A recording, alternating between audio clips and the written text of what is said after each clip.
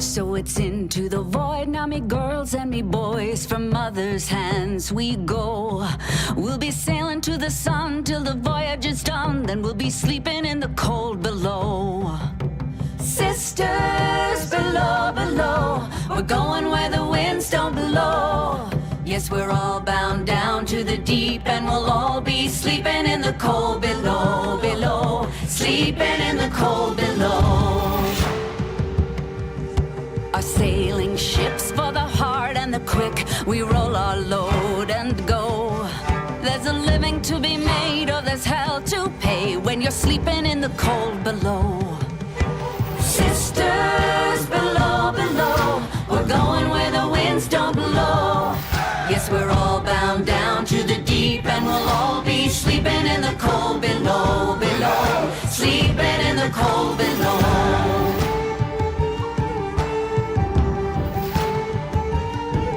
There's a man on high with the devil in his eye and a golden hand, I'm told. It can hurt you, it can hold you, he can kick you or console you when you're sleeping in the cold below.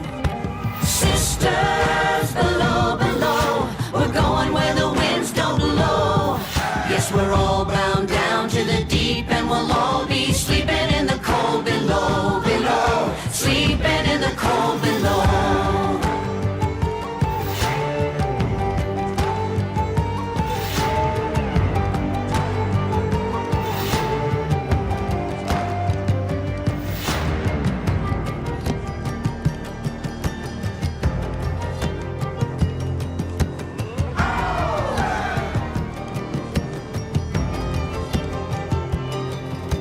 Sisters, you so wise and true, when it's my time to go, won't you lay me down under granum crowns, and I'll be sleeping in the cold below, below, sleeping in the cold below. Sisters below, below, we're going where the winds don't blow. Yes, we're all bound down to the deep, and we'll all be sleeping in the cold. Sisters below, below, we're going where the winds don't blow. Yes, we're all bound down to the deep, and we'll all be sleeping in the cold below, below, sleeping in the cold below, below, sleeping in the cold below. Today we sail on the solar rail, for there's much we just don't know. So farewell with a kiss, then it's fast for the mist, till we're all sleeping in the cold below.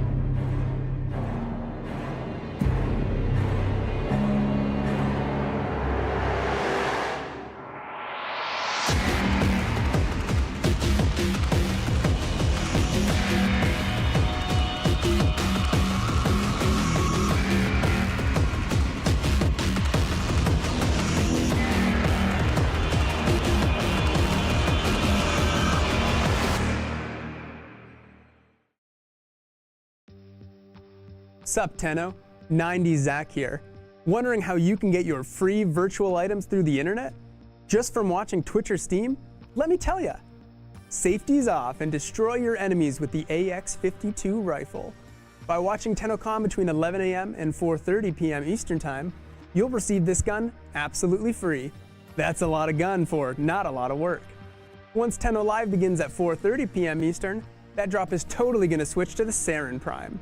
Watch for 30 minutes and you'll receive this Prime Warframe for free. Spread those spores and watch those damage numbers go up over $19.99. Never gotten a Twitch drop before?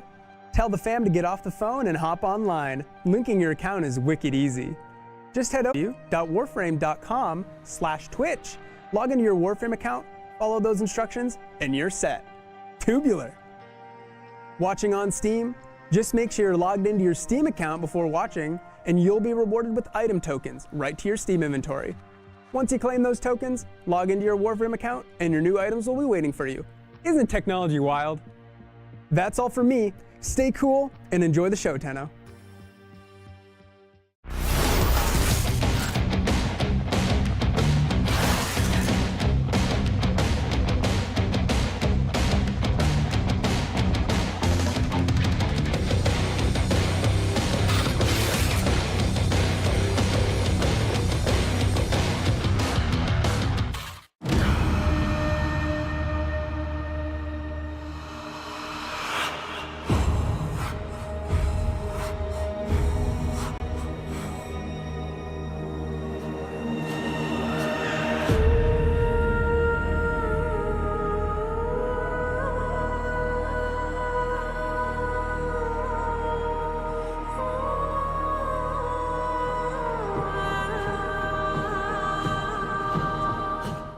Looking for entertainment that shines from the comfort of your own home? Enter Glow Video. We've got new releases, video games, equipment, and with over 2,000 titles, you can be sure to take home exactly what you came for. Rent 5 videos, take the 6th one home for free. Only at Glow Video.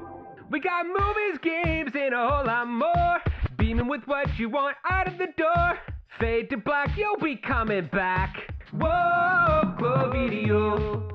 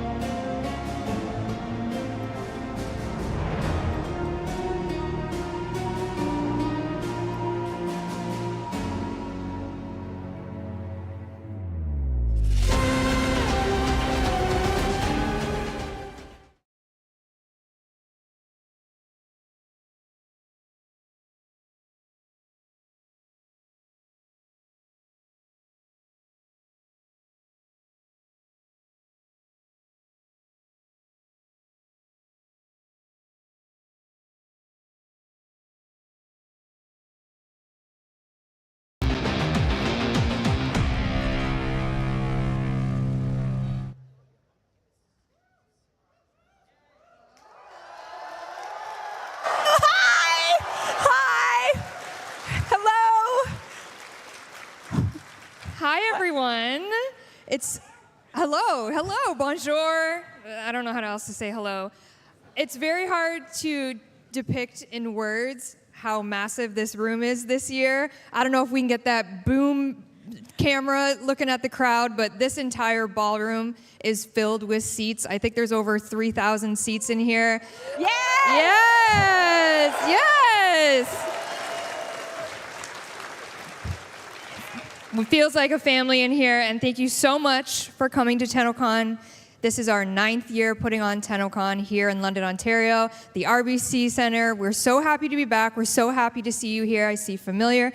I see Mr. Tactical Potato here. I see Mr. No Sympathy here. I'm trying to embarrass them. Yeah. We are so happy to be here. If you are watching from home, thank you. I hope you're comfortable, hydrated, snacks. We have an incredible show for you today.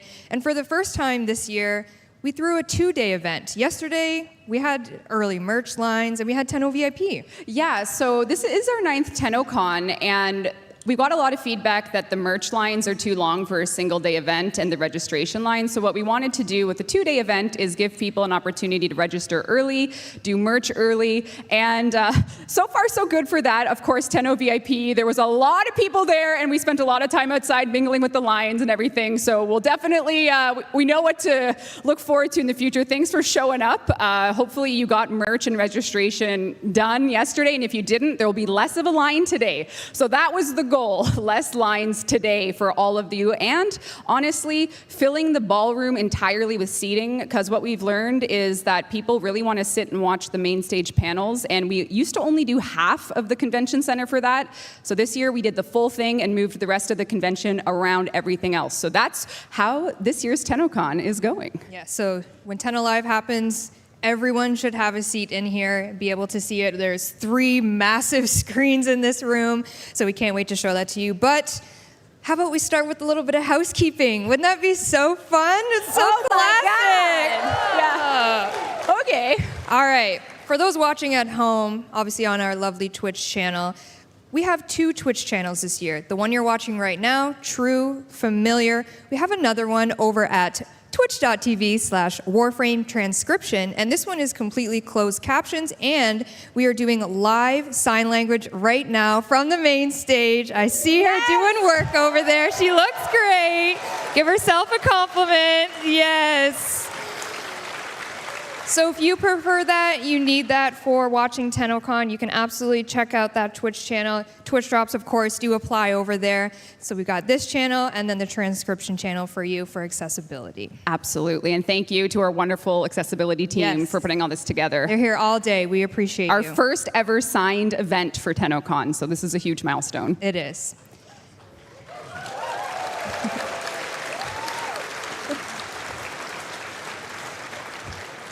And speaking of Twitch drops, our Twitch drops today for Tennocon. So for this panel, the start of the day until 4:30 when Tenno Live starts, you're going to get yourself the AX-52, which is a brand new rifle. You're going to be able to get it in-game and play it while you're watching Tennocon, perhaps. Yep. Maybe like 9 formas by the time Tenno Live hits. Yeah, let's see who can get 100 forma by 4. I'm kidding. Oh my God. I'm kidding. I'm totally kidding. Don't do that. Someone's going to do it. I know. I shouldn't have said that. No Sympathy's here, though, so he can't do it. I'm just saying. And then, as I mentioned, at 4:30, the Twitch drop changes over to Sarin Prime. So you're going to get yourself a Sarin Prime, potato and all, slot and all. This also applies to Steam drops. So if you're online watching on Steam, you can get these drops as well. And same as last year, if you're here with us in the audience, you will have an email waiting for you with a code to these Twitch drops. So you don't have to be sitting on your phone, but you can be. I see people double dipping. I see you. I see you. God. That's all right. You got to do what you got to do. We appreciate it. Oh, you're welcome. And then Barraketeer Relay for our digital ticket It's holders. live right now. Confirmed on our communications. I have Twitch chat open and our live ops open.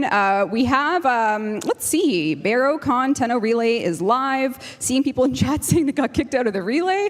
That wasn't me. Barrow, we can blame Barrow for that. We'll keep an eye on it, but he is live, and he has everything he has ever sold, and he is ready for you. He's here until my notes say July 27th, so he's here for a long time. So our friends here in the audience, they can't get in Barrow right now unless you have WARFRAME on your phone, your iOS devices. I don't know, wink.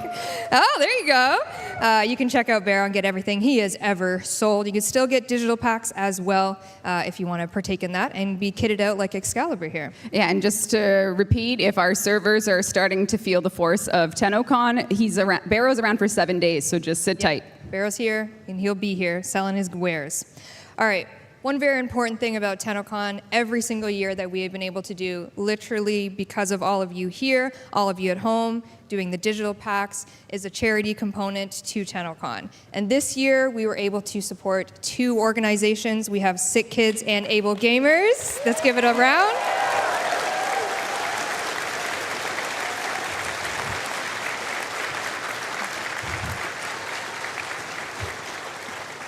We were able to take our $200,000 and give $100,000 each to these organizations, which is very special to us.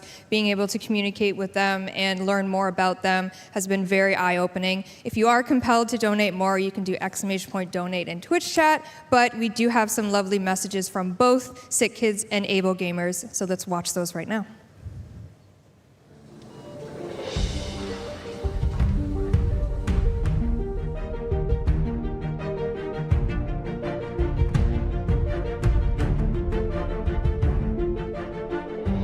Precision Child Health is not just a shift in care, it's a transformative leap. It's the end of one-size-fits-all medicine. It looks at everything that makes each patient unique, right down to the molecule. This new approach is having massive impact on patients. Patients like Atlee, Daniel, and Chitra.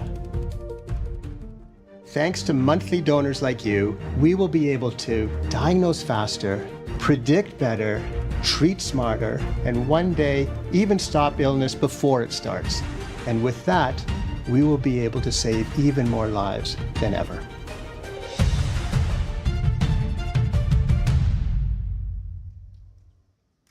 Hi, my name is Steve Spawn.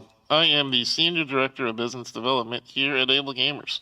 We're creating opportunities that enable play in order to combat social isolation, foster inclusive communities, and improve the quality of life for people with disabilities. Now, I'll let you in on a little secret. That's what the lawyers make us say, but what we actually do is we help people with disabilities be able to play the same games that you love with just a little bit of technological help. Thanks to our friends over at Tennocon for inviting us here today to participate in the celebration of games, the environments that we all love and enjoy. But you know what makes those environments amazing? People like you and me getting to connect. Who here hasn't had a moment where you got to hang out with your friends and make a lasting relationship thanks to the video game worlds that we all love? Well, sometimes disabled gamers, they're not able to participate in those worlds without a little bit of technological help. So we bring people into our headquarters, we reach out to them virtually over Zoom calls, and we meet with them to find out what their challenges and their barriers are that are stopping them from being able to play video games. And we give those technologies that allow them to play to them free of charge, thanks to your donations, your dollars literally changing someone's life and enabling them to play the video games that have made such a difference to you. Now they can make a big difference to them too. Thank you so much for inviting us out, Tennocon. We appreciate you. Every single day, Able Gamers is out there trying to make the world a little bit better place, and it's only thanks to your help that we're able to do that. There's a lot of good charities out there asking for your help, so the next time you consider making a donation to a charity, please consider Able Gamers. We need your help. Disabled people need your help. And I hope you have an amazing Tennocon experience.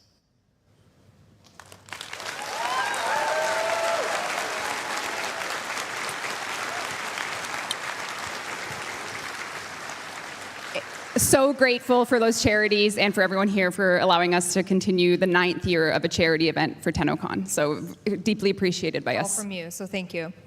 All right, into some WARFRAME news, shall we? It's just past, oh, okay, oh. Wait, it's about to get hot in here, everybody. Oh. It's about to get warm, because what just launched at 11 a.m.? Ember Heirloom!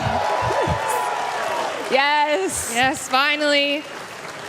Ember Heirloom is live on all platforms, and a special shout out, of course, to Cleona Turn for the original concept and idea for this, allowing us to work with them, take this design, and make it who she is right now. As we know, we did switch up how the Heirloom program is functioning now in comparison to last year. A lot of learned lessons, as we know. Thank you for the clap, appreciate that. You can get this in-game for your real dollars, Canadian dollars, US dollars, whatever you got, or platinum in-game. She is available. She's live for you. For you, yeah, it's going to be available forever. So Heirloom will be in the market for platinum forever. So this is a way for you to either buy platinum cash, like Megan said, and you can buy the items individually. So thank you so much for all the feedback on last year's Heirloom launch, I should say. And we're glad we were able to redesign this program for you, the community. So thank you very much for your feedback on this. And we're happy to have relaunched. Yes, so thank you. Yeah. I see a lot of Clem in Twitch chat, so it's kind of interesting. We put Heirloom Ember up on screen and still Clem. So that shows you the power of Clem. Clem. Hotter than I won't say. I won't go there. I won't go there. Yes. Ooh. Yep. And just a little tidbit. If you tune into the art panel on this stage, you might find out the next Heirloom. You didn't hear from me. You didn't hear from me. Yeah, art panel. So if you're watching at home, that's at 2 p.m. 3 p.m. art panel? The art panel's at 2 p.m. Eastern time. That's when you can find out the next Heirloom. But back to Ember. Also live at 11 a.m. today, I almost said p.m. Warframe Prime Resurgence, Ember Prime, and Rhino Prime are finally back. Sell Glaive Prime stock. Sell Glaive Prime. Never been cheaper. I don't know. Sell. The stocks are hot. The Glaive market's crashing, everybody. Sell. Ember Prime and Rhino Prime Resurgence. That wasn't me. Sell, Megan. Sell me words.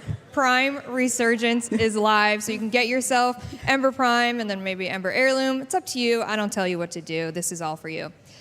Another piece of Warframe news. On Monday, maybe when you return home from this lovely event, Dog Days will be returning for your summer vibes. This Monday, July 22nd, Dog Days is back. We've got Lobs, we've got your classic Soaktron. Still no pool noodles, though. No, it's been hard. I mean, Steve's good at making the engine, but he can't code a pool noodle. So he can't code a pool noodle. It is a skill issue on Steve's part. Yeah. So We'll talk. Yeah, we'll figure it out. Amongst a bunch of new rewards this year for Dog Days, we did work with community artist Chiruax to make some really fun summer glyphs. So these are going to be available if you're a Grendel main. Do I see a Grendel main? Yeah, there it is. Okay. We got Grendel eating a fruit smoothie. There's lots going on here. So just some fun summery glyphs for you to partake in, and a little bit of quality of life for Dog Days. We are adding earning pearls for assists. So if you are an assister. Yeah, there we go. Helping is good. So assists will get you pearls. You can get some new glyphs and a whole bunch of really great stuff with Dog Days. And after this event, after Tenno Live ends, we are going to have a gift of the Lotus Lure with an Umbra Forma blueprint for you. And if you're here, that's also in your code in your email if you can't play it for 72 hours. So we got you covered. If you're here, we got you covered. If you're online, we'll see you at 6 p.m. when this alert launches for your Umbra Forma blueprint. Reb, how we feeling? We're good. Hey, everyone. We're just going through this housekeeping still. I have Twitch chat open, so I can see people around the world watching. I see people around the world in front of me, too, because I know a lot of you came from everywhere. I met some folks that came from Singapore, Germany, Australia, our own Welland, Ontario. So, yeah, shout out to Welland in the chat. Yeah. Okay. See? Growing Canada population. So hello to Twitch chat. Let's see what's going on. Eggs, that's cool. Argentina? Hell yeah. Oh, important chat question. Waypoint fix when? Well. Oh, is this a dev short? It's gonna go through this is. I'm too conditioned for dev shorts to just instantly read everything I see in chat. So, but anyway, I just wanted to say a couple things about sort of the feelings and the flavor for today to our lovely community that's watching. Of course, again, thank you for being here, and of course, thanks Megan did all the heavy lifting for this. Thank you, Rue, behind the scenes making this stream happen. Yeah. Rue extraordinaire. So I was looking at the calendar to try and figure out, like, on a timeline how this journey's been, and it's kind of crazy. It's actually only been 11 months since our last Tennocon, so this is like, we usually wait a year between them. It's only been 11 months because it was August last year, and in that time, we showed you Whispers in the Walls. We launched Whispers in the Walls. We launched Dante Unbound. We launched Abyss of Daggeth, and we launched Jade Shadows. So we've done a ton in that 11-month period. Yeah, so I'm very proud of the team, and I'm grateful that the community has stuck with us for that. And also just, we get to tell you about everything that's coming next. So today is really all about the world and the places we're going to take Warframe from today on. So thank you for being along for this crazy journey. It means a lot to us as a team, as a community. I really and truly do feel that we are some of the luckiest people in the industry to have a community like the Warframe community. Nothing in my life will ever feel as rewarding as having people to share our journey with as a development team that's learned with you how to do some favorable things, and then sometimes some, mistakes happen, but we get through it. So today it's all dedicated to the team and the community, and we have a great show lined up for the rest of the day. I had like random other notes about facts about Warframe, but I feel like I'm just going to get a little too emotional. But what I will say is, 9 years ago, we had our first Tennocon in 2016, and we only had the budget for this ballroom. So the room you're in now was the only area we had for that Tennocon. And now I think we're about to have our biggest Tennocon ever, and that doesn't happen without hard work with people that are you. So literally, thank you for everything. Thank you for the team for also taking a risk and trying a second game. Making a second game like SOULFRAME takes a lot of serious commitment to do it all over again, and I want to thank the Warframe team for believing in the new places we're going, and the SOULFRAME team for starting over and making a sister project so Warframe isn't an oldie child anymore. It feels good. We got a little brother. We got a little brother, SOULFRAME. We get to bully them. Oh, there you go. Yeah.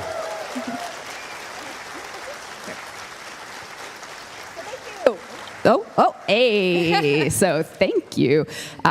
We have a great schedule today. Megan, why don't you take us through it? We do. So on this main stage, jam-packed as it usually is, after this lovely opening keynote, a little bit of a 30-minute break, do what you need to do, and then you're back here, if you want to, for the first ever SOULFRAME DEVSTREAM. As we mentioned, our little baby brother project, little baby brothers up here.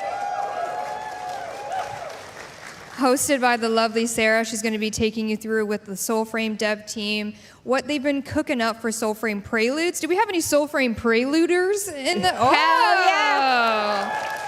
Interesting. You might want to tune into that one. So they have a lot of really fun things they're going to show you. They also have a live demo. They do. They have a live demo, never before seen things. This is just a brief interlude from the live ops side of things. We're managing traffic, and stay tuned. Some turbulence might be expected. Wear your seatbelts. Very well. Strap in. And this SOULFRAME DevStream, this is where all of the new SOULFRAME news is going to be. TENNO Live is still a lovely 90-minute presentation later on. It's about 90% Warframe this year instead of 50-50. So all the SOULFRAME stuff is going to be in this DevStream. Oh, new microphone. I guess I am too loud. You're just too powerful, that's all. So if you are interested in any of the SOULFRAME news, learning about SOULFRAME Preludes, their live demonstration, you're definitely going to want to check this out. We'll recap it during TENNO Live because Steve and Jeff have to be there. It's fun. Oh, no. They paid us good money, though. That's how we afforded Tennocon this year. Yeah, this is fueled by their sweat and tears. Yeah, no. They bribed us to be on TENNO Live. Yeah. And then afterwards, we have the Art of Warframe hosted by Danielle. And there's going to be so much good art in here. You're going to see Whispers in the Walls art, some art you've never seen from 1999 and beyond. Maybe even an Atomi cycle key. Ooh. Bikes, anybody? Bikes? Love bikes. Hey! Big bikers. And then after that, we have Sounds of the System hosted by Zach, and he's gonna, give it up for Zach McCall. Oh, he's right there. I see him. Honestly, oh, yeah. Bring Kleenex for that one. Yeah. You might cry in a few moments of the Sounds of the System one. Bring Kleenex. Yeah, there's a lot of great stuff in store for you for the Sounds of the System panel. Reb's on it. Hey, that's why you're going to cry, because I'm going to bore you to tears. Oh, no, never. Thanks for laughing. So that's at 2. And then at 3, we have our classic cosplay contest. Very excited for this one. I don't know, has anyone seen any of the cosplay yet walking around? Yeah, Am I right? Yeah. Yeah, it's incredible to see. It'll be all here on the main stage. We have our non-competitive and also our competitive, where someone's going to win $10,000 on this stage. Can I enter cosplaying as a creative director for 2 years? No one's caught on. You could. Sick. You could. You'd win in my heart. Oh. And then at 4:30 is TENNO Live 2024. Like we mentioned, it is a 90-minute presentation. We've been, I legitimately think we've been working on this since Tennocon last year ended. Obviously, we had to get Whispers in the Walls out and everything that came after that, Daggett, but we knew exactly what this Tennocon was going to be.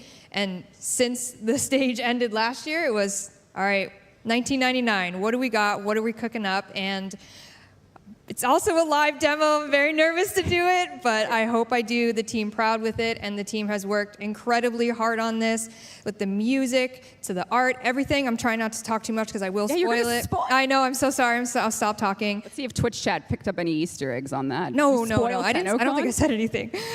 We surged the SOULFRAME website. People are registering. Be an envoy. Be an envoy.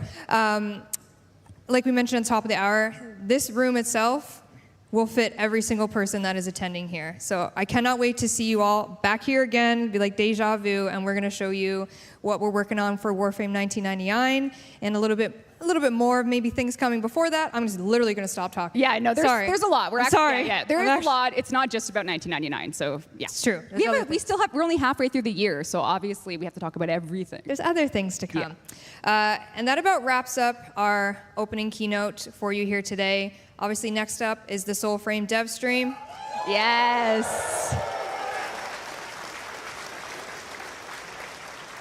So once again, thank you so much for coming to this opening keynote online chat. Thank you for being here. Stay tuned. Get your bathroom breaks, your water breaks, your snack breaks, and all that, and we'll be right back here at 12 p.m. for the SOULFRAME DEVSTREAM. That's right, and everyone's booklet has schedules, things to do. Right. There's autographs, workshops. We have animation team, writing team, so many teams doing other panels in the Event Kids Clubhouse. We have chairs here. There's autographs. There's merch. There's lots to do at the show. There's lots to do. But online, we'll see you at 12. Thanks, everybody. Thank you, everyone in Twitch chat. What do I see here? A lot of Gurkata, Clem. Oh, my God.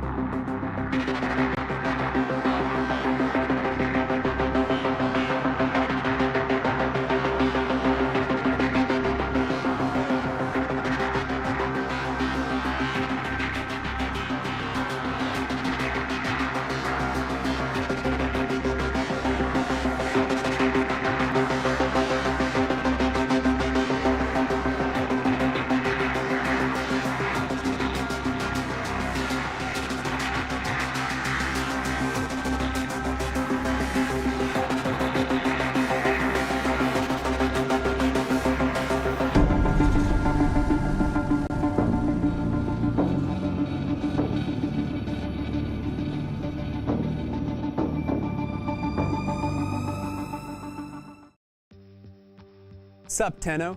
90 Zach here. Wondering how you can get your free virtual items through the internet? Just from watching Twitch or Steam? Let me tell ya.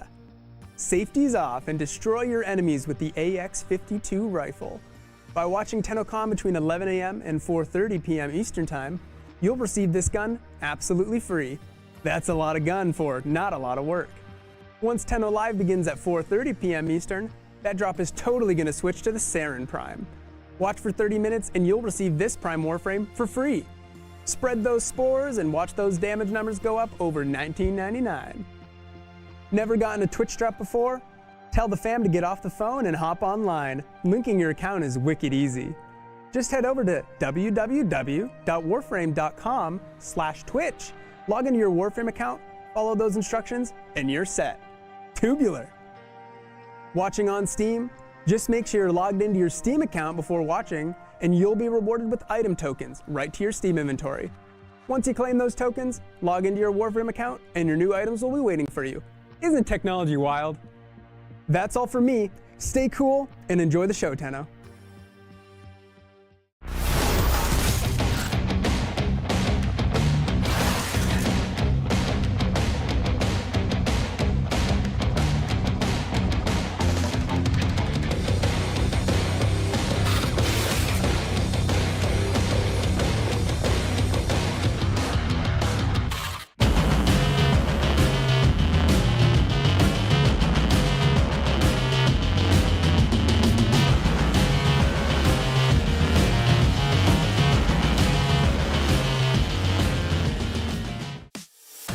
Everybody knows there's nothing like a delicious slice of Big Bites pizza.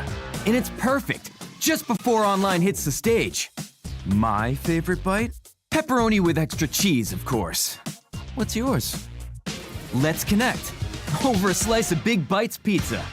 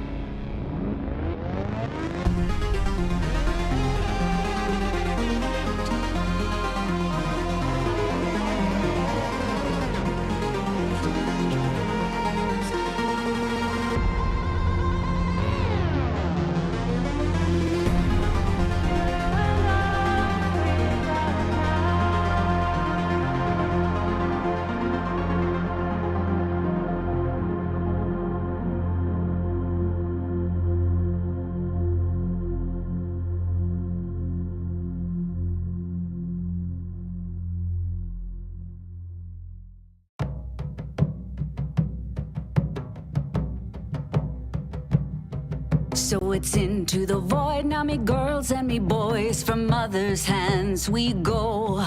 We'll be sailing to the sun till the voyage is done, then we'll be sleeping in the cold below.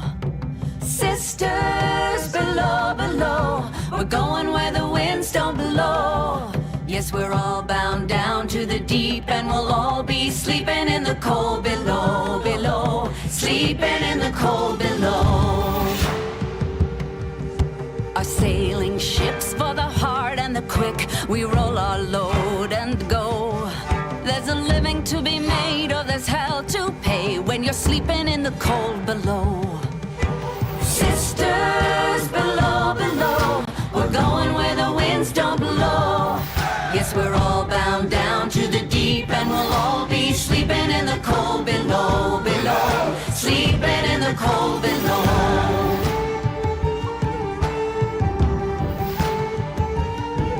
There's a man on high with the devil in his eye and a golden hand, I'm told. It can hurt you, it can hold you, he can kick you or console you when you're sleeping in the cold below. Sisters below, below, we're going where the winds don't blow. Yes, we're all bound down to the deep, and we'll all be sleeping in the cold below, below, sleeping in the cold below.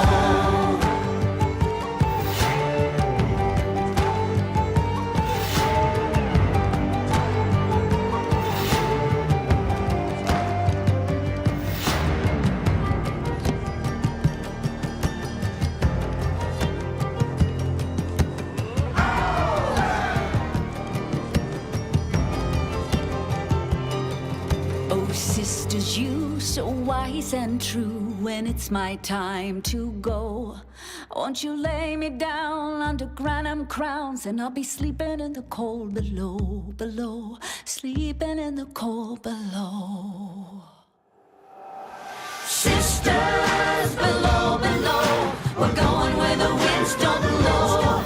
Yes, we're all bound down to the deep, and we'll all be sleeping in the cold. Sisters below, below, we're going where the winds don't blow.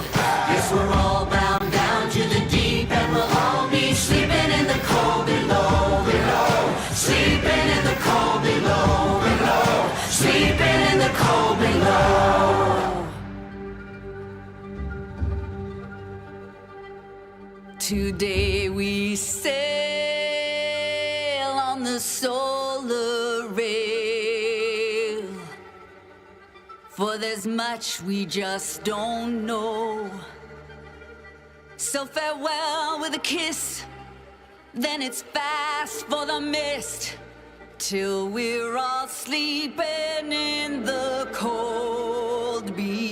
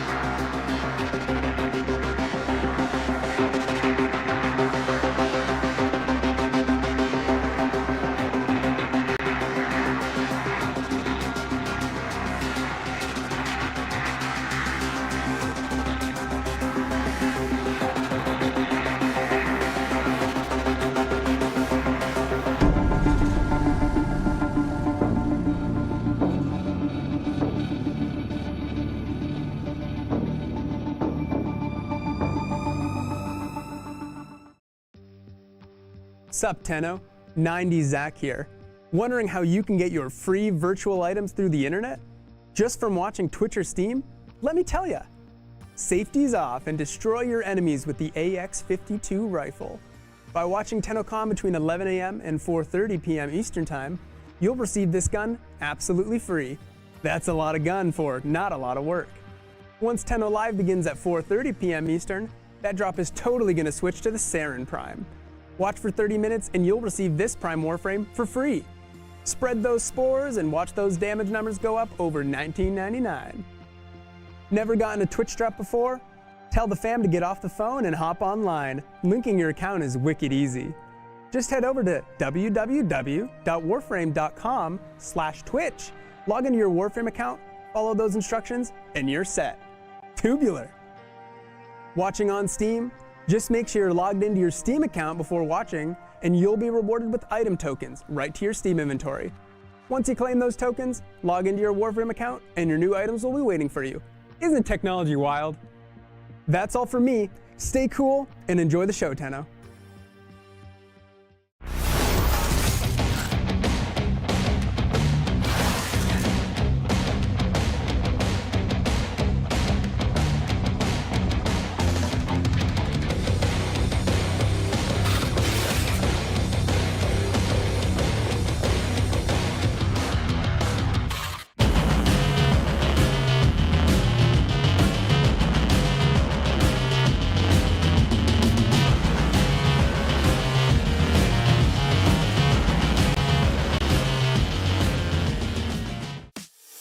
Everybody knows there's nothing like a delicious slice of Big Bites pizza.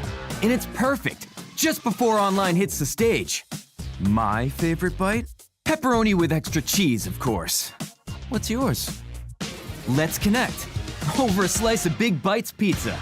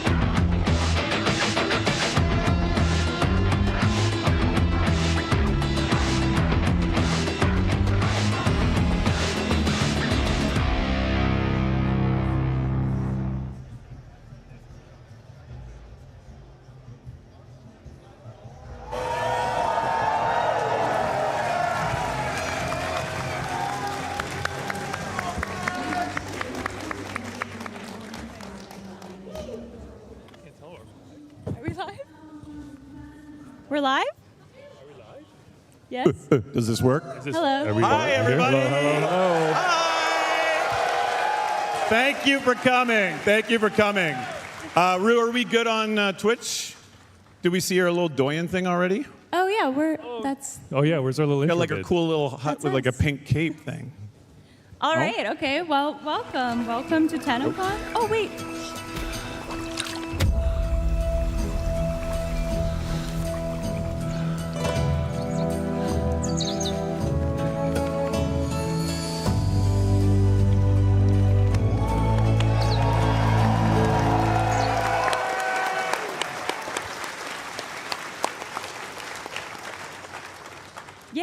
Now welcome. Welcome to Tennocon. We are welcoming you today as Tenno, of course, but also for the next 50 minutes as envoys, because this is SOULFRAME's first ever DEVSTREAM. Yeah! Thank you for being a part of it. Yes. Wow, thanks guys. We are going to share what we have been up to thus far in these early days, some of what is to come. But first, as you may see, I brought quite a crew up here. I think this was the max amount they would let me have, but we thought for the first one, let's make it a party. So if you can just go around and say who you are and what you do on SOULFRAME. Hi, I'm George. I'm the audio director. Thank you. Thank you. A lot of fans. I appreciate it. Thank you. Just yours. Yeah. Hi, I'm Scott, and I'm the lead designer on SOULFRAME.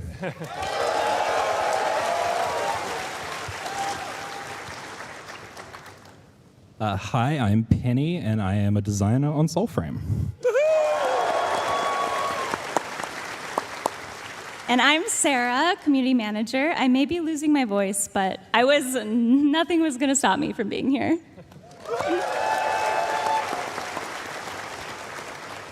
Who are you? Hi, everyone. I'm Jeff. I'm the creative director on SOULFRAME.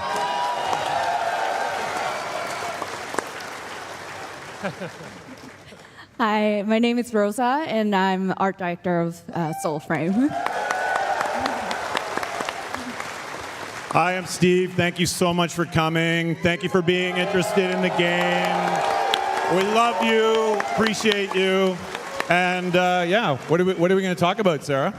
Yeah, so we have a lot to share today. We have some concept art pieces that the lovely Rosa has brought for us to look at. We're going to seek to answer some of our most asked questions, share some development updates, and maybe we're going to have some sneak peeks of what's to come.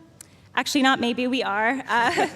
We are going to have a live gameplay demo in just a little bit. Joe doesn't have a microphone, but Joe is Yeah. here to play. Give it up for back Joe, here designers. at the end of the show. Yeah, Joe. And it works on the design, and if he gets hit by the enemies, then it's his fault. It's his own fault. Yeah.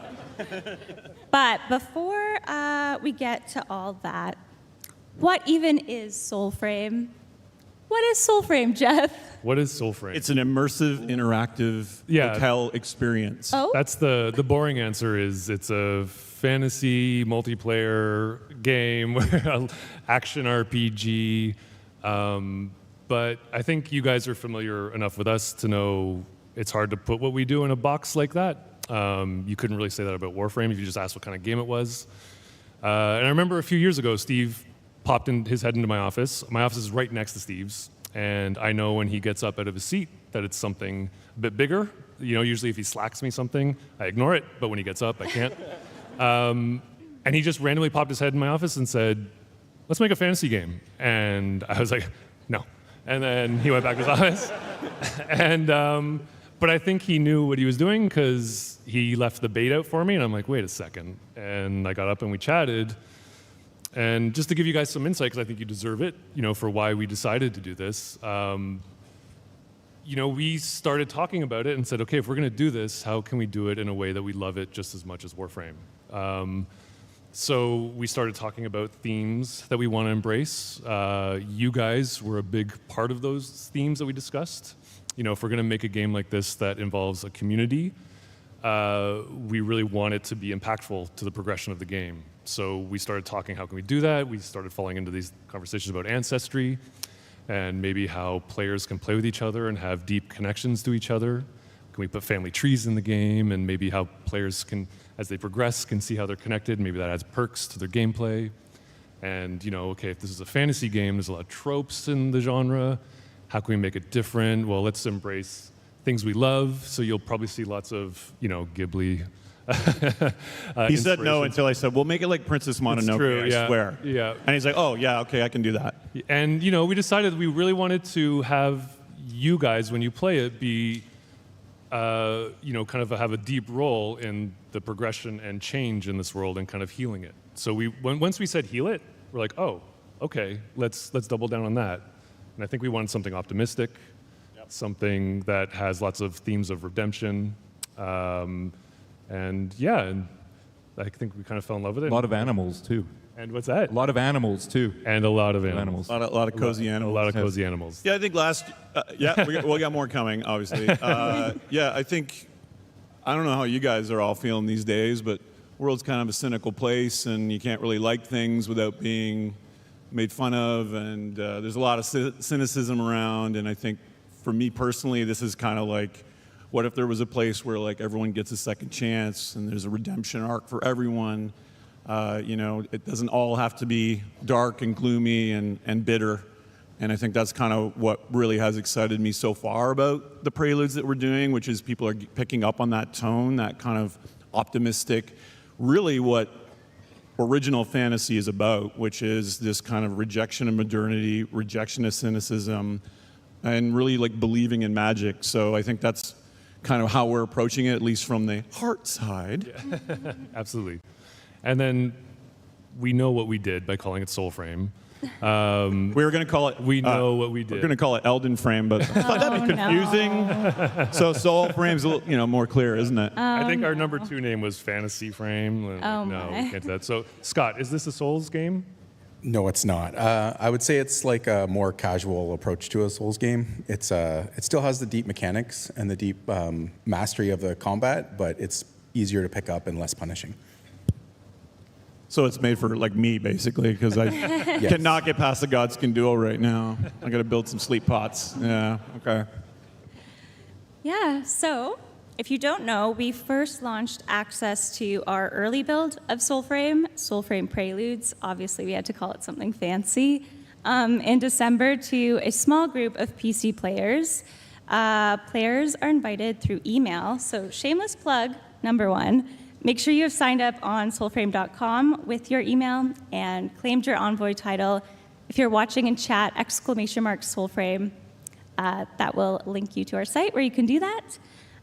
We're currently sending out 2,000 invites every single week. And is anyone in here currently, just by show of hands, in SOULFRAME Preludes? Is any? Oh! Wow. Yeah, that's actually a lot of you guys. Thank you very much. A lot of you. Aw, okay, well, I definitely want to talk to you all after this. See what you think. Wasn't it great when we added a map in the game? That was a big quality of life change this Yeah. year. Yeah, we love a map. Maybe a sprint toggle would be nice. Yeah. Preludes 5 was released to Preludes players at the end of June. And after this day is over, we're going to be hard at work for Prelude 6. We've been following a monthly-ish update cadence. Yep. And lots of hot fixes in between. Today we're going to show you some of this and some new stuff that's coming soon. So since December, Preludes has sort of become its own thing and its own community. And there's a lot of people who are so involved. And I actually have some really cute fan art I'm really quickly going to show. Adorable. Oh my God. This one is by elliecody.k on Twitter. That is a well-fed sparrow.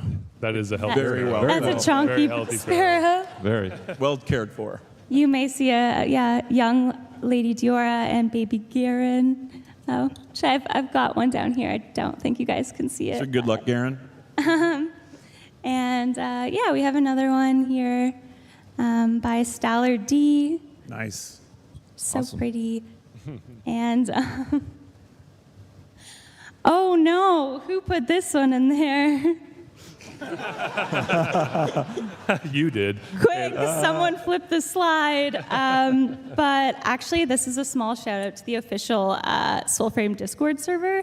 If you !Discord in chat, you can join in on the fun and maybe avocot memes. And a lovely Orangal by Danny W in the Discord as well. So yeah, just thank you guys for sharing such beautiful fan art already. Like, it blows my mind that you guys are already so involved. And speaking of pretty art, we actually have some from the team, and we have our lovely Rosa here. I actually brought up your painting. That's your original art here. I don't know if you want to talk about that one at all. Yeah, so this art piece was made for our promotion for last 2023 Tennocon. You surprised us by doing this. Yeah, we wanted to push like the retro 80s film crafted the poster look to the game. So yeah, so I tried to paint it with like watercolor and like mixed media with on a watercolor paper, and it took me a few days. It's stunning. We finally got it framed. It used to be all like taped up in Jeff's office, so now it has the home it deserves. Yep. Yeah. So the Tennocon last year we introduced Garen Rude Fable. So I incorporated the two versions of the Garen and a few ancestors and our star avocado into the painting. So yeah. Yeah, we have some early concept art as well to share today. So this is our ancestors. On the sides is Orlick and Tuvalcani, the original sketches by Keith Thompson, who sadly couldn't be here today. We love you, Keith, though, if you're watching. And the middle one is an early concept of Fen Jotar by Munash on our team. Scott, Penny, what are ancestors? Ancestors are a fun little progression mechanic where we want to tell the story of the world through these interesting characters who have been trapped in the world and haven't moved on. You will meet them throughout the world as you explore. As we've said, this is Orlick, Fen Jotar, and Tolbocane. They're all representations of our sort of meta systems like crafting, or modding and stuff like that. So we'll see a little bit more of them later on, but I'm sure if you've played Preludes, you'll have hopefully, fingers crossed, met at least Tolbocane and Orlick. If you haven't, I'm sorry. Yeah. You'll hear us talk about ancestors a lot, but this is just a way for us to kind of hopefully add a bit more thematic progression to the game to reinforce the world. Yeah, and the idea is anytime we add like a cool new meta system to the game, we're going to show one at the end of the show, Verminia, that it would come with an ancestor that's distantly related to you, and they have some kind of problem, why they haven't kind of moved on to this sort of rings of the moon, which represents heaven in the game, and hopefully you help them with that, and that's kind of a key element to stuff like crafting and upgrading your gear and learning the histories of the world. So it's kind of builds out your village in the Nightfold that we'll also show. So each has a unique personality too, right? Through all the voices and all the got their own music. I mean, obviously DE is known for amazing musical scores, George, and SOULFRAME is going to be no exception. Definitely, yeah. We've spent a lot of time crafting the music so that each region feels like it's its own thing, using a lot of folk instruments and natural and organic sounds as well, all the soundscapes. I said to the team early on that we shouldn't use any synthesizers at all in the game. So it's all natural sounds that have been manipulated, a lot of lighters for magic and matches and classes and stuff like that. And so yeah, it's a lot of good stuff. Awesome. We have... What are these? Oh, these are Scott, cool. what are these? What are we looking at? These are the packs of the game. So these are basically the physical representation of the classes of the game. So these will basically, you'll unlock them as part of your progression, or unlocking the Omen Beasts. They basically will be the kit of the game, the gameplay kit. So as if you want to play as a tank or if you want to play as an assassin, there will be different packs that you can get. Kind of one of the cool things we're doing with this system is the packs come with an idol, and the idol is basically, if you've played the game, it's the ultimate of the pack. But the interesting thing I think we're doing in this time is we're allowing you to mix and match, so you can move your idol to a different pack. So I think it's a fun twist. Kind of like an exalted weapon you charge up while you're playing. Hopefully we'll, if Joe doesn't totally suck, we'll be able to see that today as well. This was funny because obviously Jeff did the original. I'm not sure if anyone played Dark Sector, which was an early game that we worked on. Yeah, okay, thank you. Yeah. There's dozens of us. And I had to laugh because like Jeff's like, oh yeah, and then your arm is like all cursed and stuff. And it's like, well, and you can't help yourself. I think again, talking about why we decided to do SOULFRAME and speaking to the depths of our creativity, we're like, yeah, we just did the same thing. We again. need a magic arm, you know, like that's what the game needs. Every game needs a magic arm. And so yeah, the cool thing about these two is it kind of reinforces your role as a healer. The ones that you get from the animals, like the Omen Beasts, we're calling them, which we demoed last year with Garen. This is what you get rewarded with, is the kind of new kit that they give you. But you'll see the armored one and the one that looks a bit cursed. Those represent kind of the antagonist factions of the world. So yeah, that was one of the questions we got last year. Was like, is there? I wouldn't call this like a dark path or an evil path in the game, but the Ode, which are kind of the conquerors, and you'll see more of that at the end of the show here. There is this kind of progression amongst their kind of corrupted, polluted technology. If you're kind of into that and you want to get your edgelord on in SOULFRAME, you can. So there's some really great choices there. Yeah, and we're hoping to make those choices a bit meaningful on the player. Yeah, this is like a really expressive system as well. Like Scott touched on it a little bit with the like swapping the idols and the packs that you get with each other. It really will hopefully let players find their role that they really want to play, but still experiment with new things in a very open, sort of similar way to like Warframes. You'll get a lot of time to just find the one that you like the most, but then tempted by something else, but not have to give up everything you've worked for to try something new. Yeah, Rosa, this is an early piece by you. Which may not be entirely new to the audience, but it's my favorite piece you've ever done. And I think it represents our theme so well. Can you tell us what this is of? Yeah, so this is also one of my favorite art that I've been working on. And yeah, it's when we first worked on this, we wanted to establish like the first impression of the game when you log in and have like capture the influences and the theme that we fullness and the warmth and the inviting feel from it.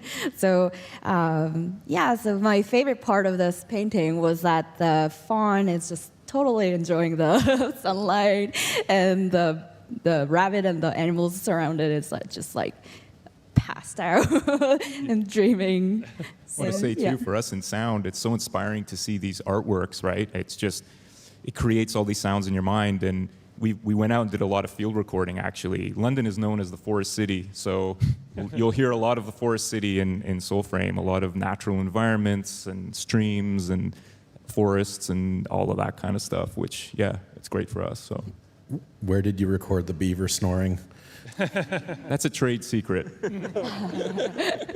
You don't have a captive beaver in your house. That's very illegal, George. Not at all. Not at all. That would be illegal, yeah. No. Yeah, well cared for, I assume. This scene was important because it's the first thing you see when you log into the game, and this is kind of what we wanted the kind of impression to be. Yep.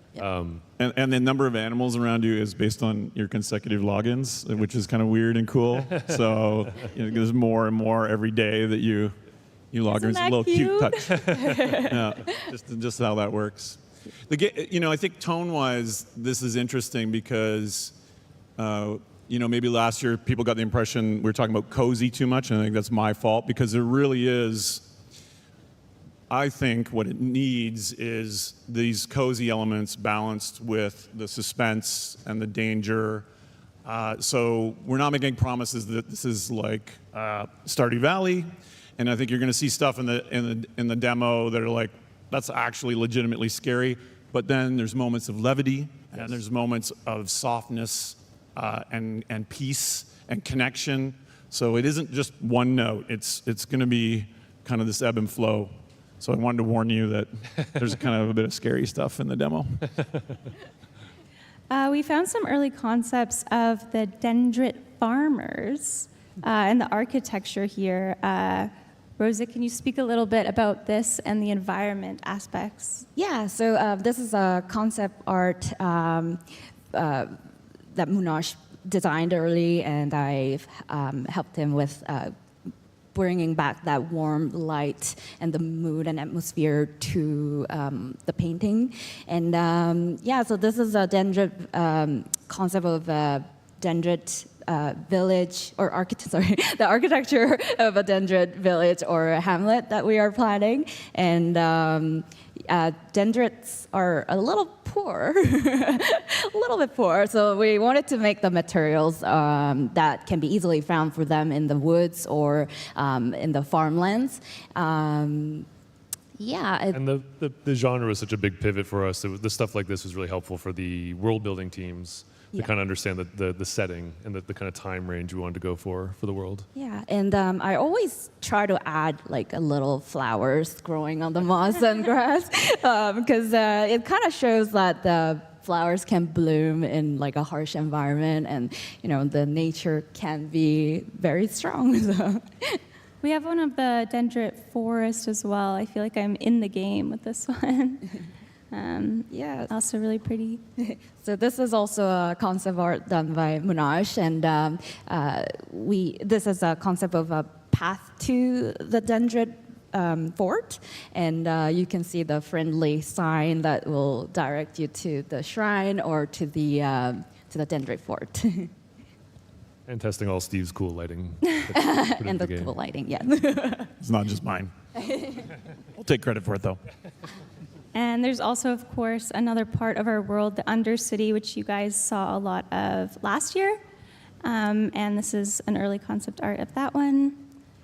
Yeah, maybe Scott, like, can you kind of talk about what we do with these, like structure? Yeah, with the structure and what this is an example of. Yeah, so the Undercity and the Glades, if you're in the Preludes, is kind of a dungeon aspect of the game. This is where we can randomize the environment and really leverage some of the older systems that we have and also grow those systems. So this is, missions will be down here, exploration, puzzle solving, and really, hopefully, some really deep connections with the puzzle aspect of the game and the exploration. Players are always constantly finding secrets, and the level designers are actually adding more as we go. So it's really interesting to like play through the Undercity, and all of a sudden there's a new tile again, but there's a puzzle in it and a different way to get through it, which is really fun. One of the things we've done with the procedural level system this time around is its connection to the overworld. When we first started working on SOULFRAME, the dungeons, you had to traverse them to the end, and then you'd be teleported back to the beginning, and that's where you'd exit. So you enter and exit in the same spot. Recently, we changed the system to allow you to kind of progress through the dungeon and then out back into the overworld into a random spot, which has been really kind of fun to design because the exits are all kind of secretly hidden. You know, it's like the bookcase slides open and now you can get out, but you know, Steve's favorite is you're inside the fort. So all of a sudden you think, oh, I'm done the dungeon, I'm safe now. And you exit into probably the most dangerous area we have in Preludes. And I didn't know that was in either, so it was like 1 a.m. and I was sort of crapping my pants. Yes, so the exits are randomized. So as you're leaving, you will end up in a randomized location in the overworld, which is really helped, I think, with the exploration of the game. I still get lost when I play it. It's like, oh, you know, always a new you know, corner to turn around, and you're like, oh, geez, I haven't seen that before. It's pretty cool, actually. Even working on it all day, you get lost in that world, right? Which is awesome. Yeah, we are trying to go outside of our comfort zone, obviously, and challenge ourselves by building new, kind of on top of some of the systems we thought were really good for long-term play. Like in Warframe, those procedural dungeons really help the content stay fresh as we built out new tiles. but now the context is we don't really have a mission structure. So knowing kind of when you're done or what you've completed has kind of been a challenge. If you started early on in Preludes, you just kind of like wander around and it's like, okay, I guess I'm done, and you log off. But now we've added things like when you leave a dungeon, we show a summary and give you some mission complete feedback. When the time of day changes, because the overworld is constantly on a shared clock, you get kind of a summary of rewards and that sort of thing. If you're joining up with Preludes, you'll be suffering through a lot of upheaval as we kind of find our footing for those sorts of things, because it is very different for us from the structure of Warframe, which is launch a mission, 15, 20 minutes later, you're back in the orbiter. But it's awesome if stuff works and we're getting live feedback. Yeah, and that's really, I think, again, not to kiss y'all's ass, but like that's super important for us to kind of feel what's resonating with you and what's not, and that's why we're kind of pushing against our comfort zone and just releasing this stuff so rapidly. Because that's what we felt was an important part of Warframe's journey, and we want to steal that for SOULFRAME. Awesome. We have one more concept art that came in hot. I think, Rosa, you finished this yesterday? Yes. What is happening in this one, and does it have anything to do with a certain omen beast who may or may not have an affinity for hallucinogenic sap? Yeah. So just like our Garen Rude fable, we will have Bromius version, obviously. So yeah, this is a concept of Bromius attempting to eat the seed of the sacred sapling tree that he loves, and he's a bit addicted, I can say. And yeah, so he's trying to eat the falling seed, and that's in a heart root arena in a place called Neathans.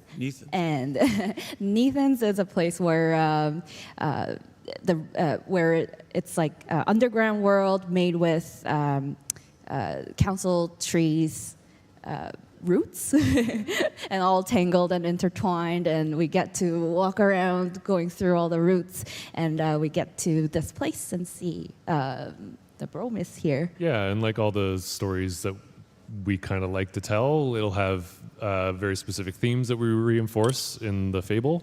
You know, poor Bromius his role is to protect the trees and be a grower. An R-bearer. An R-bearer. Shout out to Sydney, our writer. Sydney's here. And, you know, the corruption has influenced him, and he's become addicted to the thing he's meant to protect, and he's causing harm, so we have to intervene. Penny, how's this different from Garen? Is there anything you wanted to add to that? Oh, a lot. Yeah, after I finished working on the Garen boss fight that you would have seen last year, Jeff was like, do you want to do another one? And I'm like, yeah, sure, I'll do another one. That was fun. So we've been just, over the last couple of months, been working on prototyping mechanics for this new fight. We wanted to do something different to what we had in Garen, where it was two characters that have a relationship between each other and it sort of resolves between them as the fight progresses, where this one differs is it's just going to be Bromius. You are sort of fighting him as he is descending into a sort of descending on the spiral of addiction, and how he changes, and you're trying to sort of help pull him back. We paused him for a little bit because of Tennocon, but we're going to hopefully be kicking him back off soon with the full force of every talented person on our team. Yeah. Our intention is to get this into Preludes very soon. Yep. One thing I wanted to add. Yeah, we should. Was no, sorry. Oh, sorry. I wanted to add was the mood of it kind of changed throughout this whole week, because it rained quite a lot earlier this week, and yeah, my basement flooded, so I wanted to put in that damp, really thick atmosphere to the painting. So it was really dry roots in the beginning of the concept, but now it's like all mossy. So you went into your basement? Yeah, I'm like, oh, I feel the air being very all this thick. water damage. I want to channel and the this. smell. Like, I gotta put that in the painting now. Sounds good. So there's a lot in the works that we have shown you, and that's just a taste of what Preludes is going to be. We're going to show you some live gameplay quite soon, But we haven't yet answered the question most of you have been asking. And yes, I've been seeing it. When can I play? And the answer to that question is...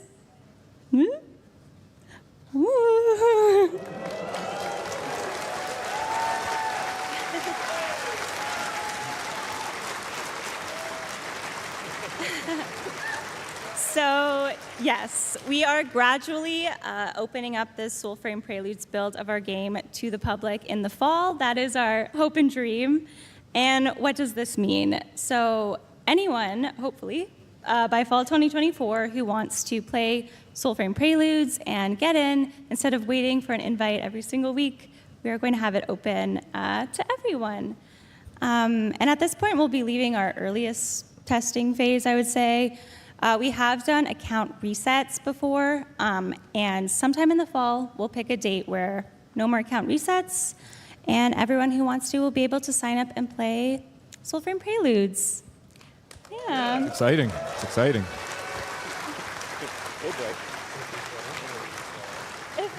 But if you want to reserve your in-game name, your Envoy title, you should do it today. We're still sending out invites. Because we're still sending out invites, Yep. and of course, that is a way to reserve, so. Yep. And that'll Even be if- ramping up, right? We'll be, as we get closer Yeah, to we'll the be ramping that open, up we'll be as well. letting the people that have signed up early and Yep.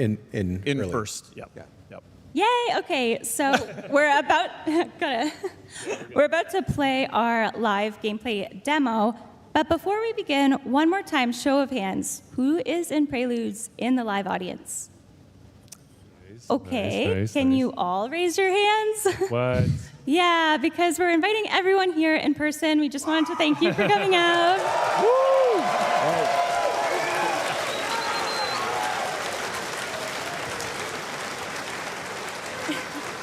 Yay! So when you see us around, you don't have to ask us when you can play. We are going to send You're an in. invitation in the following weeks, and you are going to get an email with more details after the show. And in addition to this, on Monday, this Monday, July 22nd at 2 p.m., we will be sending out 10,000 Preludes invites, 10,000 Tennocon, 10. I get it. Very good. Yeah.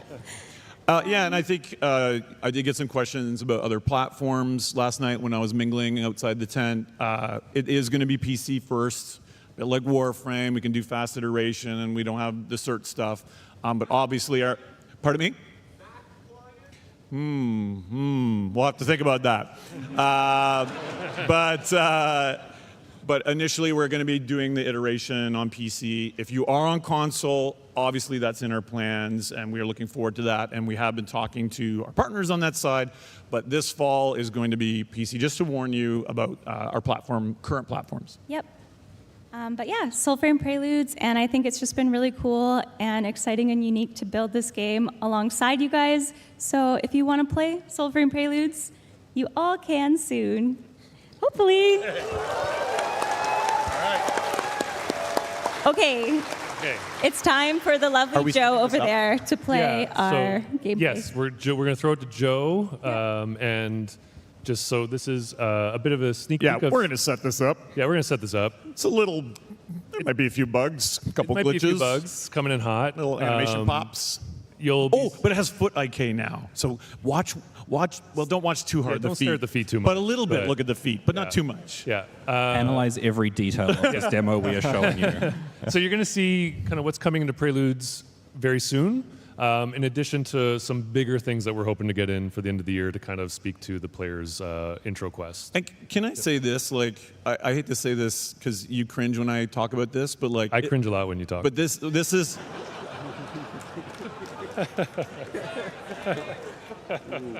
I think what you're going to see is the beginning of the Warsong prologue that we're going to be shipping later in the year. That's right.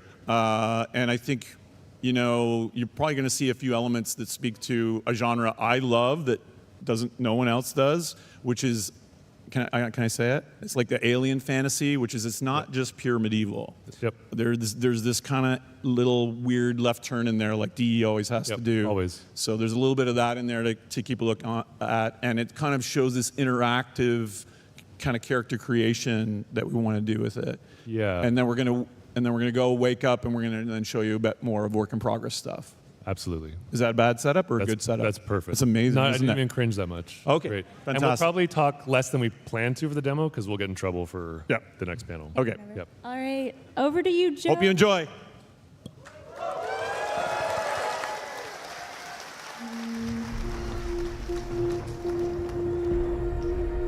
Remember little Minnow.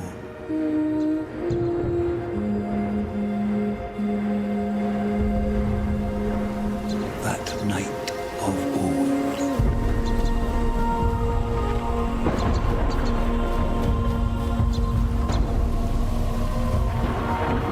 Not by nog, but heart. A rally drum.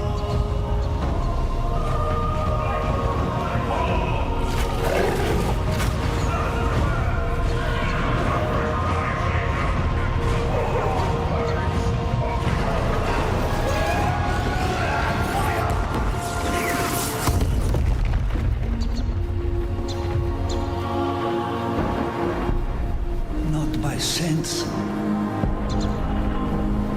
but soul. Your baby's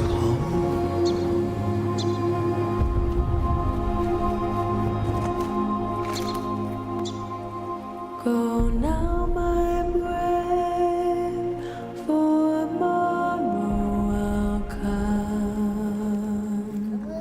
This night of war will dawn before sun.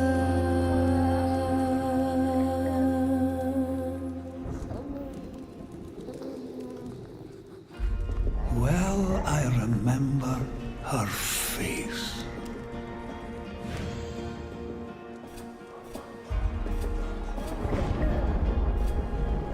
A copper glow, like amber rocks, a wealth of warmth, and of her locks.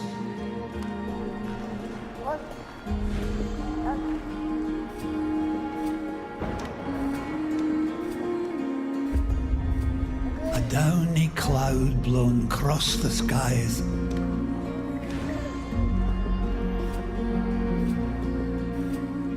Like night-lark feathers o'er her eyes.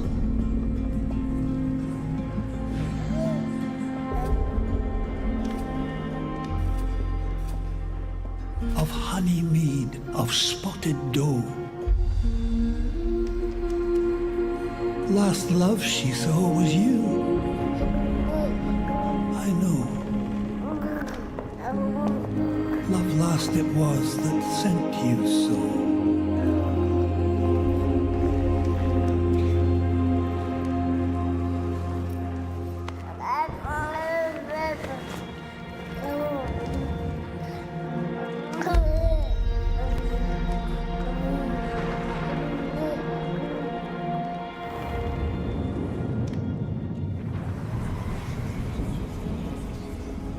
So that was a sneak peek at War Song Prologue. As I mentioned, it's the intro quest, and what you saw there is how you create the first customization template of your character. There will be more for that to come, so you can customize further. We're jumping a bit now to a bit of a showcase on how you can get the next ancestor.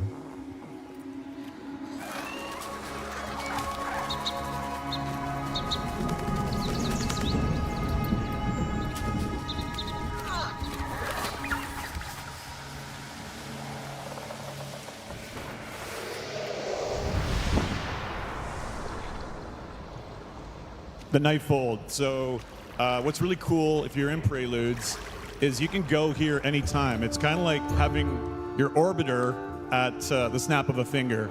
So you can go in here, you can talk to your ancestors, work on your meta, queue crafting, look at the lore you just unlocked, change your weapons. As long as there's no aggro enemies in the vicinity, at any time you can go into the Nightfold. And as you collect your ancestors, it's kind of like building a village within this kind of purgatory plane. Yeah, you can rock over to you can maybe show them the blacksmith, and then just run on into the tent.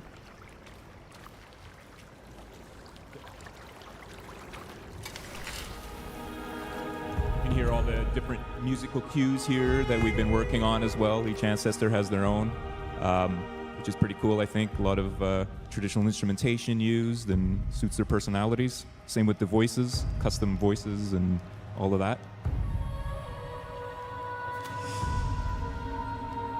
Yeah, so this is our crafting interface.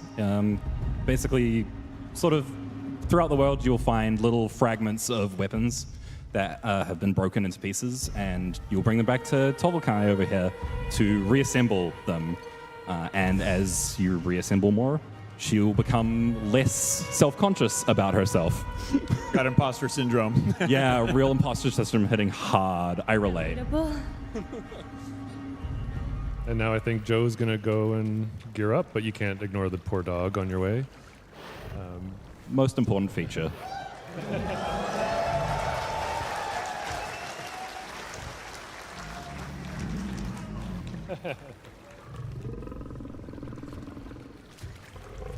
And then, yeah, Joe will give us a sneak peek at our arsenal that we'll have probably a better name for, and he'll just swap out some gear and maybe a little cosmetic change.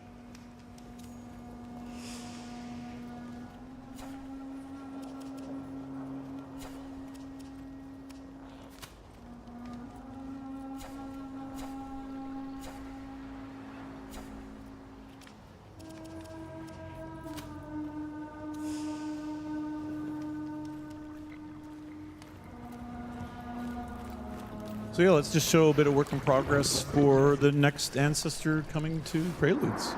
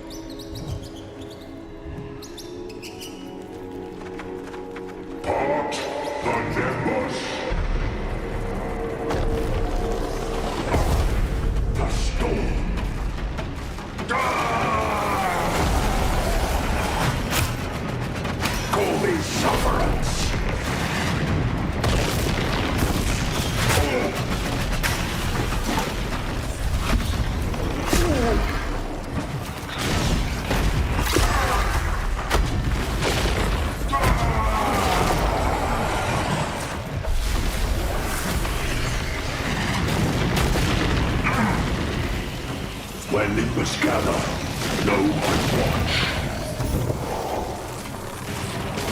The Everstorm.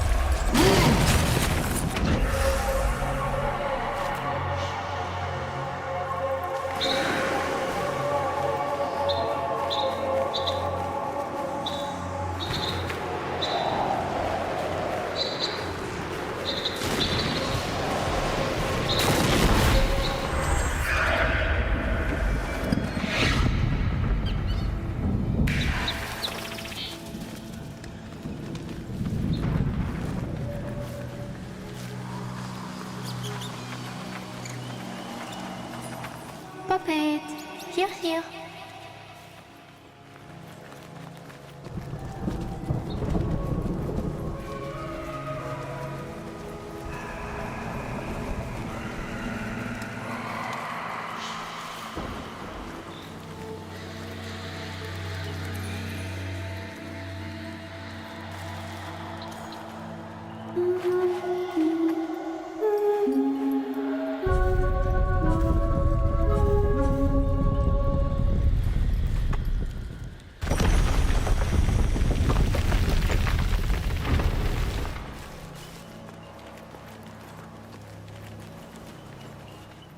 Hey there, puppets!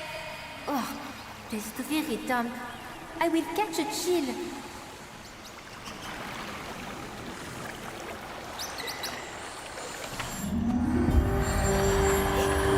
You sneak!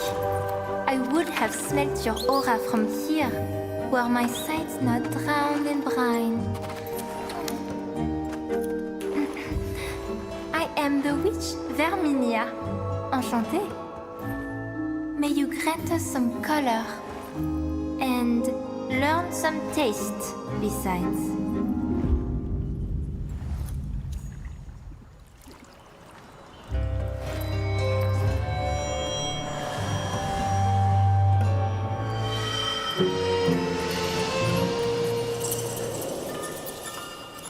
Oh, envoy, for you go. Un amuse-bouche.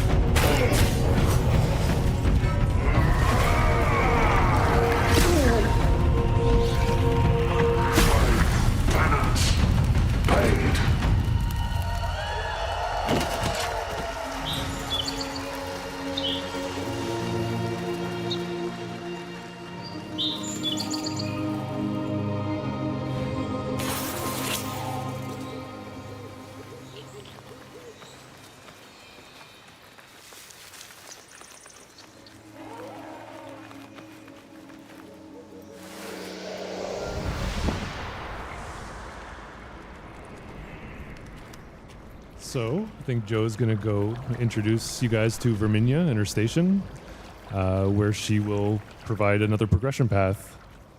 Oh, yeah. So Verminia is our sort of master of colors and elixirs.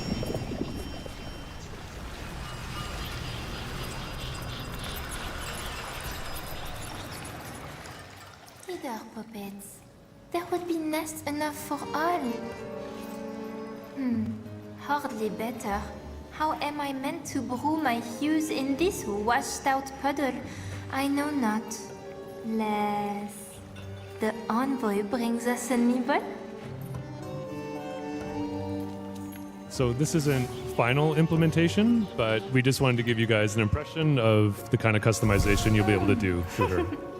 We could just eat you up. The puppets approve.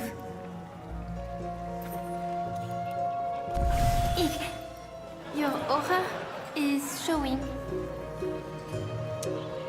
Now this next one, I don't think anyone would purposely do it, but we were just curious what would happen if a certain DE employee played SOULFRAME. We wanted to see how Verminia might feel about that.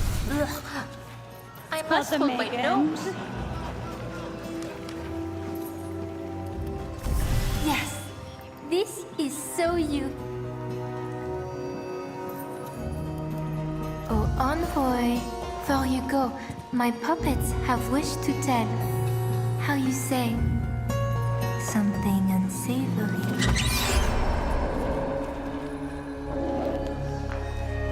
They squeak of red moaning in the coral glen of saccharine odor that waft from his den. His bell tolls. Its echoes taste faintly of black, of torn parts, of claw marks, of drip, drip, drip, zap.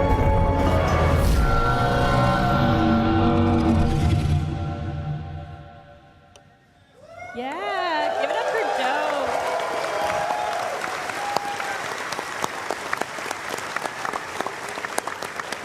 Good job, Joe.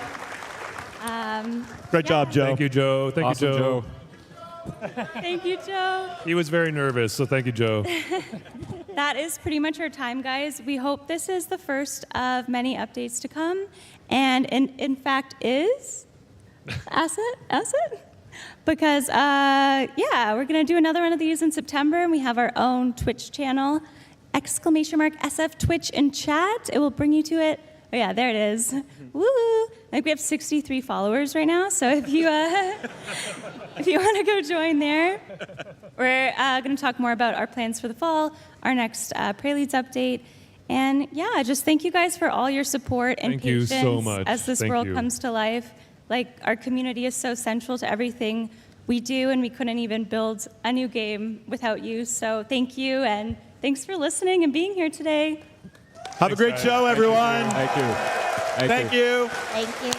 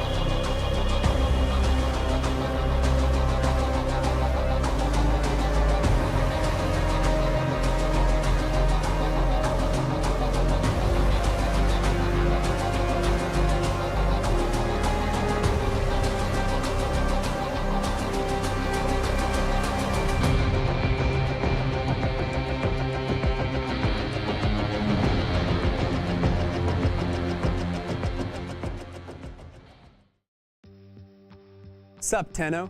90 Zach here. Wondering how you can get your free virtual items through the internet? Just from watching Twitch or Steam?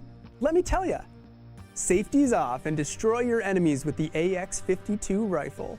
By watching Tennocon between 11 a.m. and 4:30 p.m. Eastern Time, you'll receive this gun absolutely free. That's a lot of gun for not a lot of work. Once Tenno Live begins at 4:30 p.m. Eastern, that drop is totally going to switch to the Sarin Prime. Watch for 30 minutes and you'll receive this Prime Warframe for free. Spread those spores and watch those damage numbers go up over $19.99. Never gotten a Twitch drop before? Tell the fam to get off the phone and hop online. Linking your account is wicked easy. Just head over to www.warframe.com/Twitch. Log into your Warframe account, follow those instructions, and you're set. Tubular. Watching on Steam? Just make sure you're logged into your Steam account before watching, and you'll be rewarded with item tokens right to your Steam inventory. Once you claim those tokens, log into your Warframe account, and your new items will be waiting for you. Isn't technology wild? That's all for me. Stay cool and enjoy the show, Tenno.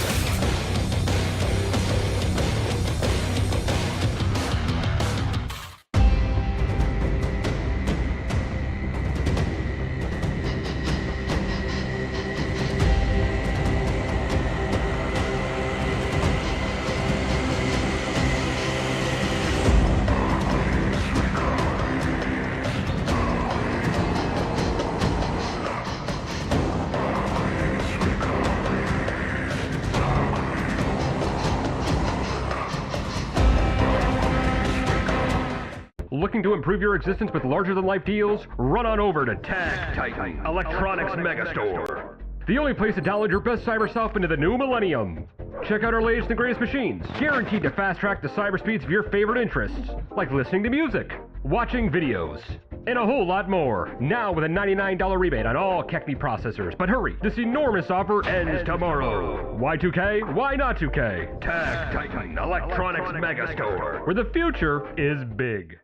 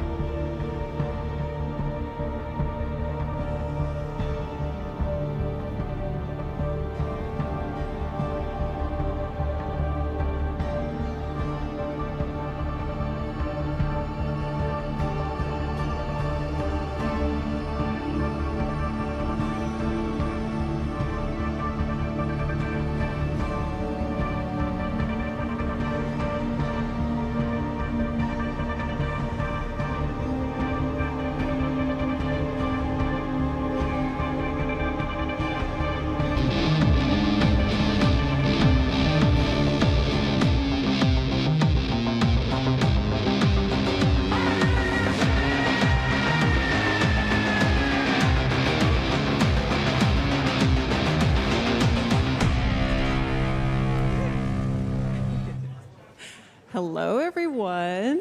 Hello, hello. Hi. Welcome to the Art of Warframe panel. We've got about 55 minutes here to show you some of the incredible stuff the team has been working on. We've got some sneak peeks, some never-before-seen concepts, and some really big reveals. And it's jam-packed, so I'm going to stop yapping and let these guys introduce themselves. Say hello, Carrie. Hello, what do you do here? I'm the art director on Warframe. Hi, everybody. Hi, Gary. Yeah. Marco. I'm Marco, Associate Art Director on Warframe, yes. Yeah, Marco. Give it up for Marco. All right, Kaz. Hello. Hello. I am Kaz. I am the lead weapons artist on Warframe. Yeah, Kaz. Woo, woo, woo, woo. And the lovely Greg. Hello, Greg. Hi, guys. My name is Greg, and I'm the character lead on Warframe. And I tried to upstage Kaz wearing these sunglasses, but I just can't pull it off. Where's your leather jacket? You're missing the leather jacket. All right, and my name is Danielle Sokolowski. I'm your host for today. I'm also Warframe Senior Community Manager. Thank you for coming and watching. And hello, everyone watching from home. Hello. All right, so Ember Heirloom Collections launched this morning, very exciting. Ember Prime is also available right now through Prime Resurgence. But you know who else is available right now? Rhino Prime. So wouldn't it be cool if Rhino got an heirloom? Oh. Yeah, our boy Rhino is going to be next up to be receiving the heirloom treatment. And now this is a pretty special one for us, isn't it, Carrie? Yeah, this one's great. I mean, for us to be able to lead the panel with something from Minky feels absolutely great because, of course, he's the foundation of so much of what we've done on the art side right from the very beginning. So, wicked piece right there, as you'd expect. Absolutely. We love you, Minky. Thank you for this. So you can expect this in 2025. We'll also be showing more of Rhino heirloom in future dev streams, so you'll want to tune in for that. Now, if that wasn't spicy enough, as is, why don't we take a look at the next Prime Access? Yeah. We're starting off hot here, guys. The Epitaph Prime. Uh-oh, okay. All right. Now, Kaz, this is a pretty interesting layout for a Prime weapon. Why would that be for the Epitaph Prime? Yeah, so the Epitaph Prime is actually a really complicated weapon if you've ever used it. It's got a lot of moving parts on it, lots of like little arms that move around and articulate. It's got like a little scope thing on the top, and it shoots those huge square projectiles that kind of come back, like they just disintegrate from space and then come back again. So it's really useful for concept art to be laid out like a blueprint like this, so we can see every single part clearly, and then we can just model it. It's great. Yeah. And Liger was the original concept artist for the Epitaph, the base Epitaph as well. Yep. Yeah, which is great. Hi, Liger. Is Liger watching? I hope Liger's watching from home. Hello. Also, I apologize to the panelists because I've made this really difficult for you guys to talk about the Epitaph Prime without spoiling what's coming up next, although maybe some of you in the crowd already know what's coming. Maybe. Let's take a look at it fully construct. Yeah, hey, there you go. Kaz, this is your work. What was it like turning the concept into this gorgeous specimen we see here? Well, it's always a treat being able to work from a concept that is that detailed, and and then you always end up embellishing a whole lot on top of that because you can't always draw every single little tiny detail into everything. So I got to be able to kind of add some flourishes and just put my own little touches onto it in addition to Liger's amazing art. The Kaz special. All right, so I know, Kaz, you mentioned that the Epitaph, as we know, is already a pretty complex weapon in terms of movement and what you see in its animation. So why don't we actually take a look at what this weapon looks like in action? We got a video here. Yeah. Ooh, we love that. Yeah, charge shot. That's a good one. It's also got a custom VFX as well, and I know we kind of had to do a bit of upgrading to the animations as well to fit how the Epitaph functions a little bit. So shout out Tim Sorman. Yep. I know I think he apologized to you guys for saying like, sorry, we made the Epitaph so complicated. I'll fix it, don't worry. But here we are. Looking fabulous. The original one, the little arms on the side actually stretch a whole bunch for these animations. So to clean it up for the Prime, I decided that we should probably do like ball joints or something. Right. But Tim went further with it and decided to streamline it even more once he got to the animation phase. So just all together, it just ended up being a very bespoke experience with this one. Yeah, looking really badass too. All right, so what else do we have in this totally not obvious based off of what you've seen already upcoming Prime Access? How about a new Prime Sentinel? Ooh. More specifically, the Nautilus Prime, yes, our trusted Railjack Sentinel, wink, wink. And as you probably would guess with this little guy, the Nautilus Prime will be coming with its signature weapon, the Vergless Prime. And also, some Prime Sentinel accessories. Kaz, we did a little number here with these. Anything interesting about the accessories that we see them up here? Yeah, so this is a pretty complicated Sentinel with some pretty complicated looking accessories as well. We put a bunch of flourishes on with the effects on this one to maybe match something else a little better. Also, just so that you guys can understand what you're seeing here, we've got the wings, the tail, and we've also got the mask. And it is being modeled on the Nautilus Prime, but it will be equipable on any and all of your Sentinels. All right. So we've got the Epitaph Prime, Nautilus Prime, the Prime Sentinel accessories. Got some pretty good clues here. Any guesses on who might be the featured Warframe in this Prime Access? Oh my God. No hesitation. Yeah, you got it. That was record speed. Also, probably some cosmic Twitch messages coming through pretty rapid fire. All right, yes. Our captain of the Tempestari, Sevagoth Prime, is our next Prime Access. So, Greg, what were some of the inspirations, themes, maybe even, epochs, time periods that inspired Sevagoth Prime? Yeah, I think Sevagoth, obviously, there's a lot of allusions to kind of a naval and a sea-bearing sort of themes. So for this one, Liger's concept was directed towards more like 18th century. You see the tricorn hat motifs, maybe a little powdered wig, a little braid, the tassels on kind of a parade naval uniform. And so, obviously knocked it out of the park. Sevagoth is a very complex character, Yes. In normal form. And I think the Prime only cascades the complexity even higher. 100%. Yeah. And now another Liger original here. Liger, also the original concept artist of Sevagoth. Now, Carrie, what's it like for an artist to come back to their previous work and get a chance to make something Prime out of it?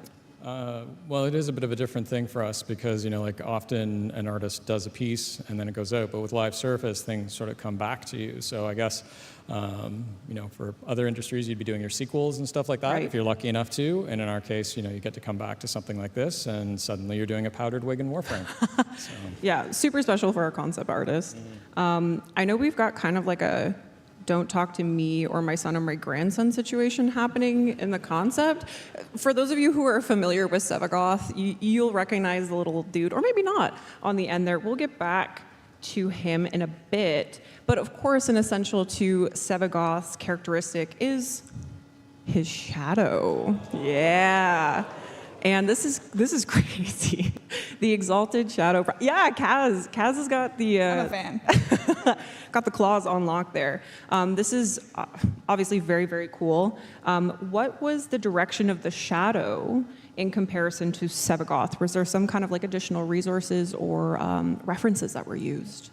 Yeah, you can tell in the concept, excuse me, some of the quilted tufted leathers and fabrics, obviously some, deep sea creatures, some fins, and, the shawl, well, it's kind of almost like a shawl on top of the Sevagoth Prime, so it really kind of exaggerates the profile and makes it much more regal and, blending both the creature and almost like a parade uniform. And, so really bringing up the feeling of kind of a regal, royal, and parade uniform. So. Oh, we love that.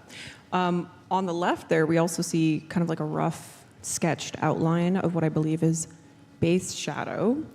So how does the team create such extravagant designs that can still fit on the base mesh that is already need to consider, this is a playable character. It has abilities, it has its own set of abilities. You still need to be able to see, nothing needs to obfuscate players' view. So how do you guys go in achieving that and getting something like this? Something like this is probably something you do after you've been doing it for a long time. Right. That does help. But the premise is still like if you were sculpting with clay, you'd have like the wire armature at the bottom, and that's how your arms and your shoulders and everything move. And that's still the major points.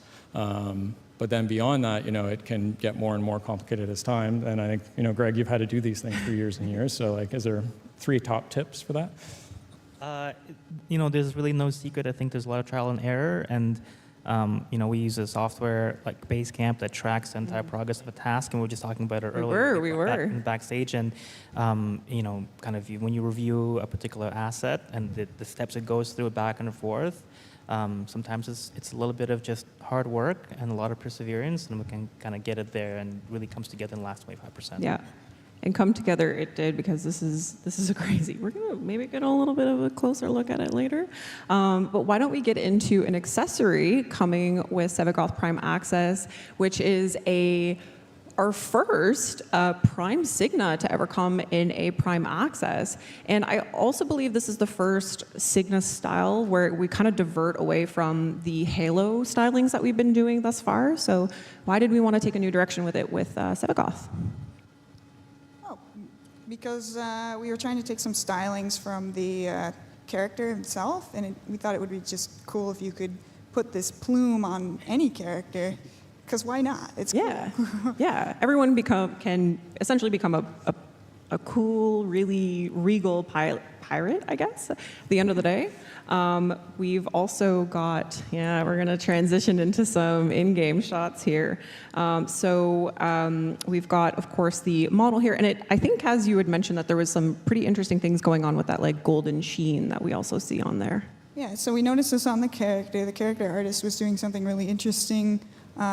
Usually with emissive, that tail is emissive, by the way, we just put black as the background so that the emissive color comes out more boldly, but the character artist actually put just the gold underneath it and let it shine through a little bit, so you get this beautiful, like, ephemeral look of just this gold gleam over everything. It's honestly stunning. I was running around with it in the dev build the other day, and the feathers bounce around with you, and you get that beautiful sheen coming through. So good job, Kez. Good job, team. All right. It's character team. Character team. Shout out. All right. Do you guys want to see Sevagoth Prime? Yeah. All right. There's our boy. Yeah. Beautiful, beautiful boy. All right, Antonio is a wizard, because taking this from concept to what you're seeing here is absolutely. Also, you can now actually see the back of him, which was something that you guys didn't see in the concept, so you can see even more of that extravagant kind of design coming through there. As you mentioned, Greg, Sevagoth's base model is fairly complex as is, so how did you guys make it possible to kind of push the limits of how Sevagoth could look? Yeah, I think each prime is its own unique challenge. We obviously want to preserve some of the original for pretty pragmatic Tennocon reasons, right? So some people want to mix and match their outfit. Shout out Tennocon. For prime parts. But in the case of Sevagoth Prime, the rework was quite extensive. There's a significant amount of the vanilla body underneath, so you'll be able to swap stuff. But in order to kind of serve the design and it's not such a significant departure in terms of the themes, but I think this prime in particular is very, very special. Again, Sevagoth, the original Sevagoth, is a complex one. Yes. And this one just kind of ups the notch a little bit. So yeah, it's again, I think with my previous answer, there's no real secret sauce. It's just kind of judging what we can keep and what we can rework. And Sevagoth Prime is an example where we put a lot of effort into really jazzing him up significantly. Yeah, and he's stunning. Now, remember how I mentioned the little guy in the concept? Well, if you are a Sevagoth player, you know about his passive when you're down. So he's got a really crazy tombstone. I don't feel like it's correct to call this a tombstone. It's too nice. And Sevagoth is going to have to open up his own personal museum of himself with all the tombstones he's racking up at this point. But we got kind of like a little bit of like a Grecian styling here. Were there any other kind of like references used? It does look like a museum piece. Yeah, I think Antonio kind of took parts of the original mesh, and then you can see in the concept we wrapped this cloth around it. It's, it's not really a tombstone at this point. It's almost like a shrine or a pedestal. Right. It's like vanity times 1,000, I think. But I think Sevagoth deserves it. So 100%. It looks amazing. It really does. And now, while Sevagoth is living lavish in his tombstone, Shadow Prime is going to be hard at work trying to bring him back. Yeah. Those claws are crazy. Are they bigger than the base Sevagoth, or are they just cooler? Well, it is hard to have anything look worse when it's in gold. So, Great point, Gary. Great point. Also, Shadow would probably make a really good Lunaro player. He's basically got arcadas for arms at this point. All right. So, also the tail. The tail is really fun. The tail does kind of swish around a little bit when you're moving around. It's really fun. All right. We are going to, so we've seen every single piece of Sevagoth Prime in Sevagoth Prime Access. Now, why don't we get a 360 look at Sevagoth Prime and his Exalted Prime Shadow. There he is. We'll give him a spin. All right. So, to recap, we have Sevagoth Prime, his Exalted Shadow Prime, the Epitaph Prime, the Prime Signa, Nautilus Prime Sentinel, the Sentinel Prime accessories, and those are all coming in our next Prime Access.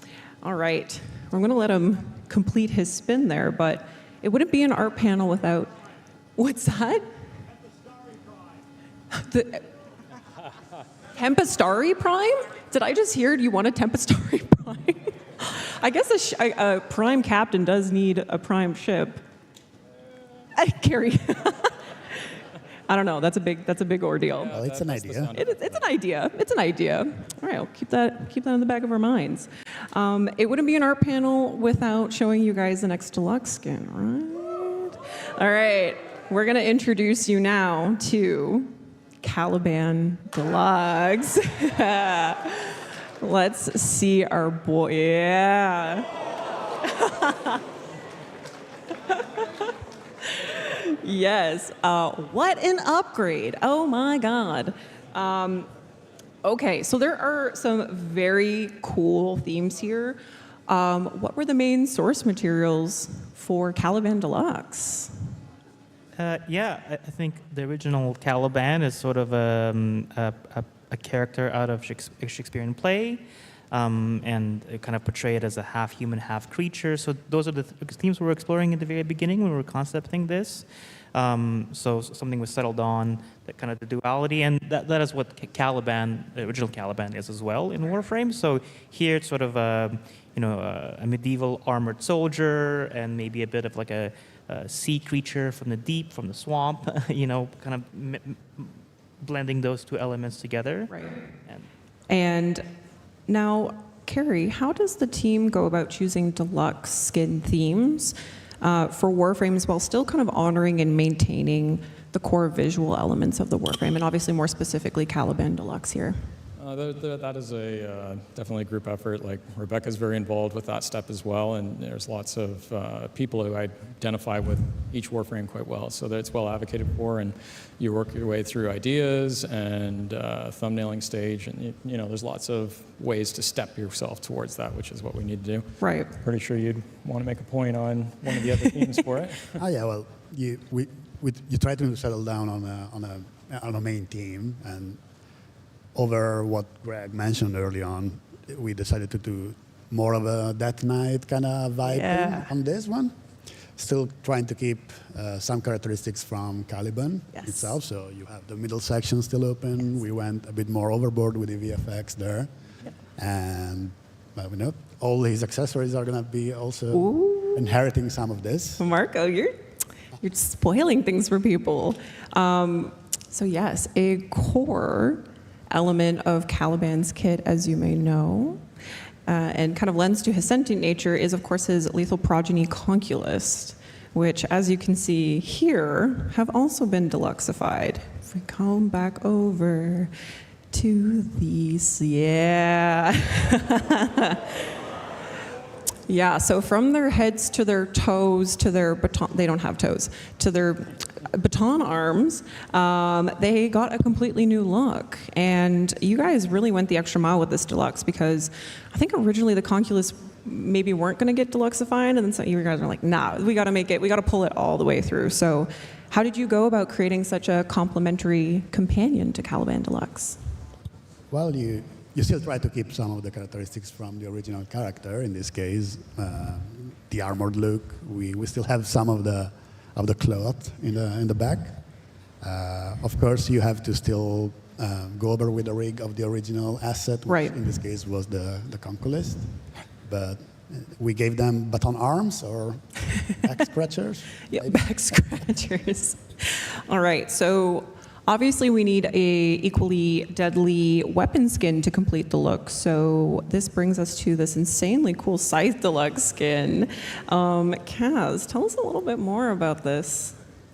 Yeah, so on the character, there's a lot of like fleshy areas and stuff. We kind of want to change those areas into something that's not flesh, because you don't have a weapon that's made of like your arm or something. That'd be weird. So we kind of leaned more into the hard materials and stuff with this one, but we still wanted to retain some of that ephemeral kind of, or ethereal kind of look to it. So we've got the top section is actually floating on the effects there.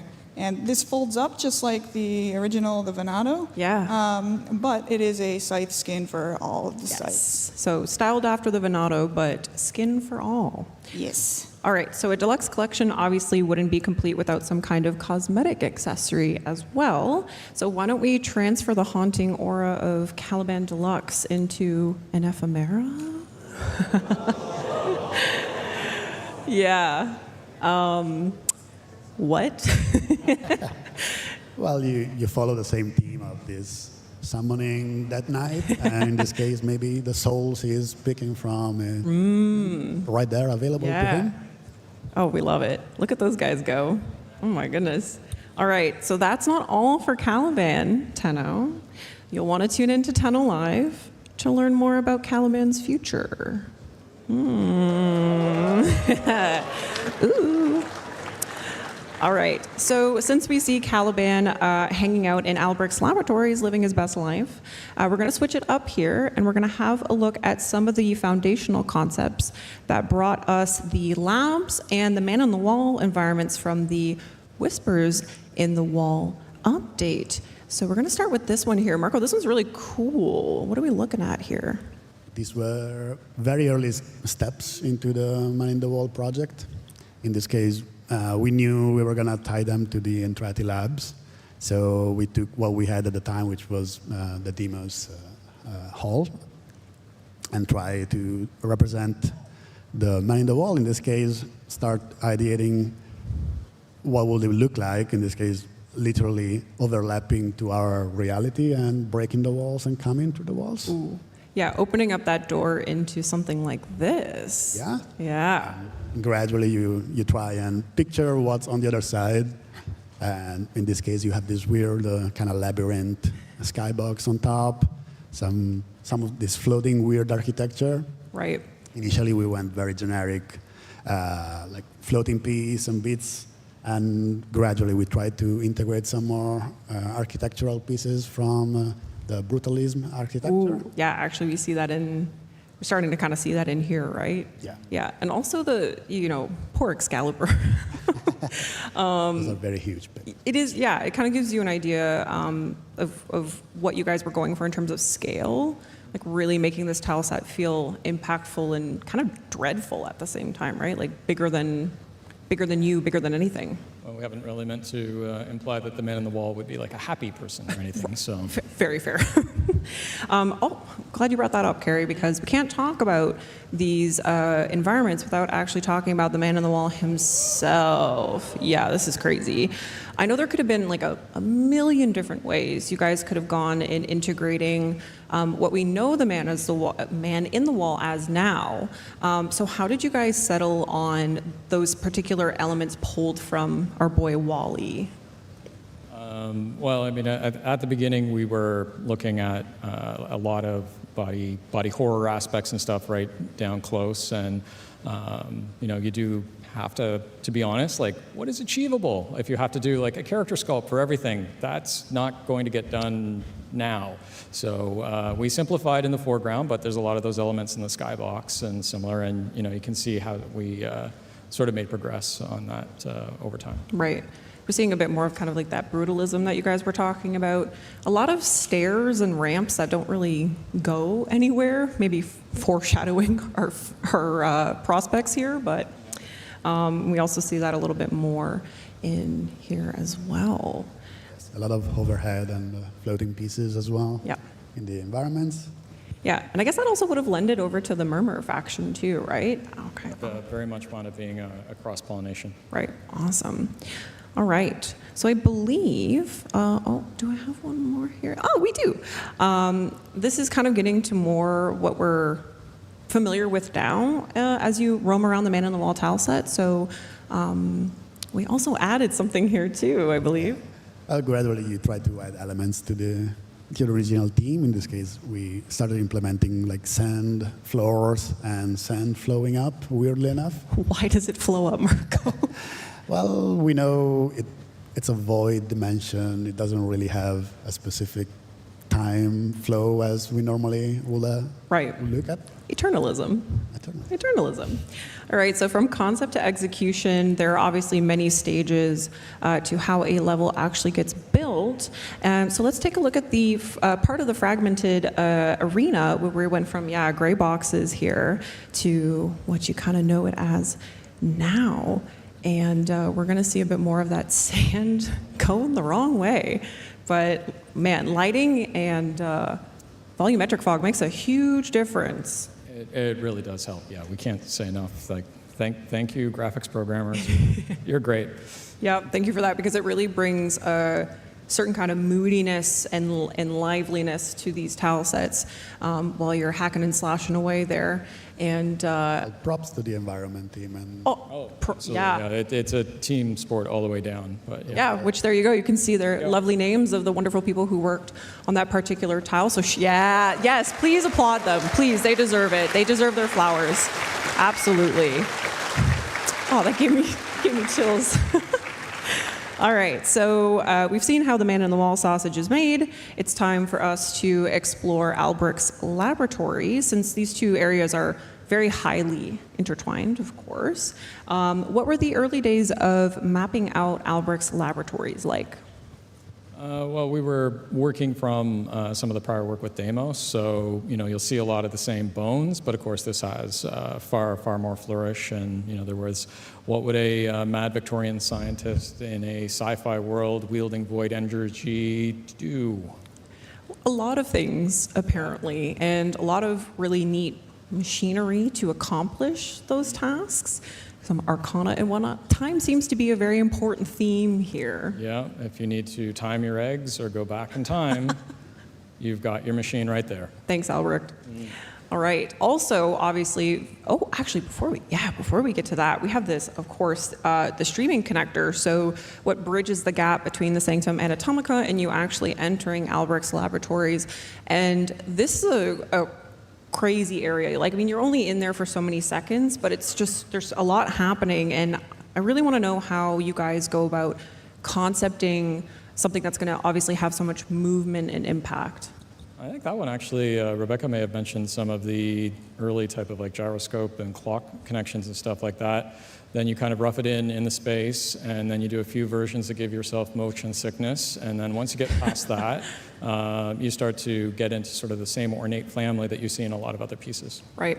Yeah, like Iotans, a lot of those highly moving parts that we've seen already in Warframe. All right. Now, once you actually get into the labs, you get to see a bit more of that opulence, that classic Entrati stylings. And not only that, but we also, of course, get very familiar with the vessels in these areas. And this is a very early concept of the vessels. So how was that process like? Well, initially it didn't start as vessels. We were thinking about Albrecht potentially taking elements from the man-in-the-wall dimensions or parts of it and bringing it back to the labs and running experiments or research in general. So yeah, you will have different body parts looking things happening in the labs. Yeah. And that's actually what sparked the idea to make a whole person or a whole figure about it, and which became the vessel later on. Right. We put all the pieces together, the heart, the brain. I know there's a brain floating around there in the tiles. And we get to see a little bit more of that kind of exploration here as well. Yeah, and I think help to that idea was the fact that we were doing a hub around it. So we had to fill a very big space. That was a very iconic moment where you're coming down out of the staircase, you go through the doors, and then he's kind of leaning, and it was the thing that kind of checkmark for the scene. That it all worked. So yeah, thank you, Alberto. Thank you, Alberto. Yeah, those really impactful moments. And here is kind of like where we're seeing ultimately where we landed with the vessels, a bit more familiar to what we know it as now. And then I do believe we also have a very cool progress video of Albrecht's Laboratories with a tile that prominently features the vessels. Yes. It's amazing to see. And this is only 40 seconds of a video, but this is like potentially months of work put in from the team. At this step, a lot of like the Lego pieces, so to speak, so like your walls and things like that are pretty well established. So parts of it click in pretty quick, but yeah, the work to get to the point where these things can go quickly it's a huge pile. So absolutely. And again, that lighting coming in, the volumetric fog, just making it so moody. Yeah, and there's the sand again. It's back. All right. Yep. Again, another applause for our wonderful team. And we can't talk about Whispers on the Wall without talking about 1999, right? I love this piece. I just want to say that. No, it's one of the, and it's also one of the cooler, well, there's lots of cool moments in that quest, but this is a pretty fun moment of the quest. You're wandering around the labs, you hear that like subway chime, you hear the voiceover come on, and then the next thing you know, it's ripping right in front of you. And it kind of leads us into the really, really cool moment with Arthur. And is this the Arthur concept? Is this where you guys kind of envisioned that going in the quest? This would be illustrating some of the early ideas for the quest, yeah. We hadn't completely settled on Arthur at this point, as you can kind of tell by the head. But, other than that, yeah, this is trying to capture those moments, which I think, folks will remember from the quest fairly clearly. Yeah, absolutely. And then, yeah, we can see a little bit here of that building out the subway itself. And I imagine you guys had quite a myriad of references to pull from 1999. And was there anything in particular that kind of helped build this subway area up that we're briefly in for a little bit, but... Well, I mean, like, some of us were old enough to experience it pretty well, so... Fair enough. Yeah. Fair enough. All right, and... We're so glad everybody was able to get here because it sounded like a bit of a bad couple of days, so yeah. It looks like history is repeating itself, and maybe Mike has a magic, I don't know, some kind of look into the future. Yeah, we didn't have a crystal ball, but, we were thinking about it. Yeah, things haven't changed much since 1999, but... A strange relic of the past. Oh, wow. We also see, someone's kind of poking their head out there in the window. We also obviously can't talk about this moment in the quest without bringing in our boy Arthur. Yes, we love Arthur. We love Arthur. And also, more specifically, his weapons, which you guys have been asking us to give you. And luckily, if you're watching this panel and the rest of the panels, you are actually earning the AX52 that you see in his hand right now via Twitch drops. And if you guys are in here right now, don't worry, we're sending you an email with a code. So let's have a look at some of the exploratory concepts that went into the AX52. Now, Kaz, as I understand it, this was a pretty interesting exercise for the team on, going through a more kind of traditional weaponry. Yeah. So everyone on the team has different likes and dislikes and things that they're comfortable with making and things that they really want to make. People like doing Infested, people like doing the Corpus stuff or the Tenno stuff. There are some people who really just wanted to make some real-life weapons, and this is about as close as we're going to get in Warframe. And we had two very enthusiastic people working on this, people who are big fans of the original real-life counterpart of this weapon, obviously, the AK-47. So it was really cool to see their enthusiasm come through on both the concept and the modeling of this weapon. Yeah, we can see that we're getting this final concept piece that brought us to, of course, the weapon itself. It's very cool. And again, AX52, this is yours, guys. It's a full-blown weapon that you'll be able to use. Now, we can't forget about Arthur's melee weapon either. Yes, and this will be a sword skin that you can equip on your swords. Now, the cloth around the ricasso of the sword, I'm not sure. I'm not a swordologist. I don't know what that is. But is it fashion or is it function? Maybe a little both. You know, like you got to wipe your sword off sometimes. Arthur's a it's stylish conveniently red colored. You know, you never know what you're going to be wiping off. Maybe it's just ketchup or something, right? Well, spreading some jam on your toast in the morning. You know. Yeah, Arthur's got to feed himself before he goes out and hacks and slashes all those bad dudes out there. But were there other kind of embellishments that we explored other than the cloth for the sword? Yeah, at some point we were thinking about putting maybe a Tamagotchi or something on it.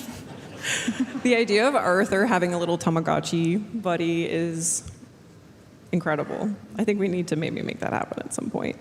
But yes, you will be able to equip this protocol sword skin on all of your swords in the 1999 update. We've also got more 1999 weaponry, and here's something you guys haven't seen yet. Yeah, that's a good one. All right. We've got like a camcorder situation going on in there. It's Kaz, what's going on with this here weapon? Yeah, it's got a little 90s style little flip out screen. You know, it's 90s. Yeah. And again, like this was probably a cool way for you guys to explore a bit more on what we can do, like on the tech side of things, like how do we want to implement more of that 90s tech into even our weaponry? Mm-hmm. Yeah, so all of the textures that we're exploring here are going to be shared across all the weapons and stuff, and we've got these weird tubes going on there. I wonder what those are for. Oh, can we tell them, or is that not yet? Oh, I see Greg shaking his head. Spoilers. Okay, no, we're not going to get into it. Anything. Here we can see it actually. Yeah. Now I really want to know what's in the tubes. I'll keep looking. Oh, all right. We'll have to just wait and see. And it does bear a similar theme to some other things you may see later on. All right. So we got a bit of an interim here. We're going to look at a little bit more of the 1999 content to come, but before, let's take a moment to announce that there will be a limited time opportunity for players to submit their 1999 themed Drifter accessories. So if you are a Tennocon artist, or if you are a aspiring Tennocon artist, I know we actually have a Tennocon workshop. Kaz, you're going to be on that for those of you attending here. I think it's at 3? Yeah. How many Tennocon people are out here in the crowd? There's a few. No. I heard a clap. But if you'd like to, check out the Tennocon I appreciate workshop. you. Yeah. But if you'd like to get in some cool 1999 accessories, we will have a more detailed post after Tenno Live tonight, so you want to keep your eyes out for that. What do you guys want to see our Tennocon artists do for 1999 content? There's so much. Well, obviously shutter shades, all right? Yes. Okay, see, people are agreeing. All right. We are going to change gears here. Change gears. Thank you, Kaz. Put that in just for you. We're going to take a look at Warframe's next vehicle, the Atomy Cycle, but since Aoi was introduced with the Atomy Cycle earlier this year, it only feels right to also introduce you to her floof. Yes, very adorable. We have Arthur, now we have Aoi. Greg, what's it been like for the team to kind of venture out in floofs? Yeah, these are really fun. I don't want to spoil too much, but these might not be the only floofs that might be coming. But yeah, we made one for Arthur, and Aoi was a logical choice. But again, I don't want to spoil too many things here, so. Okay, we'll keep it safe. All right, so we're going to take a closer look at the Atomy Cycle that Aoi was leaning on. We've got a really cool video to show them off. Let's see the Atomy Cycle. Yeah. Yes, DE has a lot of motorcycle enthusiasts, and actually a lot of the animators actually ride bikes, which came in handy. And I know, Kaz, you're a fan of motorcycles, and you're also maybe a really good friend of the Stug. So, oh, I'm hearing oohs and ahs. Yes, did the skin change? Yes, there will be skins. Got a few skins coming. Yes, we do have a few skins coming. These aren't all of them, by the way. Oh, I didn't know that. Oh, Kaz, keeping secrets. So yeah, tell us, Kaz, what's it been like to bring this new vehicle into Warframe with the team? So when I got word that we needed the Atomicycle ready for the PAX trailer pretty quickly, I decided that I needed to become a motorcycle expert very quickly so that I could lead my artists to create the motorcycle. There's no way I was making it that fast. So I recruited 3 of my guys. It was Andrew, Fyodor, and Vladimir, and we worked together to bring this to life. And then I did the final textures on it, and then we started making skins, and that's the really fun part. Yes, that's the fun part. And I, as I understand it, there'll also be color customizable to a certain degree. Yep. Yeah, and we love that. Yeah. Oh, a clap. We got. Yeah. We love fashion. We love fashion in Warframe. We love colors.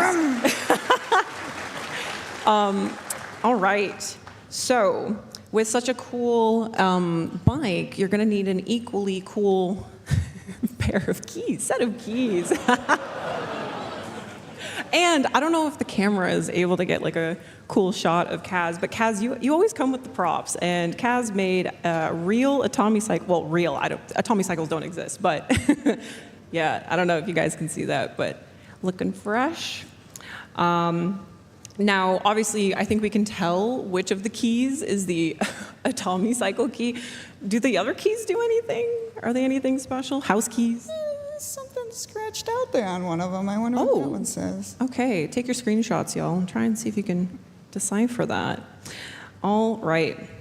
Now, we also have a video here from our animation team, and I don't believe this is the first time you guys are actually seeing some of the, oh man, yeah, okay, this is the first time you guys are seeing some of this. So let's see a little bit of it. See, wee, yeah. This is very, orthopedic surgeons look away. Yeah, incredible.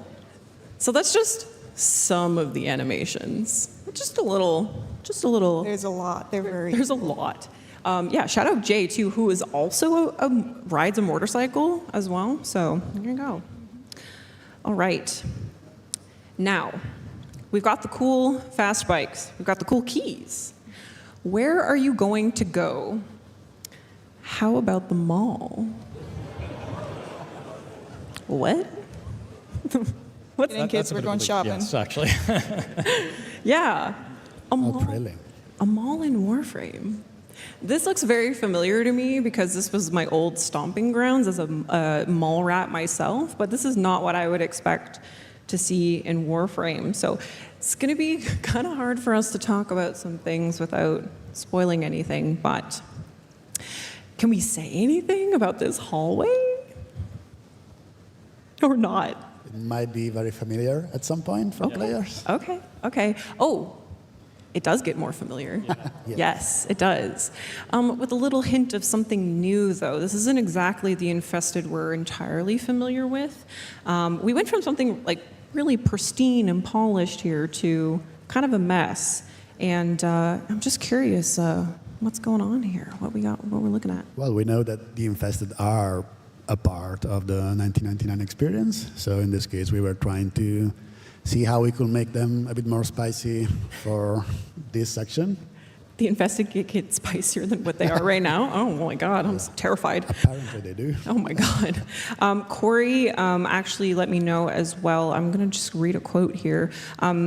You wanted to create anglerfish-like lures to kind of pull out any potential victims. You pulled a lot from arcade games and other electronics to kind of merge in with that Infested style, appropriate era TVs and stuff like that, and referenced a lot of jungles and abandoned malls. Maybe one that we are familiar with, but we also have got to have a furniture store. Perhaps you're looking for a mattress. Hopefully not the ones you get at Cetus, because they're kind of nasty. Yeah, we've got, again, not sure how much we can really spill the beans here on, but... No, there'd be some very upset people who will be showing up later that would kill us, yeah. Well, let's take a look and see what else is going to be there. Oh, the mall's watering hole. We've got pizza, burgers, and a high chance of food poisoning, I'm guessing, as well. Yeah, the graphics are very fun for this. Actually, this might look familiar to you guys. Maybe tease this a little bit. Yeah. All right, so you fill up on pizza, you fill up on burgers, you take your greasy, grubby fingers over to the arcade.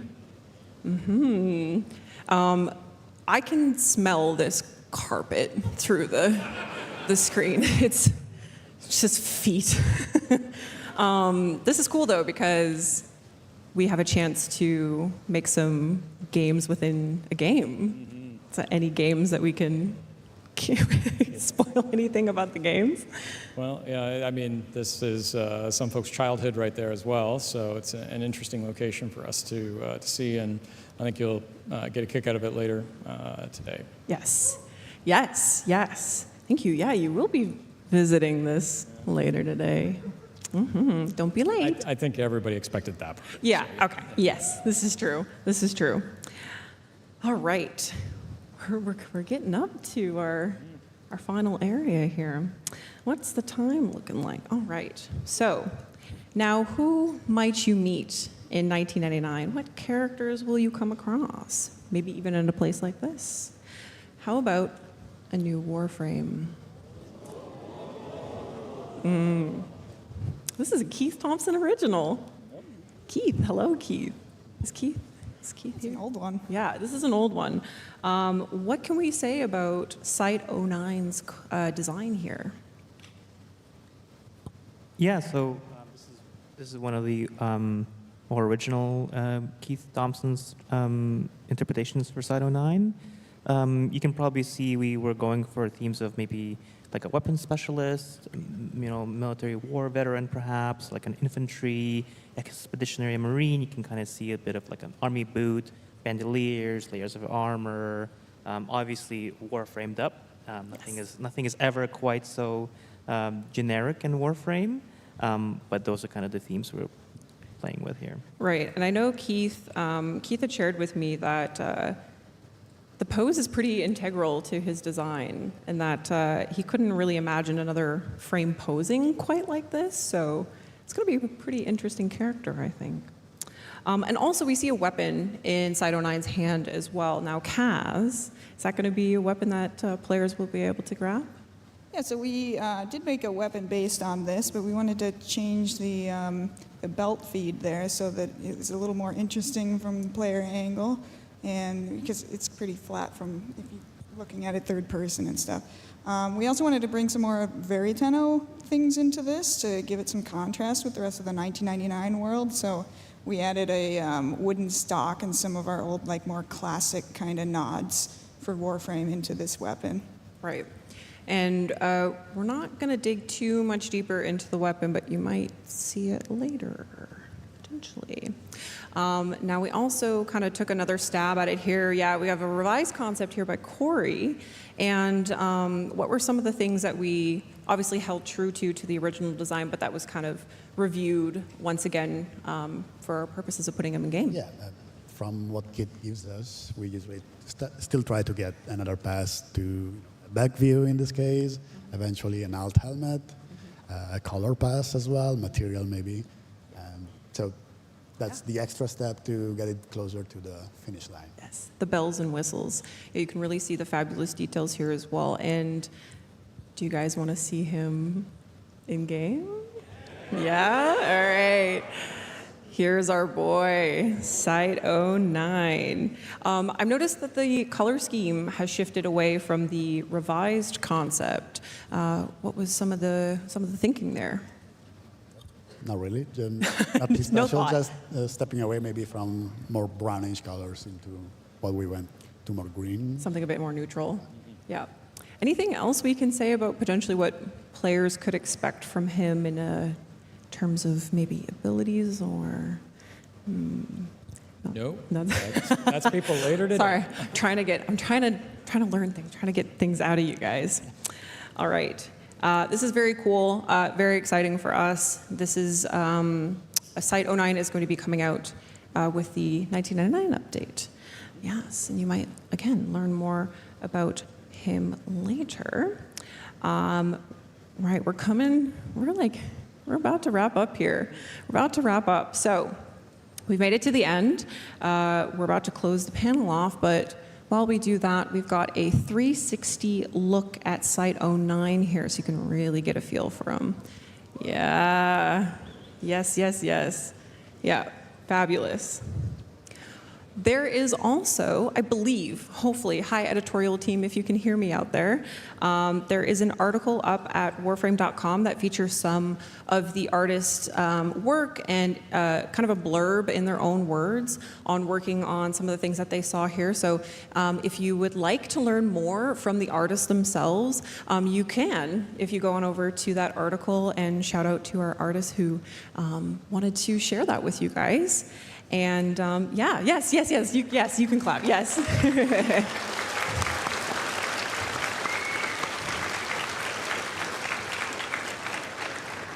Thank you so much, guys, for all that you do. Warframe is very special, thanks to you guys, and thank you, Carrie, thank you, Marco.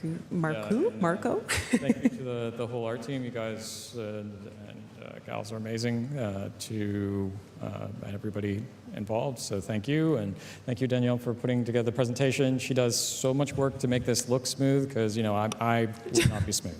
So. They made my life easy because they get to make this cool stuff here, and I just get to show it off to you guys. So yeah. But yes, thank you, Carrie. Thank you, Marco. Thank you, Kaz. Thank you, Greg. Can we hear another round of applause for our incredible panelists on stage here? Yeah. Yeah. And like Carrie said, thank you to our art team. We're so lucky and proud to have you share your talents with us and with the community. And we're so excited we got to show you some really cool stuff today. And of course, thank you to the Warframe team in its entirety. And we got a minute here for any final words. Any final words you want to say to the community watching out there? Thanks for playing our game. Yeah, thank you. I think it's a good way to end it off. All right. Thank you guys for watching. We've got the Sounds of the System panel up next with Zach and the sound teams. You're not going to want to miss that, yeah? Enjoy the rest of Tennocon, guys. Thank you so much for coming. Thank you for watching. Have a good one, okay? Bye.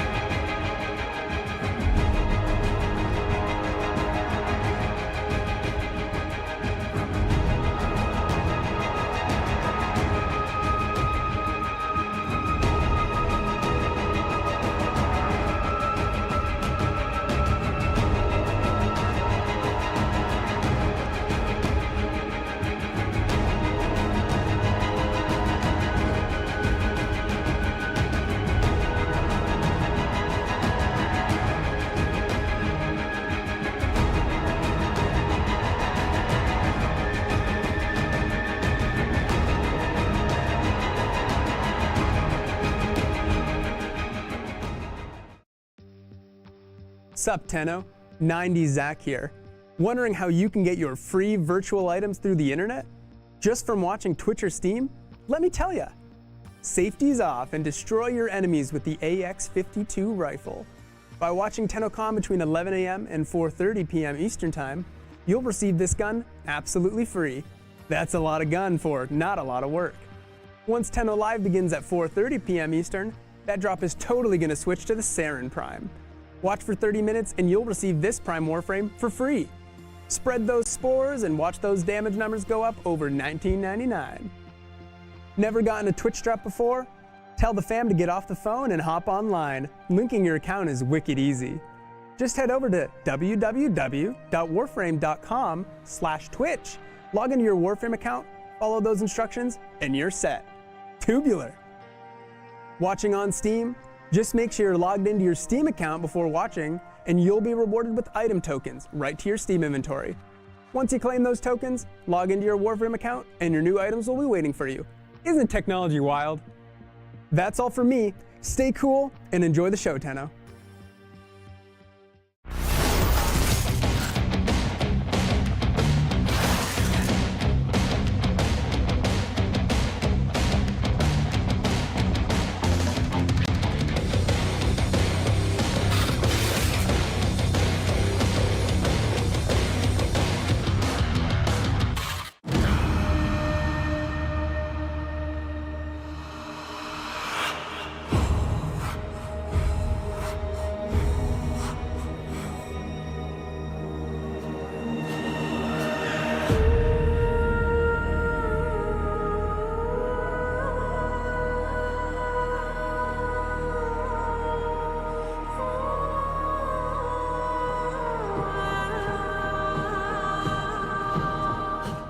KOL just made it easier than ever to get connected and stay connected.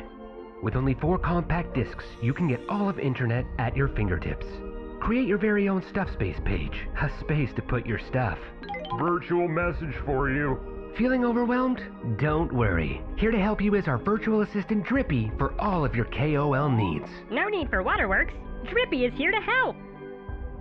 KOL. Get connected. Stay connected.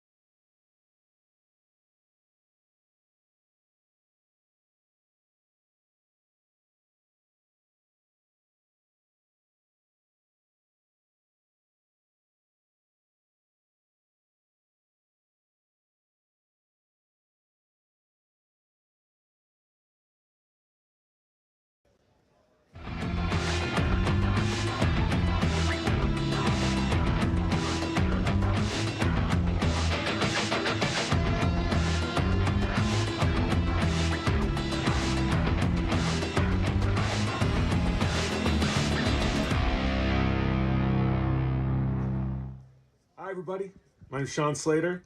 I'm the voice of Tagfer in Warframe. Thank you so much for playing. It's so exciting to be part of this amazing community and have a great Tenno conference. Hey Tennos, my name is Micah Mason and I had the absolute... Hey Tennos, my name is Micah Mason and I had the absolute... Hey Tennos, my name is Micah Mason and I had the absolute pleasure of voicing... Hey Tennos, my name is... Ah, stupid words. Anyway, I love it when you use the Bang McFlat. Keep being awesome, and have a great con! Greetings, Tennocon. My name is Kieran Flitton, and I have the absolute pleasure of voicing this fellow right here. Thank you all so much for coming along this incredible journey with us. For your continued support, your enthusiasm, and your immaculate gameplay. We would not be here without you. Now, on to the next adventure! Welcome all to Tennocon. This is Stefan Rudnicki, aka the voice of Albrecht and Trotty. I am so proud to be... You are late! I am so proud to be a member of the WARFRAME family. Welcome. I look forward to seeing you. Don't be late. Hey there, Tenno, it's Ben Starr here. I play Arthur in WARFRAME 1999, and I just wanted to come on here and say, I hope you have an amazing Tennocon. I can't believe that I get to be a part of this community. This game would be absolutely nothing without you. So thank you for welcoming me, and I can't wait for us to go on this journey. So let's celebrate it together and have an amazing time. Lots of love. So, you coming to Tennocon, Alpha? It's a party, Tenno. See you there.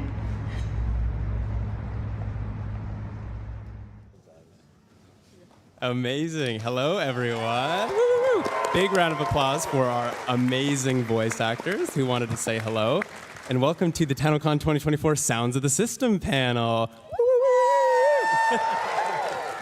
My name is Zach, and we have a fantastic hour of auditory experiences for you all. But before we dive right in, it's my honor to introduce our panelists for today. To my right, you'd recognize that voice anywhere. It's Rebecca Ford. Hey, everyone! Hello, hello. Thanks for joining. I'm very excited for the panel, Zach. It's going to be awesome. Me too. Next up, a man who loves walks in the park, but mainly just to record the sound of snapping twigs. It's Eric Preston. Hey, everybody. Thanks for being here. Hello. On his right, a newcomer to the Tennocon stage, but a master of sound design. Please welcome Mark Perkwin. Hi, everybody. Thanks for coming out. Next up, a familiar face who makes music for space. It's George Spanos. Hey, everybody. Great to see you. Last but not least, a special guest who you have most definitely heard before. It's Matt Chalmers. Hey, everybody.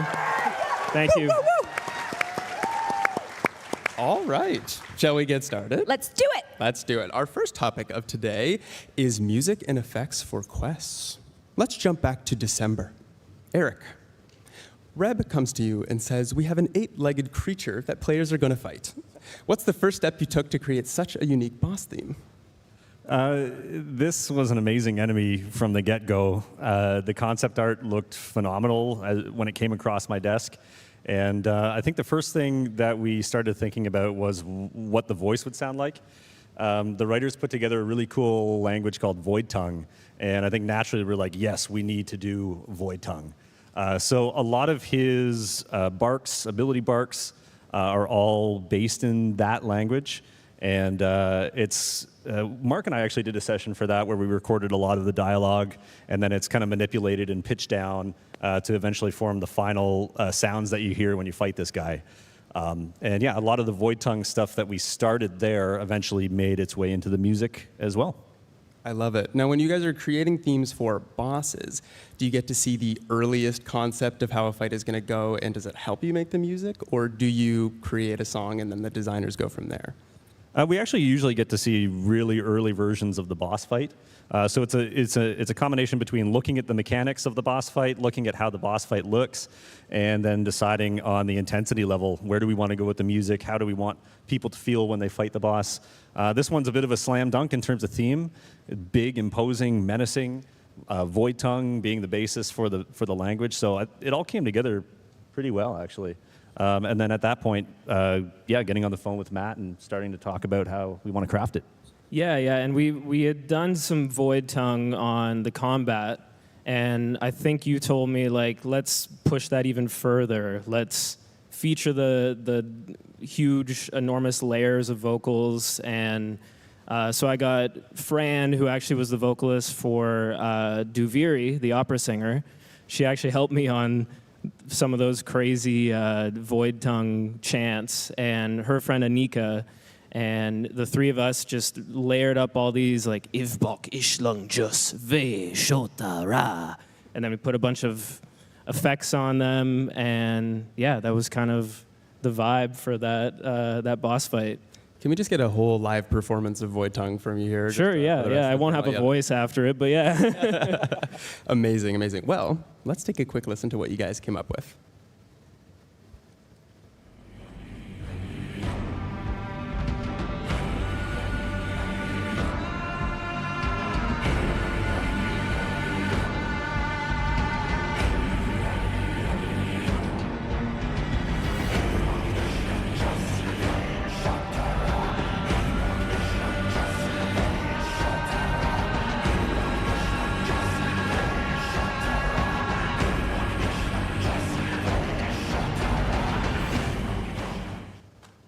Awesome. Love that. It's awesome. Nothing quite resonates like the sound of the human voice, too, right? Like whenever there's an opportunity to put some, vocals in something, it always gives it this much more flavor, right? It's just, yeah. Yeah, I remember when we were talking, Matt and I would always go back and forth with notes. More voice, more layers. yeah. It was just like, oh, can we add another rhythm on top of all of those? Sure, let's try it. And then you just were like, yes, even more. It adds to the playing experience when enemies with hands are jumping at you while vocals are playing as you're fighting them as well. Love that. The same update, Whispers in the Walls, also brought a brand new tile set to Warframe, Albrecht's Laboratory. Filled with beakers, gilded machines, and vials of elemental ooze, there are many things to break in this tile set. I must personally destroy everything in my sight, so I have to know how many glass jars were broken in the recording process, and did you have a favorite recording technique for the labs? We're always breaking jars and glass. We have been for 10 years. So we have lots of sound libraries of all sorts of stuff that we've kind of broken over the years. But actually, Laura and Jeff were the sound designers who handled all the breakables. And as they started kind of coming in, we were starting to see all these kind of little levels of detail that were happening. You could break the little vase on the desk and the desk itself and the machines on the desk. So they did a great job going through and meticulously placing all those sounds for all the different items that you can break. And when they all kind of break together, it's very satisfying. It is very satisfying, and players can even just walk around without breaking anything. You can hear the machine moving and all of that, so it's a very complicated tile set. Would you say it was the most complicated tile set you've had to work on? I think so far, yeah. I mean, the open world stuff is obviously very complicated, and there's a lot that goes into the open worlds. But in terms of tile sets, this was probably the most complicated.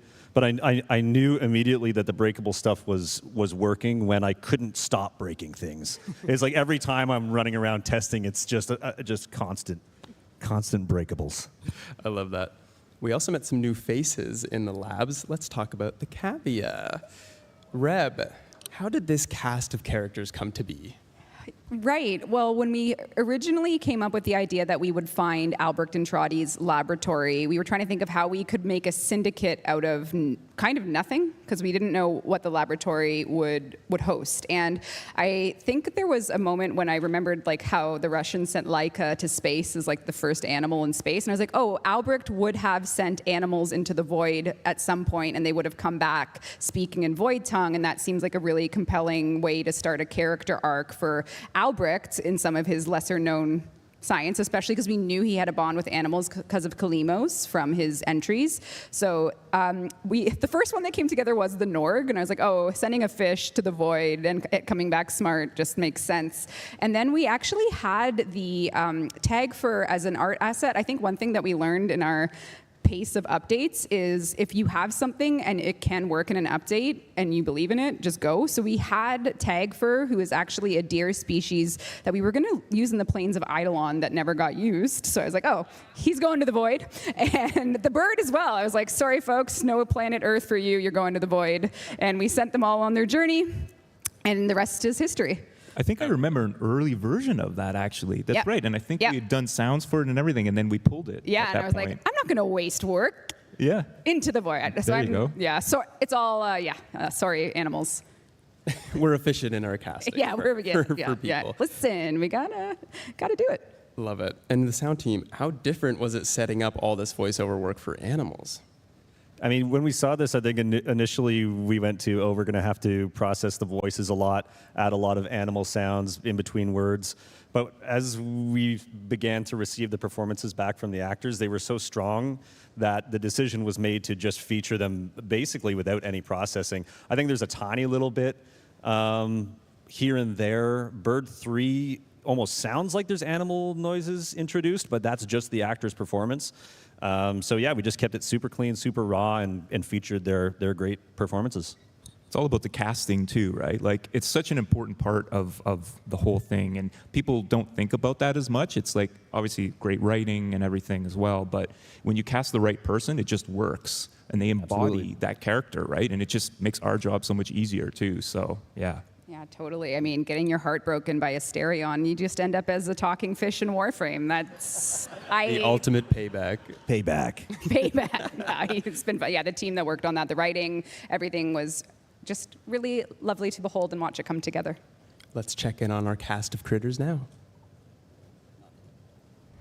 Hey, how's it going? Are we winning? We all got something to do. Mr. Fishinacci's got his thing. Mr. Tagfer's got his thing. I got my thing. It's so nice.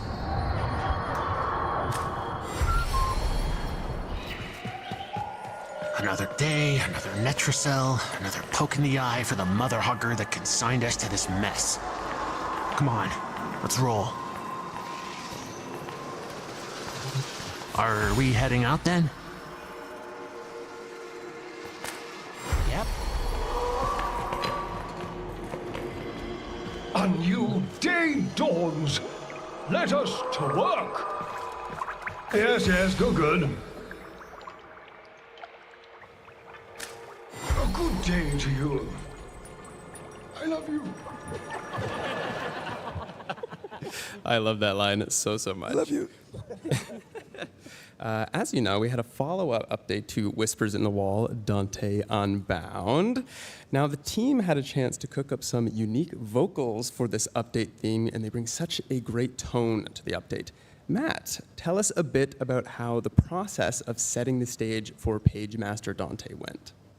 Yeah, well, we had a piece that I think we actually showed this at last Tennocon. A friend of mine, Alex Samaras, sang on it.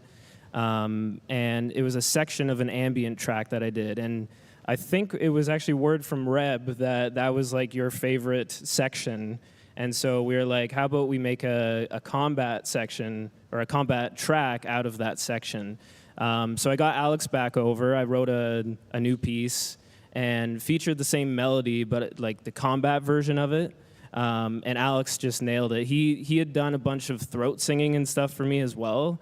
So he has like the ability to do the really straight, beautiful melodic singing, but then he can also do the really intense, like low throat singing. So we kind of just found a happy medium, and yeah, his performance was amazing. I love it. And as you mentioned, the vocalist Alex Samaras does make a return, and we have a behind-the-scenes video of him recording some of the vocals for the Dante Unbound update theme. Shotara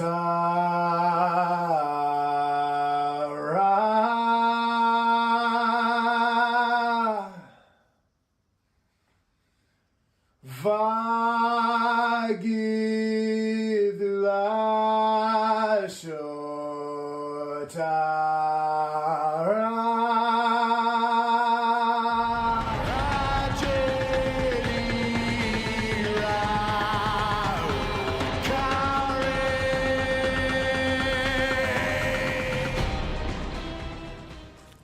Amazing. Love it. Such a great melody. There's a great little melody there. Fantastic. And some more void tongue there too.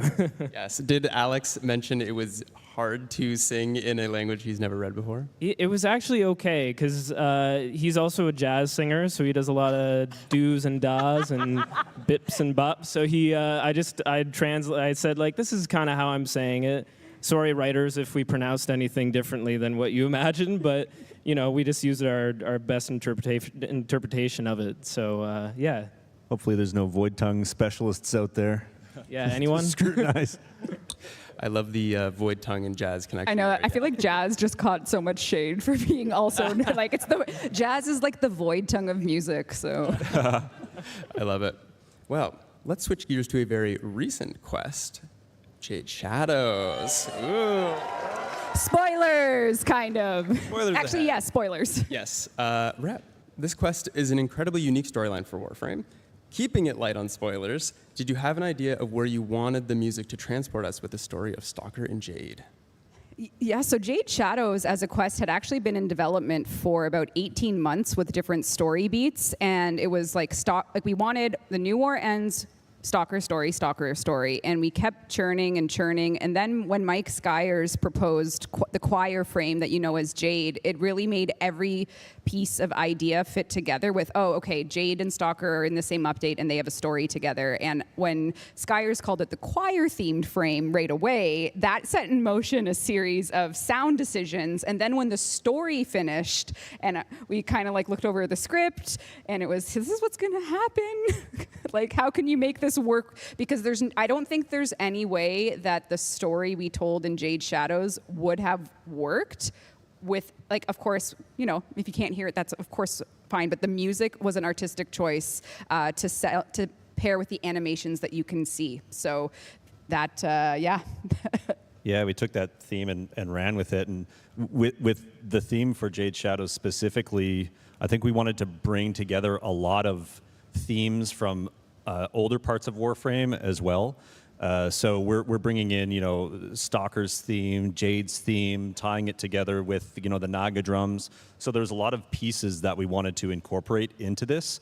So kind of this big ball of stuff, you know, eventually throwing that over to Matt. And then when I heard kind of Matt's first draft, it was like, yes, this is totally going to work. The big beautiful section where the choir kind of swells and ascends. Yeah, it was kind of great from the get-go. And then after that, it was just on to polishing it up and working on different production elements. Love it. And you guys got to work with a choir and did a lot of recording sessions for that. How was that experience for you for you guys? Oh, it was amazing. I mean, I love being able to go to a studio and record live anything, any musicians, vocalists, and this was a special one because we were able to get 12 singers all in the same room, and you know, hearing my theme the first time was just like, oh yeah, okay, that's perfect. That's way better than the MIDI. That was just a placeholder, and yeah, it was great. Awesome. And we do have a behind the sounds look at how that choir session went. Let's take a look. Get your Kleenex ready.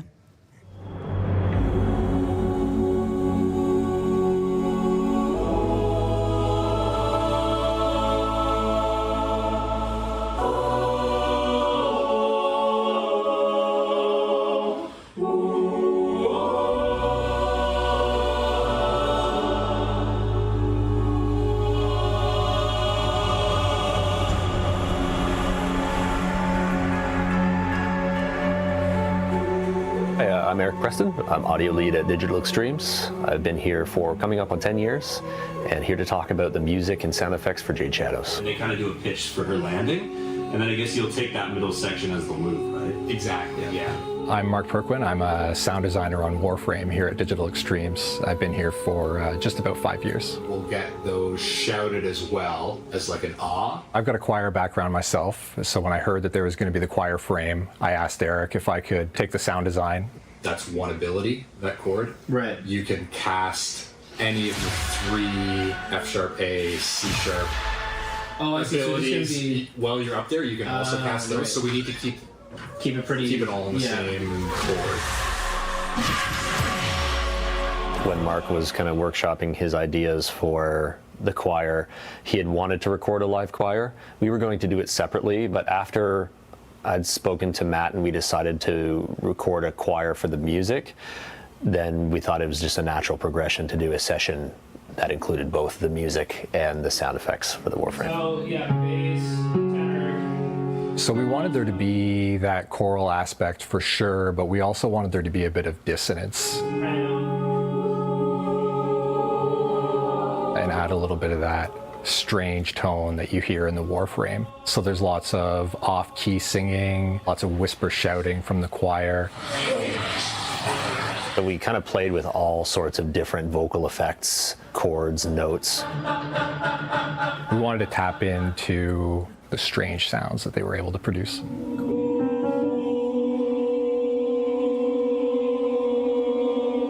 The choir is so talented that whenever we would suggest ideas or want to try different ideas, they could reproduce that very quickly on the fly. it felt like sort of having your own live synthesizer, except they're human beings and they're amazing. Cool. Was the tuning of those chords okay? All good? Eric definitely had some great direction as to how he wanted the frame overall to sound. I had some specific ideas for the 4 abilities that I wanted to hear, and then Matt was able to pull that all together in a very musical way and in a way that fits with the music that we'd also recorded for Jade. All of the notes that you hear in the frame's abilities are all in the same key and in one chord actually that fit really well with the music that we'd already recorded.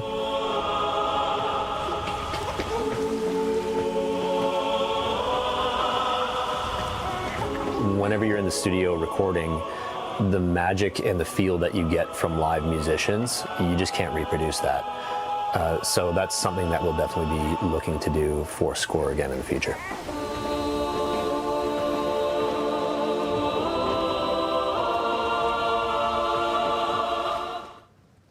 Amazing.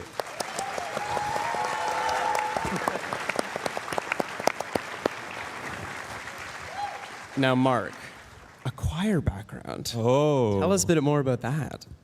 Yes. Shout out to Amabile Choirs of Canada.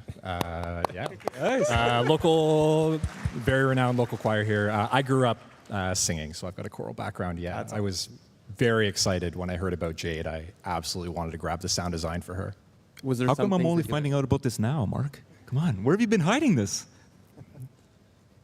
Secret. Might have come up in an interview, George. What were some of the specific things from your time in a choir that jumped out when you were making the ability sounds for Jade? Sorry, say that again, Zach. What were some of the things that you had from your time in choir that jumped out right as you were making these abilities? Honestly, a lot of the sounds in Jade and a couple people in the choir that we recorded with Matt remarked on this, that it's really a lot of vocal warm-ups that you're hearing in Jade. It's a lot of that whisper shouting, the dissonance. It's people loosening up their voices, and you just get some really cool creative sounds when there's a group of people doing that, and they play off each other as well. It's just something that you need live singers to be able to do. Like Eric said, you can't just use a synthesizer for that. I love it. Right, let's move on to our next topic, weapons and warframes.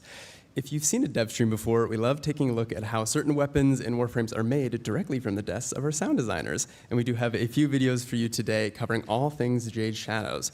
But before we dive in, Mark, again, you had a chance to do some of the ability sounds for Jade, as we were talking about. How did that differ from previous Warframe sounds that you've worked on? Yeah, I guess just coming back to the choral background, for Jade, I had a pretty good sense right out of the gate, the overall tone that I was going for. It wasn't something that I had to figure out or sit down and workshop. I had a pretty good sense in my own mind of the type of tone we were going for, and that's pretty similar to what you hear. And then for the more, to bring that into the Warframe language of sound design, Eric had some great design direction there as well. And in terms of dealing with the choir themselves, I mean, Matt's the choir whisperer over here. He was able to take what was in my head and just communicate it to them in just an incredible way and try out some new things too. Well, Mark had a lot of great ideas, and I would just be like, okay, let's try that, and then basically direct them. If we're wavering pitch or something, I'd be like, if I go up, we're all going up, or if I'm like going up on this side and down on this side. So we just like got them all doing a bunch of experiments, and you'll hear it in the upcoming videos. They were put to good use. Yeah, absolutely. We got a great library of sounds now with this choir. You're going to hear a lot of it even later on today and some of the 1999 stuff. Oh, yeah. Oh, my goodness. Hell yeah. Well, let's take a listen to what you cooked up. Hey, I'm Mark, and I'm a sound designer here at Digital Extremes. Today, we're going to be taking a look at the sounds behind Jade's third ability. Let's take a quick listen to how the ability sounds in-game. Now let's check out the Reaper session so we can peel back the layers that make up this ability's sound. Let's take a listen to just the choral sounds in this ability.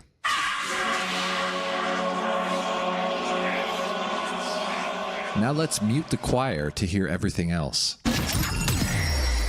That's good, but what really makes Jade special is all that choir, and so here's how that fits in. First, we have the initial impact. This is made up of a shout, some harsh whispers, and the choir singing a chord. We also have this sustained section, which represents the eyes that surround Jade during this ability. And making up this section, we have another more dissonant choir chord and some more sustained choir whispers. And now let's listen to these without any effects to get a better sense of how the choir sounds on their own. That's incredible, but we still want to add a bit of movement. There are a handful of plugins on each of these tracks, but this spin tracer is really doing some heavy lifting. It's kind of like a granular synth meets Doppler, and it has some pretty good visuals to show how we're throwing the whispers all around to add some movement. And now that we have Jade's voice nailed down, let's take a quick listen to the other layers that make up a lot of the impact and sci-fi elements of Jade's sound. We have our LF layer, truly a must for any Warframe. Some glass impacts with delay added for fantastical vibes, and some mid-frequency synth to round it all out. With an ear for these elements on their own, let's take one last listen to the ability in-game.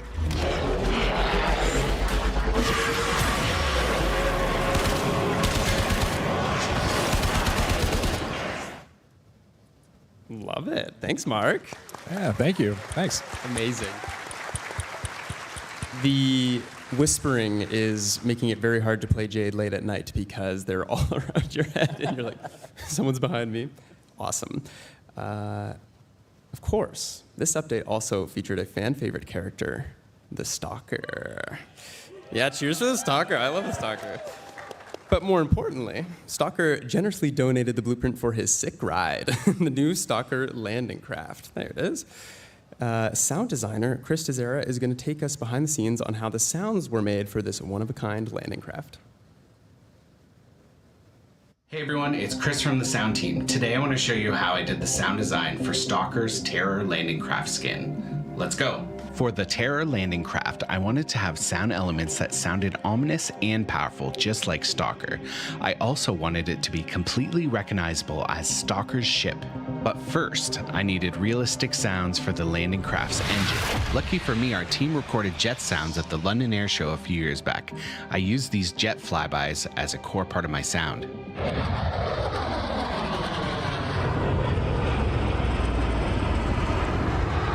Thanks, guys. First, here's the jet sounds on their own.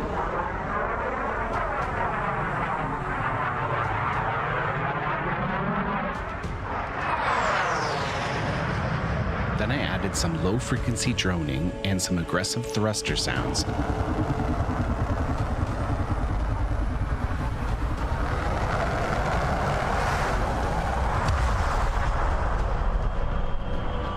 Now let's Stalkerize it. Your sentence is death. I started with the Stalker bowfire sound.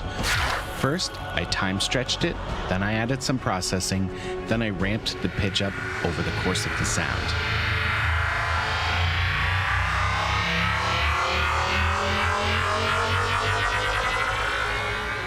Next, I took samples of Stalker's breathing, I pitched it down, and I added some processing.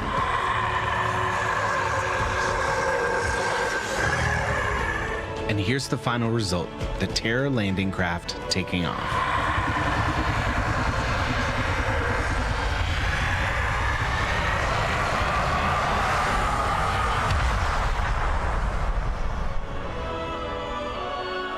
And there you have it. Thanks for watching and enjoy the rest of Tennocon.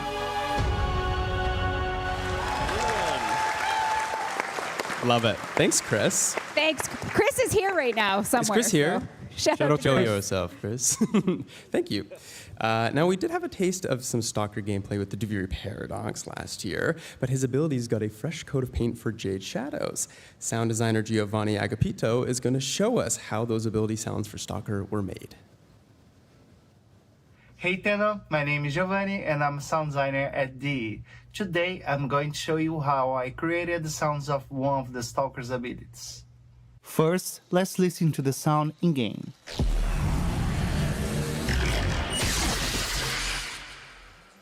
For the Stalker, we wanted to maintain the balance between a very feared character, like an overall dark vibe, but at the same time without losing the game's sonic palette. For the punishment ability, I created 3 sounds that play at the beginning, middle, and end of it. Let's hear the first of these sounds.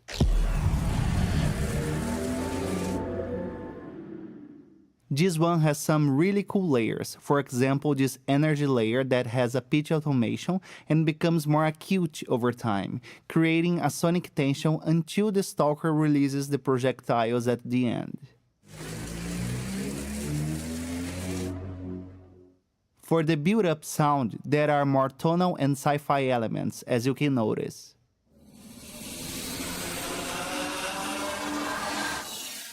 One of the layers has a really cool automation in one of the plugins, which makes the sound becomes a riser until the last sound is played.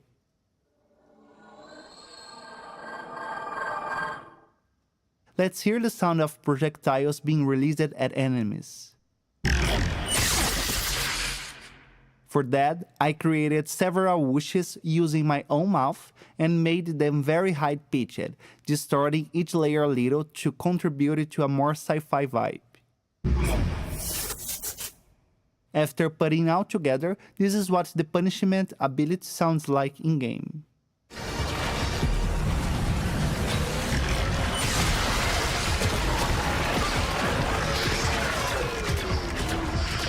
So that's it. Thank you very much for watching this behind the scenes and I hope you enjoy the rest of the show. Bye!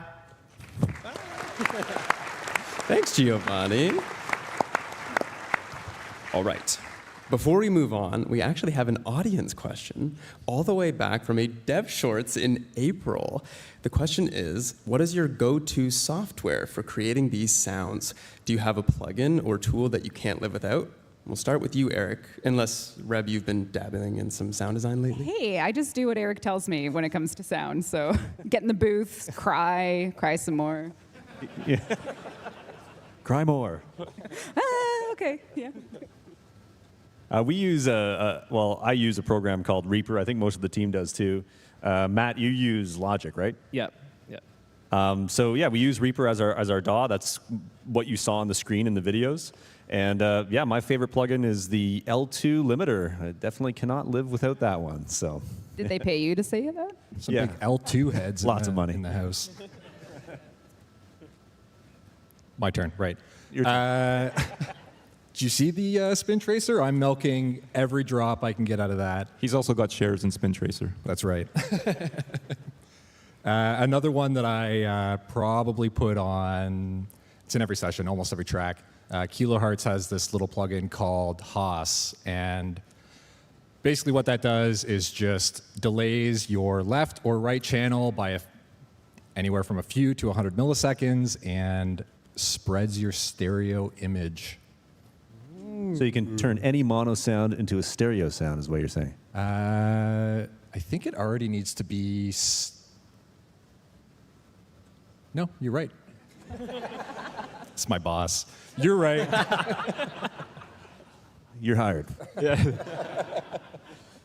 Yeah, for me, I think Q3, I really loved Pro Q3, just great EQ. I like microshift as well, and I use that on all the Prime trailers to widen the voices and stuff. But you know, at the end of the day, we get this question a lot too, but it's important to just not think too much about plugins and software and everything. And it's like, it's more about what you put into it and where do you start with, you know, what the sounds you start with.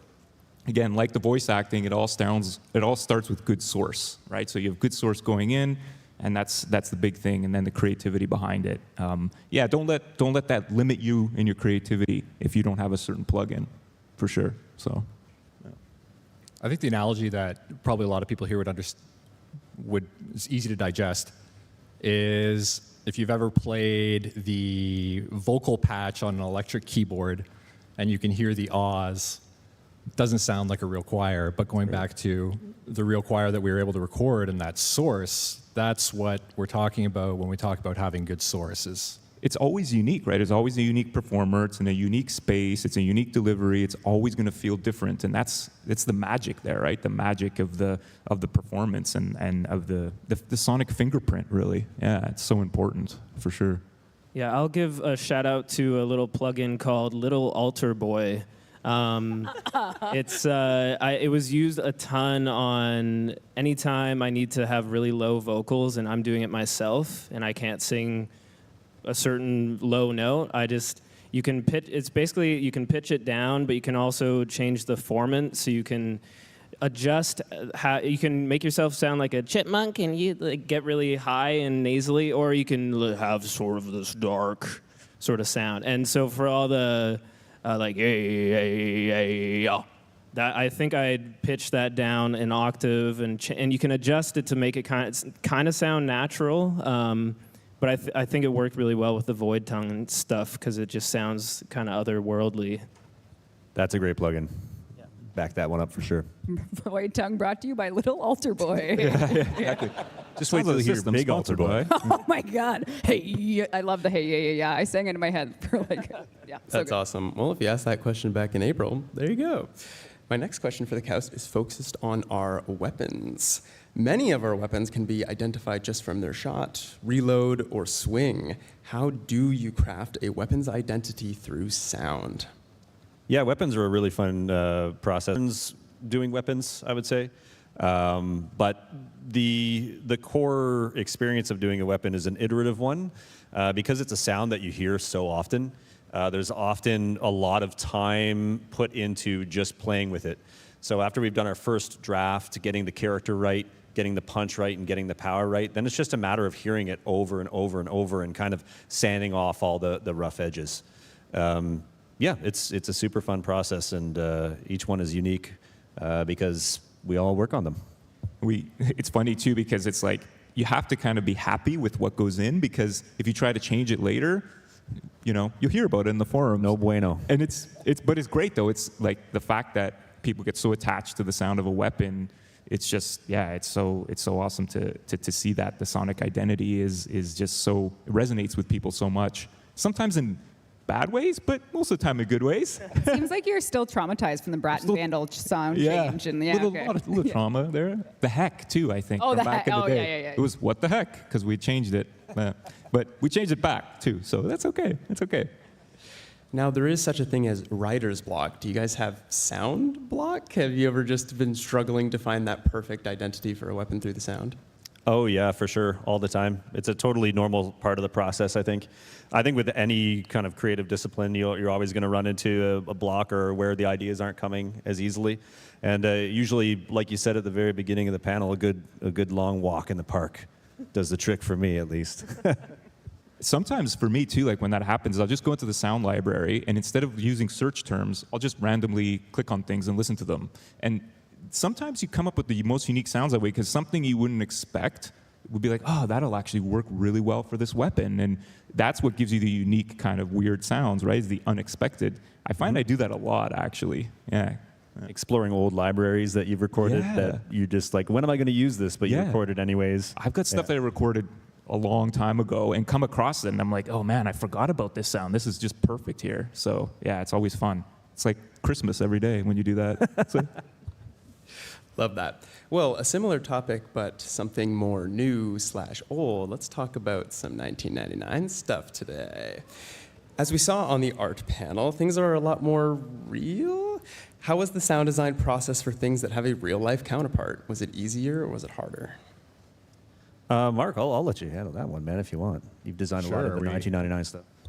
We're talking about, we'll leave the thing for later? We'll leave the thing. Okay, so working on 1999 stuff, I'd say it's more of a technical challenge, if anything, to get some of these real-world sounds into the game in ways that new systems that you're able to interact with things that you haven't really been able to interact with before, and figuring out how are we going to ground that in reality while also giving it that signature sci-fi sound that,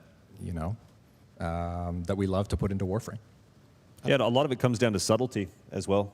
I mean, in some of weapons, traditional Warframe weapons, we can go as crazy as we want, especially with the kind of the corpus stuff. There's really no limit to how wild you can get. For these, we're definitely taking it a more realistic, grounded approach, but we still love to put our spin on things. You know, it's kind of subtle, interesting layers here and there that maybe are from a synthesizer or from just a weird library that we recorded a long time ago. So there is still a little bit of that Warframeization that goes into all the sounds we've been making. Awesome. Of course, we have two familiar faces by now from 1999, Arthur and Aoi. You may have seen them walking around the convention, but the amazing Ben Starr and Alpha Takahashi lend their voice to these new faces. George, once there was a time where we were recording our own staff for Warframe characters. What's changed over the years now that we have these epic cinematic quests? Yeah, it's pretty crazy to think like that it was from humble beginnings, right? Where it was pretty much all staff, you know, like Darvo, Sargus Ruck, Lotus, obviously. And yeah, it was a lot of fun because you could just grab someone after lunch and be like, hey, can you meet me in my office and we have some lines to record? And it's kind of crazy too because one of the employees who impressed me the most, James, he's so quiet and he's so like unassuming. He's like, oh, hey, how's it going? And then he gets in the booth and he's like, rah! And you're just like, where did that come from? And so that was always cool. But, you know, obviously, as we've grown the universe and we've developed the characters, it's important to, you know, seek outside talent as well. But we still use people from in the office. But yeah, it's always great, again, like the sounds, to have a mixture of different flavors in there, right? So, yeah. Love that. Now, we do actually have a little tease of another character from 1999. Just a little audio tease. Let's take a listen. A slug dares to show its face at night. Ooh, who could that be? I guess we'll have to just watch and find out. Now, I know you guys had some fun with the music design for 1999, and we did get a little bit of a taste in Whispers in the Wall. But Matt, did it feel like you had a blueprint for 90s music when composing, or did you want to make something unique that could still fit within Warframe? Yeah, well, it's a similar process every time. You know, you got to do your research and figure out, okay, because you can say 90s music, but it's like what 90s music? So we narrow that down. We're like, okay, more rock, industrial rock, metal, punk. Okay, we're getting closer.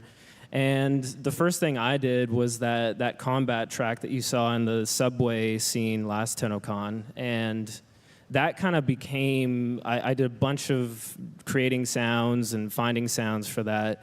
And then that session became sort of my template for where to start with a fresh piece of music. And that's kind of how you do it. You just like start fresh, but you have all these sounds that you can pull from. So if I'm like, oh, I need a lead synth, and it's like, oh, well, I have 10 of them right here. Let's see if any of these work. And yeah, you just kind of keep working on it and talk to Eric. He's like, let's get it sounding more Warframe. Okay, what does that mean? Let's try some other thing. You know, like you experiment, trial and error, and eventually you have something in the game. I love that. Now, it wouldn't be a panel without a little bit of a tease. Let's listen to an upcoming track from 1999.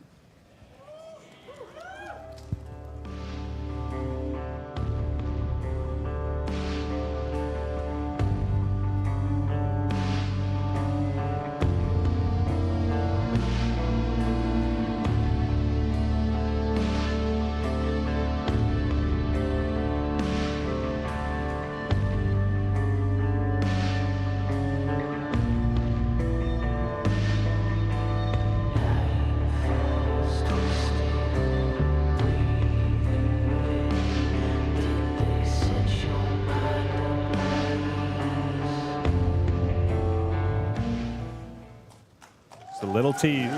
Yes. Love that. Excited to show you where that will play. Worldwide premiere right there, right? Worldwide premiere. The ambient tracks. So you heard kind of the combat version of that, Whispers in the Walls. This is the ambient version of it. So yeah, it really set the vibe. And as soon as we introduced that into the game, it was like, okay, yeah, locked in. When we got that song, so we have like on our internal channels where we work together, we were really early in some of the 1999 world building for Feel, and we actually got that track, dropped it in the internal global channel, and said, this song, that ambient track, everybody work to it so you can feel the tone of what we're going for. So that was one of the first like established tone pieces, and it's just, I'm so excited to have it in the game. Yeah, and there's a theme in there that kind of became sort of the WARFRAME 1999 theme. So we'll be using that in other pieces, and that kind of just happened accidentally. It's one of those things where you write you're writing different sections to keep it fresh. So it's not just one thing for 4 minutes and then it loops for an hour while you're playing. And Eric was like, this line right here, let's turn that into the main theme. So I was like, okay, cool. It's always cool to evolve the universe too, right? Yeah. Even like musically and everything, and to hear how it's becoming something else, but yeah, still maintain some of those Warframe roots, right? Which is awesome. Totally. Yeah, we're trying lots of new stuff with the music this time around, and Matt's been killing it. So, are we saying how many songs are in the demo tonight, or is that part? Or is that you tell me? Would you like to? We have 5. Wow. So 5. Yeah. Stay tuned. One demo. In one demo tonight. Yeah. So stay tuned for a lot of music tonight. They're being very humble, but it is truly ridiculous the music tonight. So I hope everyone will enjoy it later. Awesome. Well, we have arrived at our final talking point of the day, but it's a great one. Let's talk about the Atomocycle. Oh, yeah. Look at that thing. It's beautiful. Crazy. Mark. Beautiful. Tell us a bit about how the sound for the Atomocycle was crafted. Okay, so we've come to the thing. So yeah, this is kind of what I was alluding to earlier. The Atomocycle, the direction on it was try and hit the engine as close to a 90s racing bike as you possibly can. So that was just a big challenge right out of the gates to get the engine to sound big and powerful, but also realistic. And then Eric gave some great direction as to where we could start to push some other things that the bike can do into more of the sci-fi realm, but really keep that engine grounded. The technical implementation on this was super tricky. You tried a bunch of stuff, and yeah, you've been working a long time on it. It turned out great. Yeah, a huge part of the work in this has gone into how are we going to get a bike to work in Warframe. I remember you started on it, and I remember seeing like an early version of it, and I was blown away at that point, even just like with the technical implementation. It's a first for Warframe as far as like how it's all going in the engine, a lot of programming, a lot of cross interdepartmental kind of work there too. Absolutely. I want to say thanks to Jem because I could not have worked on the bike without him. Yeah, Jem's an amazing audio programmer. Yeah. He's great. Shout out to Jem. Jem. Yeah, and he represents Turkey on the team. Yes, absolutely. That's right. So if you're here from Turkey. Yeah. Just to what you were talking about, George, yeah, the early proof of concept for the bike just had a sine tone as an engine to show that as the bike increased in speed, we could also increase pitch, and as the bike leans and does different things, that we could change the volume and pitch, and that's all thanks to this new tech that we have. Like all the gears and everything, right? Like you were talking about that, how like you have an in-depth knowledge now of how like bikes work too, right? Like engineering-wise, because it's like you got to make it feel realistic in that sense, right? Yeah, and how do we make it feel responsive as well? To all the user input. It's been a puzzle, but it's been a fun puzzle to work on. Yeah. I love that. All right. Well, before we sign off, we have one more thing. It's time for some audience participation. Yes, we need all of you desperately. It's very important. My shirt will make a lot more sense at the end of the night, but we do need a chant. So similar to last year where we had the New Year's countdown, we do need a chant this year. Eric has the recording, and I'm hoping that, Zach, you just kick us off, and we'll see what we can get from everyone here. This is the biggest room we've ever had, so this is our opportunity to get the most voices at once. Yeah, look at all you beautiful people. Yeah, so this is great. I'm sure you're loud too. What would you like us to say? The instructions are very simple. You just have to chant the word online. Online. On the count of 3, give me your best online chant. Online. Just like that. And we're going to do it 5 times. After 5 onlines, I'm going to point at you all, and you're going to give your best cheering applause. Everyone ready? All right. 3, 2, 1, go.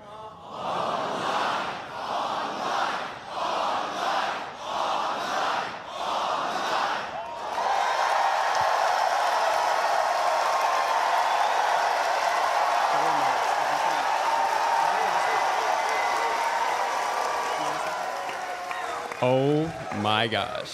Wow. Do you think you got that one, Eric? You're all hired. Amazing. Look under your seat for your paycheck. Yeah. Amazing. Well, we do have just time for one more question. I have to know, on the couch, what is the most difficult sound you've ever had to make in Warframe? Grendel sounds. Uwu, burps, barfs. Yeah, yeah. We have a resident kind of burping specialist, Willem Schonken, who contributed his beautiful burping tones to Grendel. Stay burping, buddy. Stay burpy. Okay. Honestly, this bike, there were 3 animals that I had to put into it and trying to figure out how I could fit those in. If you listen closely to the demo tonight, you'll hear a lion, a tiger, and a bear. Woo! Oh my. Nice. Yes. Octavia, for me, I remember working on that like forever, trying to get all the music implemented, the sequencer, all of that. That was tough, but it was great, and proud of that one. But it was really hard. Amazing. All right. Well, thank you, everyone, for tuning in to the Sounds of the System panel. Huge shout out to you guys on the couch for sharing us a look into your world. Huge shout out to the DE Sound team as a whole. They kill it with every single update. We'll see you soon for the cosplay contest. See you for cosplay. Thank you, everyone. Bye, everyone. Thank you. Thank you. Thanks.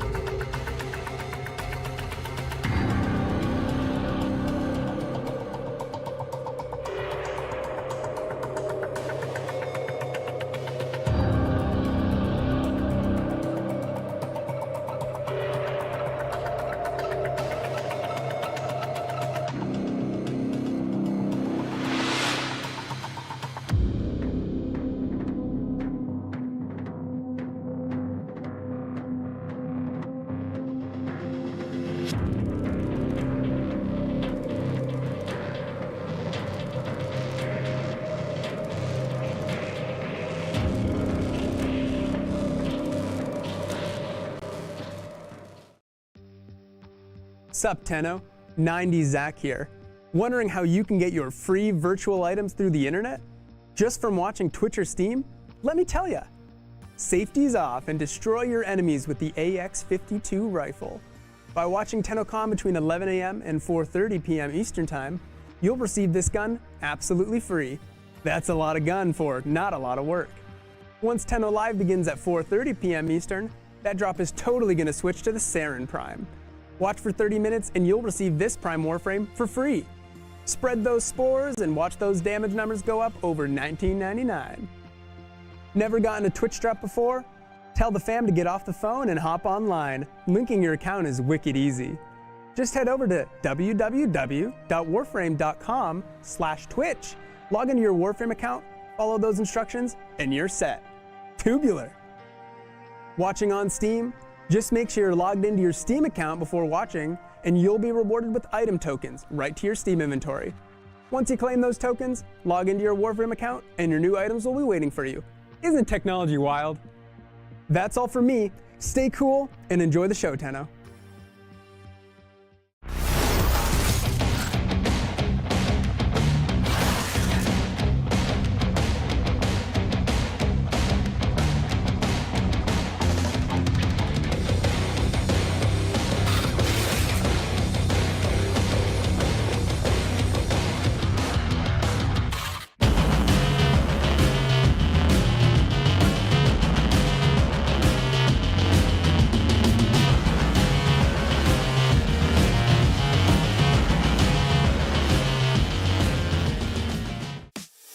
Everybody knows there's nothing like a delicious slice of Big Bites pizza.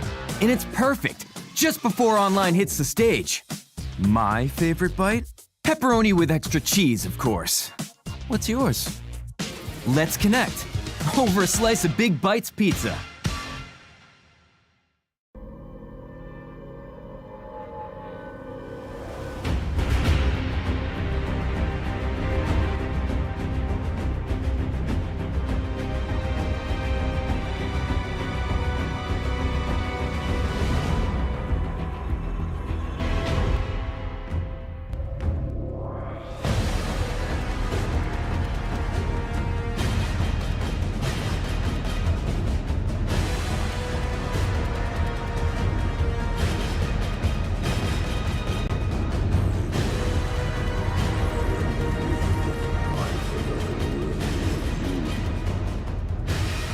You are late.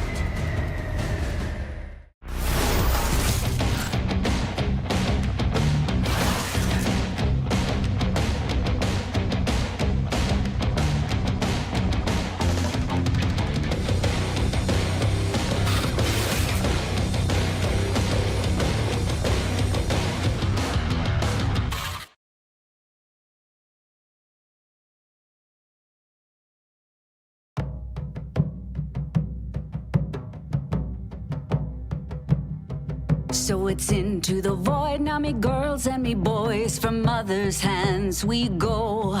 We'll be sailing to the sun till the voyage is done, then we'll be sleeping in the cold below. Sisters below, below, we're going where the winds don't blow. Yes, we're all bound down to the deep, and we'll all be sleeping in the cold below, below, sleeping in the cold below. Our sailing ships for the hard and the quick, we roll our load and go. There's a living to be made, or there's hell to pay when you're sleeping in the cold below. Sisters below, below, we're going where the winds don't blow. Yes, we're all bound down to the deep, and we'll all be sleeping in the cold below, below, sleeping in the cold below.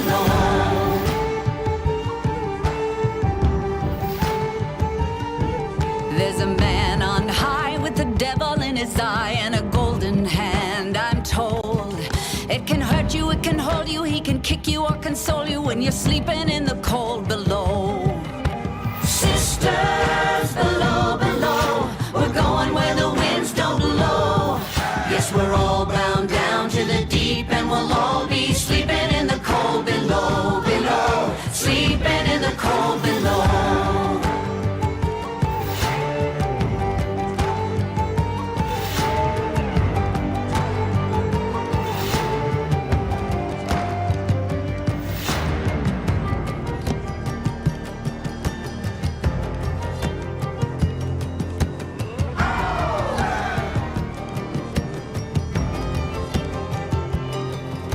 Sisters, you so wise and true, when it's my time to go, won't you lay me down under granum crowns, and I'll be sleeping in the cold below, below, sleeping in the cold below.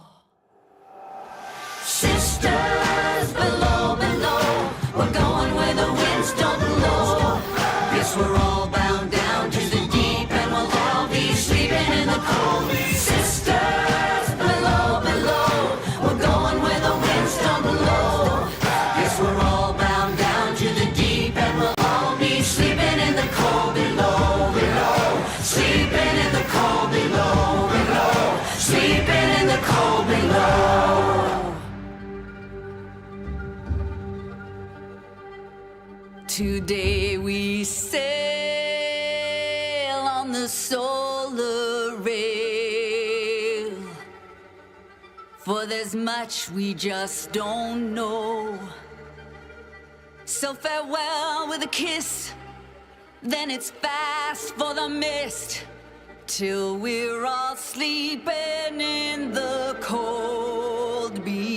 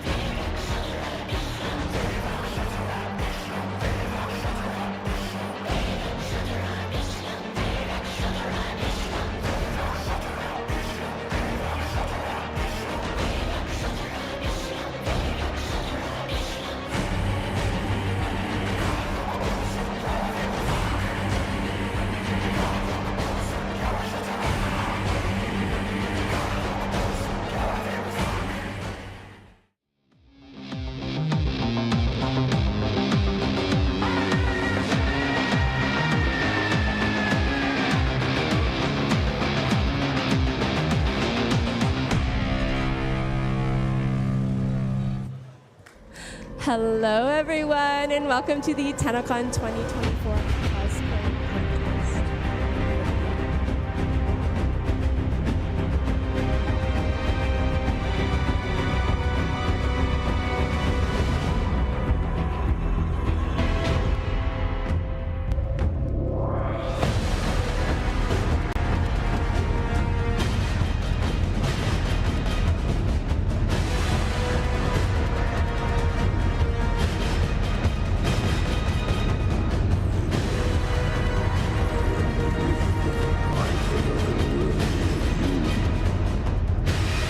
You are late.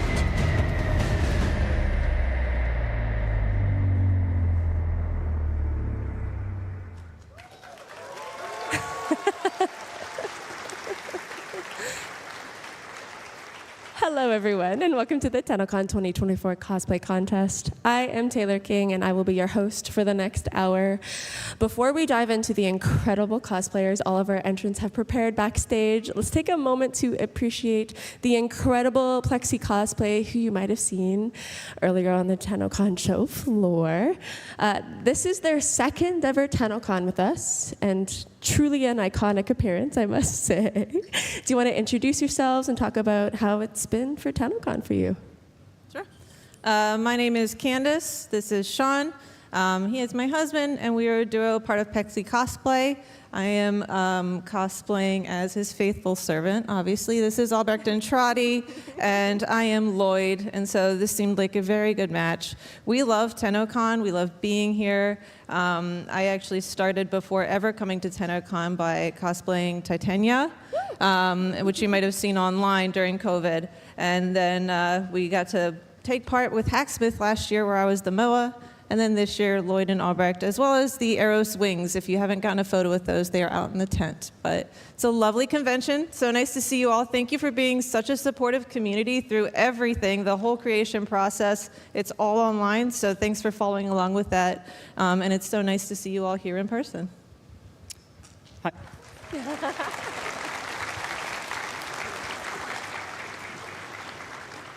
My name is Sean. She referred to me as a duo of Plexi Cosplay. That's far too generous. She is everything that is Plexi Cosplay, and I occasionally help her with some engineering and wiring challenges and things like that, but Candace is truly a born artist, and everything that she makes is absolutely beautiful and incredible, and I don't want to take too much credit. I'm just the eye candy today. Absolutely incredible. Thank you so much, Mr. Lloyd and Papa, for joining us on stage, if you don't mind taking your way off. Another round of applause, absolutely. Now, okay, speaking of incredible cosplays, I am joined by Disfusional Studios as my wonderful co-host and our judging consultant this year. You may recognize her as Aoi from WARFRAME 1999, but more importantly as our Tennocon 2023 cosplay winner. Disfusional has been a prominent member in the WARFRAME community for many, many years now, so let's take a moment to look at some of her previous cosplays.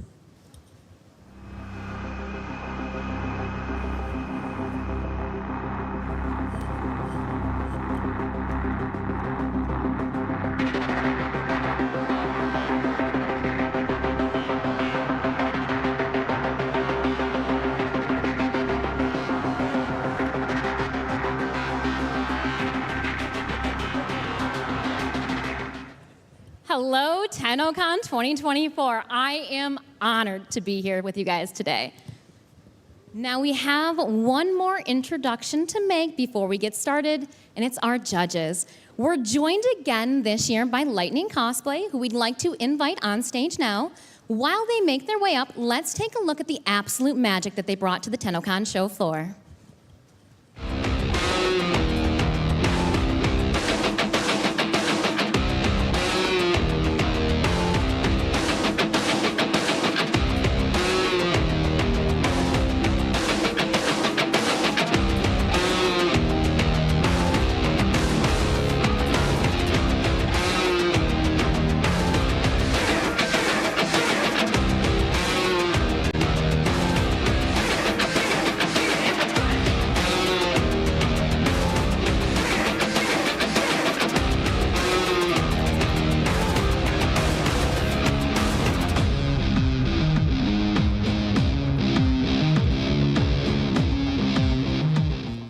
Thank you, Ralph, for joining us.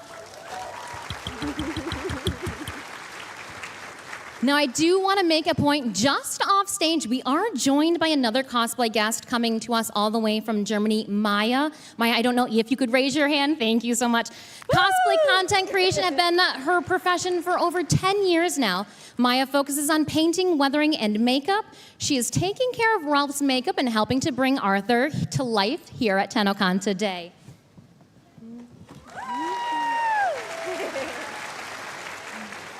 Ralph, if you could please take a moment to introduce yourself and tell us what you're looking forward to with our cosplay showcase today. Sure. Hi, guys. I'm Ralph from Lightning Cosplay. Unfortunately, Laura can't be here with us today because she got sick very last minute, which is really sad, but she says hi, so I don't know where the camera is. Where's the camera? Is it there? Where's the camera? There? Yeah. Hi, Laura. Hi, Laura. I hope she sees this. Yeah, so when DE reached out to us last year and asked us to create the Lotus and the Dex Soldier costume, we instantly fell in love with the overall aesthetics of Warframe and especially the character design. And but soon, same goes for Arthur, soon as we started to create the costumes, we realized how hard it actually is. You know, and this is why I have a huge respect for all the people who face the challenge to cosplay these characters, which is amazing for me. It's crazy, and I'm just really excited to see them on stage right now. Yeah. Amazing. Thank you so much, Ralph. You look incredible.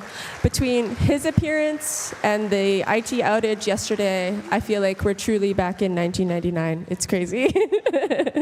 One quick final thank you, I promise. Shout out to Kaz and Skyers, who assisted in prejudging this year.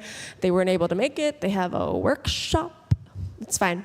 We love them. But I'm sure they're here in spirit, and they have, given their thoughts and wisdom to us. Anyway, that's enough. Ralph is seated. It's time to get this party started. Alrighty, let's move over here, I think. To kick this show off, we have our non-competitive showcase. These entrants are here to present their cosplays and show off their hard work, but are not competing for our cash prize. Let's move over so they can take center stage and show us their spotlight. Phenomenal. Everyone saddled and ready to go? We got the thumbs up from Charlie. Hit the music. Starting off, we have amateur cosplayer as Prisma Excalibur. This is his first ever cosplay featuring EVA foam, clay foam, and acrylic paint. Give it up.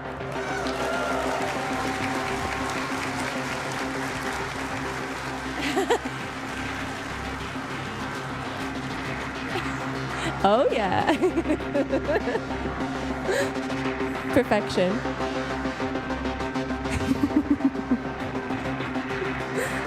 Love it. Thank you so much, amateur cosplayer. If you want to just head off this way, or that way, that's fine too. Next up, we've got Gage cosplaying as their version of Drifter. This is Gage's own operator, including the dyed hair.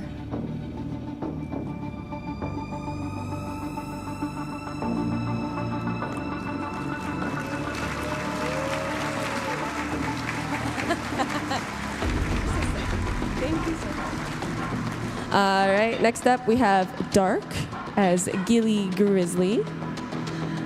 Don't tell Steve, but I'm pretty sure this is what Bromius would look like if we gave them access to a Warframe's arsenal. Oh, he's coming. Oh, he's coming. It's really hard for bears to walk upstairs, I've heard, so it's totally fine. Keep going. Yep. There he is. Give it up for Dark.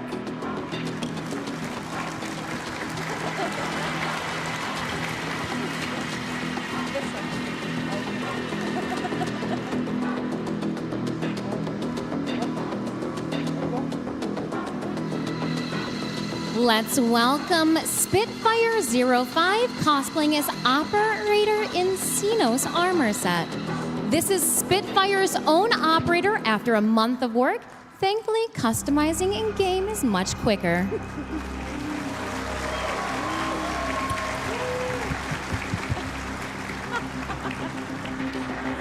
Alrighty, next up we have the High Priest of Pineapples cosplaying as Harrow Prime. We're ready to go? Yep, come on up. Harrow is wearing the Crucius Alt helmet, or they're carrying it. It's very heavy. Beautiful. And is wielding the Thurible.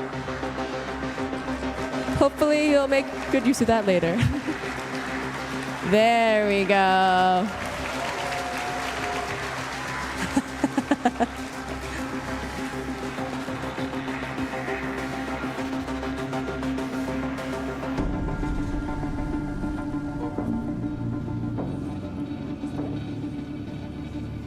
Next, we've got Zach B cosplaying as the Drifter from the New War.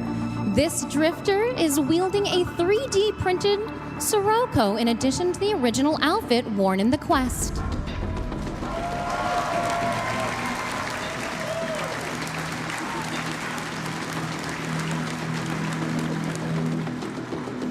Thank you.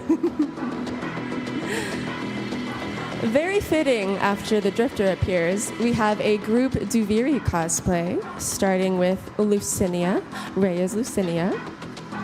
This is made from EVA foam and a miraculous find of dead stock fabric.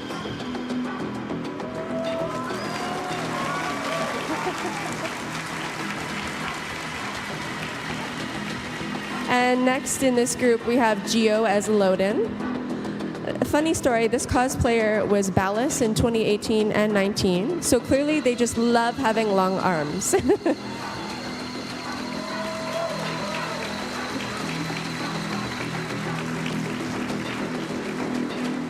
And then next up, we have Mercury as Methila.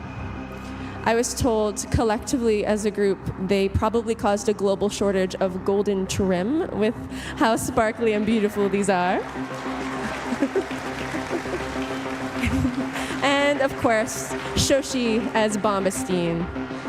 Another fun fact, all of the masks made here are handmade out of foam, or sorry, clay, with some actual... I wouldn't dare speak while Bombastine's on stage. If the whole group wants to come on up, yep, come on up, all of them up. One final group photo for the Paragons, of course. They're not often seen together, so we gotta take a moment when we can.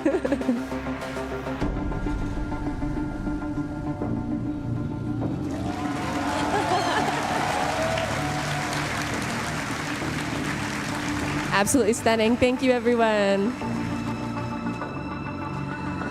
I swear this wasn't on purpose. Next up, we have Prime Explorer as an Auraworm off the string. This is an Auraworm reimagined as a worm on the string with giant googly eyes. So, thank you so much. Next, we're going to welcome Acolyte Senpai as Baruch from 1099. Baruch was sent back a little farther than planned.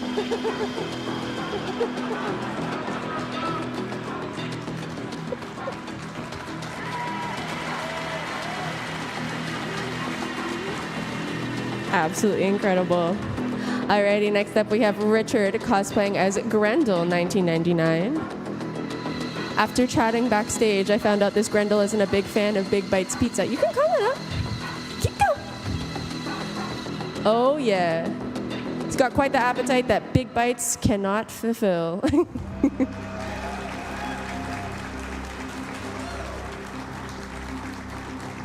Hell yeah. Thank you so much.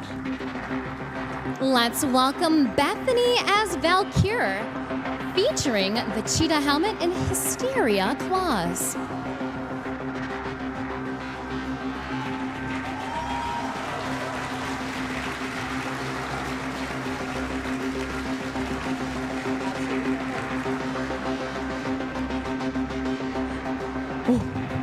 I feel that way too. Alrighty, we have Hobbs cosplaying as Mirage Prime.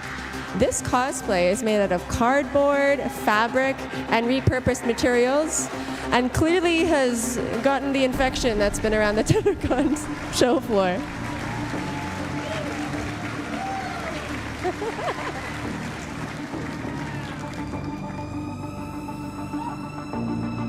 Let's continue the applause for Brendan M. cosplaying as Random Ronin.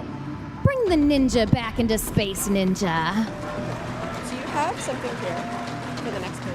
You don't. I have to read this. Absolutely iconic.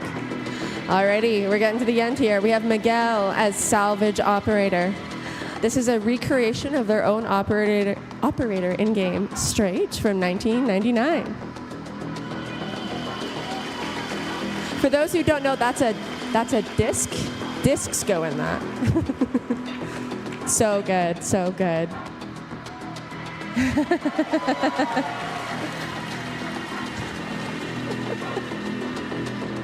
Thanks. Alrighty, next we have the Scarlet team as members of Infinite Singularity.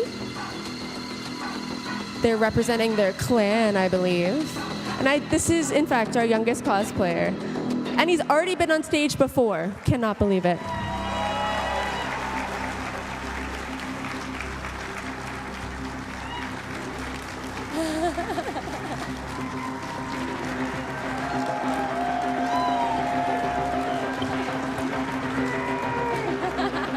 Thank you guys so much.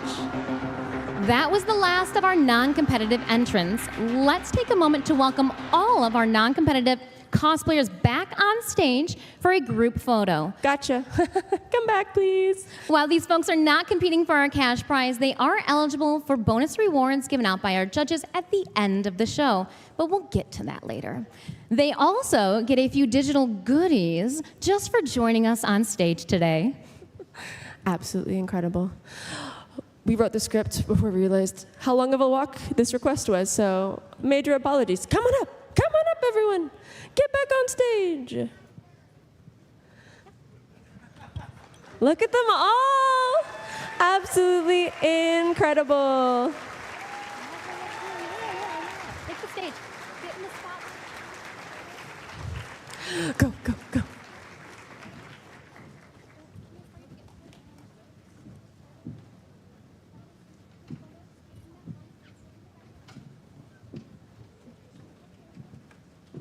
Almost there, almost there, almost there.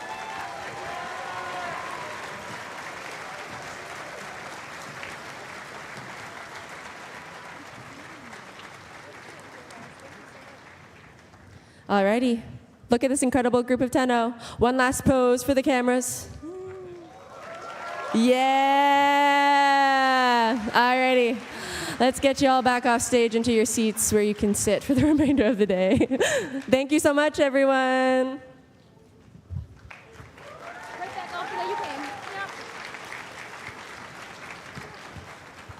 Alrighty, while they head back to their seats, we're ready for our competitive showcase. Our competitive cosplayers will be competing for cash money, including the first place prize of 10,000 Canadian dollars. I swear that is actually worth some amount of money, depending on what country you come from. Cosplayers met with our judges yesterday to participate in prejudging, because it can be kind of hard to see all the incredible details from the audience. So the scores from that prejudging and their fantastic performances today will be used to decide our winners. All right, without further ado, let's get started. Starting off, we have Jacob Parcha as Voidrig, featuring an Aquabax weapon. This cosplay took over 375 hours to make and is almost entirely made out of cardboard. He's got a bit of a way to walk, unfortunately. His sprint is off cooldown.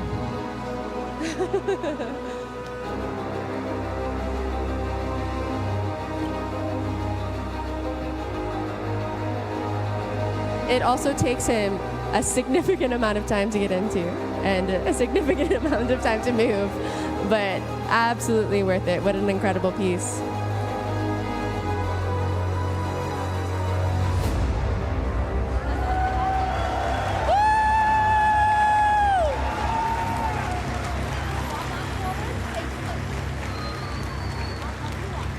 You got it.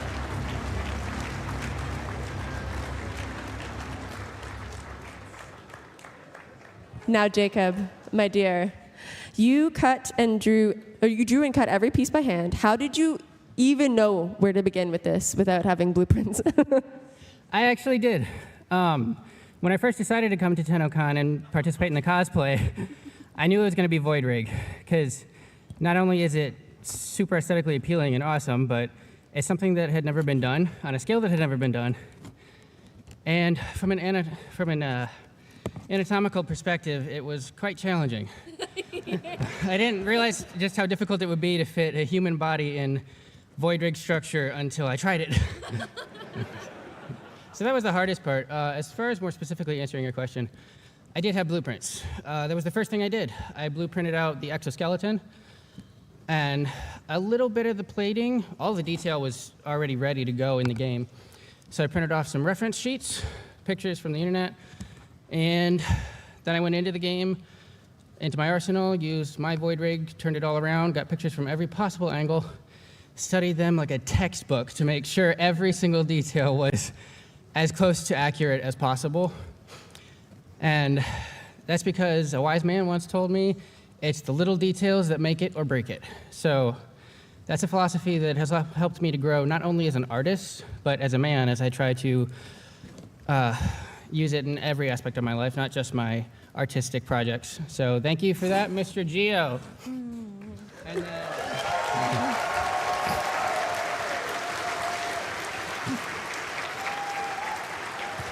And also, thank you, Mom, for being here. You sacrificed 2 days of your life to be here with me for this weekend, and you had a lot more important stuff to do, that's for sure. So you're here, you're helping me, get in and out of this, and being here to support me, and especially considering everything on your plate, it really means a lot. So thank you. Incredible. We'll let you slowly get off stage. Alrighty.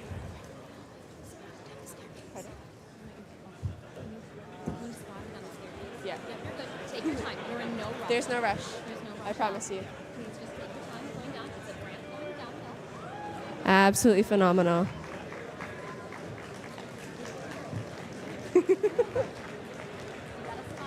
I will say he is actually the expert of Void Rig. I've made multiple comments and emails, and he's corrected me every time. He's held me accountable. He's like, "Aren't you a dev?" I haven't taken 300 photos of a Void Rig, so that's where he wins. Okay. We value safety, cosplayers, so carefully make your way up and carefully make your way down. Next up, we've got Shandor as Frost Heirloom. This is Shandor's third Frost cosplay. He also has 60% use rate on Frost in-game.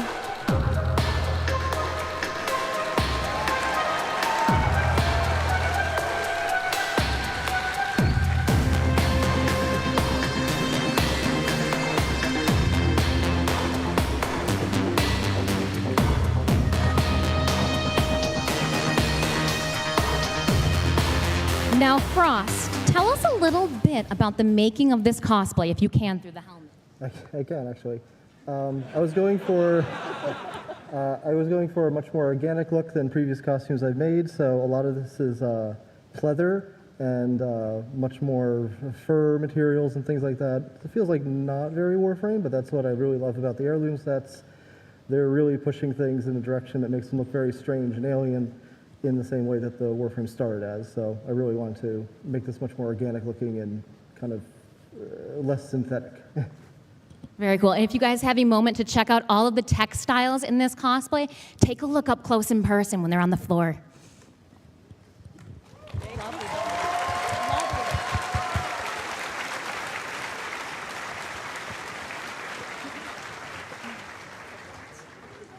Okay. Next up, we have Zephyr cosplay as Albrecht and Trotty, Papa himself. If you can believe it, this is their first time sewing, and this also features EVA foam and painting details.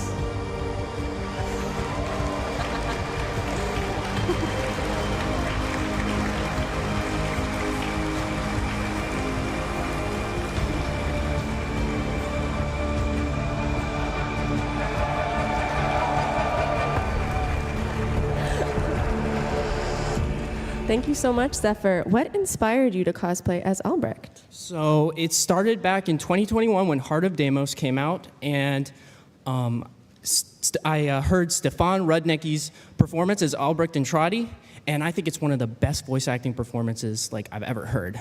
So after that came out, he finally got like a real look last year, and I was like, okay, I can make this. And you did, and it looks incredible. Absolutely phenomenal. Thank you so much, Zephyr.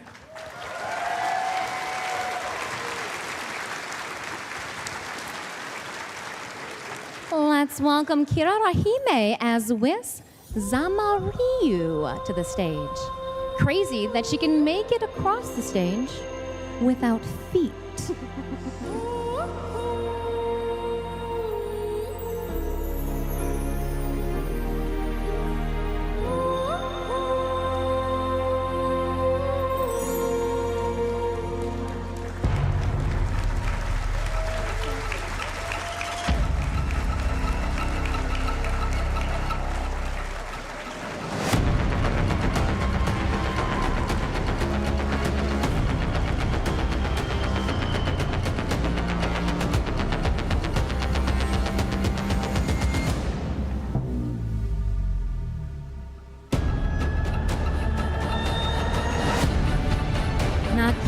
It is crazy that this is your second competitive cosplay.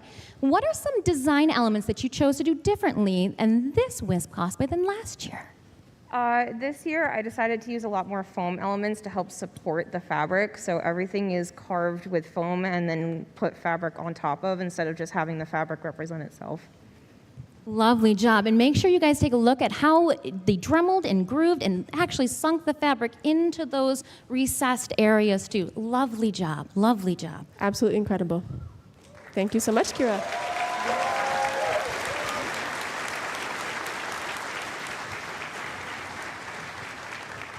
Alrighty, next up we have Magic Thighs and a Through the Looking Glass themed Nova Grax.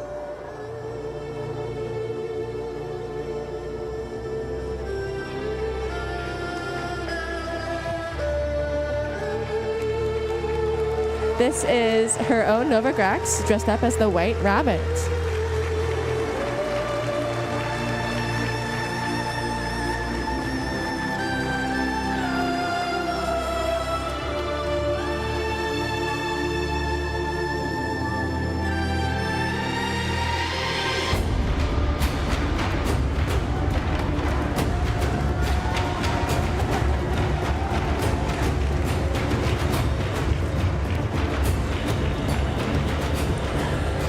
Alrighty, Magic Thighs. We've chatted a lot. Do you want to tell us a little bit about what this fantastic cosplay means to you? For a number of years, there's been a picture out there on the internet of a man, looking into a mirror and seeing his female self reaching out and inviting him to step inside. And this year, as a trans person, I've taken that step and stepped through the looking glass. And now with Warframe's introduction, permanent ears in the into the game, I've stepped through into the looking glass with my Warframe as well. Thank you so much. Thank you for sharing. Anything else? I'm sorry, I didn't hear. Pardon? I didn't hear it all. I didn't hear it all. Pardon? Sorry? I didn't hear what you said. Anything else, my love? You're good to go? I think yeah, we'll get you right off stage. Thank you. Cosplays are so hard to hear in. Oh my goodness. Let's keep the applause going as we welcome Liam as Master Tasani to the stage.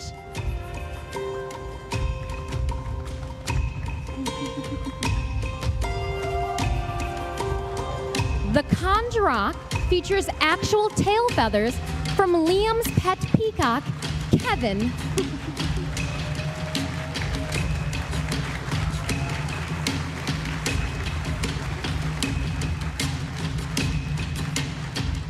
Now I do have to ask, Liam, what inspired you to cosplay? So we participated in the 2021 cosplay with our pet chickens, the Ember cosplay. And then my wife, Anna, was Nef Anya last year, and I decided I wanted to participate, and she wanted to be competitive this year. So we went for it. You guys look amazing. Thank you so much. Thank you.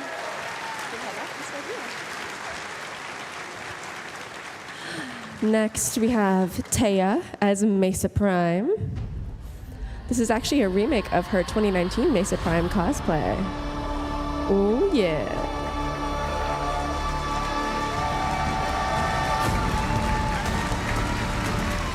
Yeehaw!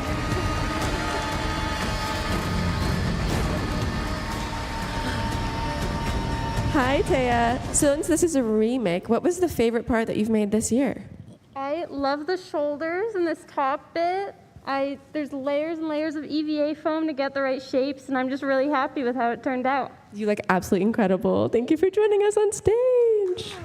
There you go.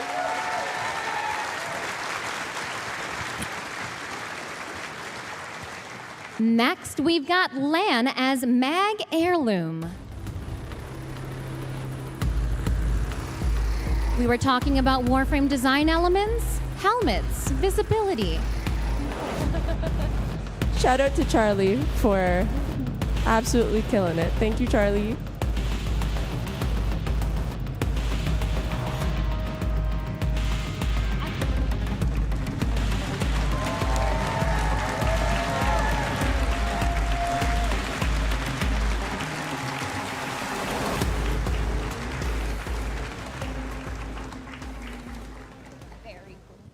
All right, Lana, what was the most complicated part of this cosplay?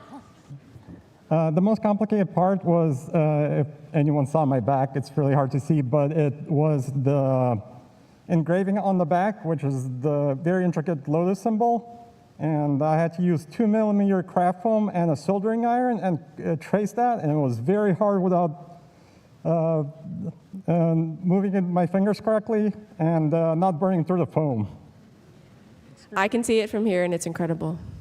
Was there anything else you wanted to share? Oh, yeah, and I made, see the little, my hands and my skirt? There's over 300 of them, and those took a long while to make. You have to cut them out. I had to use an embossing tool to get the divot, and then put them all together into these 4 pieces. Thank you so much. I'm going to assist you in getting off stage. May I steal your hand, Lan? All right, we're gonna 360 so they can see the back of you again. Thank you, Arthur. And then let's walk to the back. And then there's a staffer. I'm gonna hand you off.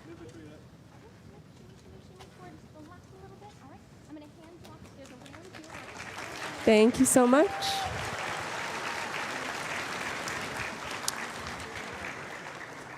While we get Lan safely off stage, let's welcome up Eidolon Outpost as Bombastine.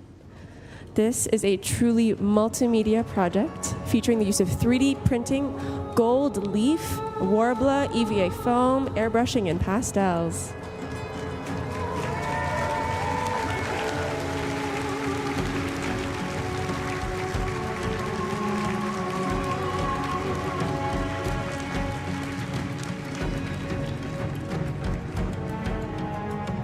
Absolutely incredible work. I hear the mask, though, is your favorite part. Do you want to talk us through everything that went into this? Definitely my favorite piece.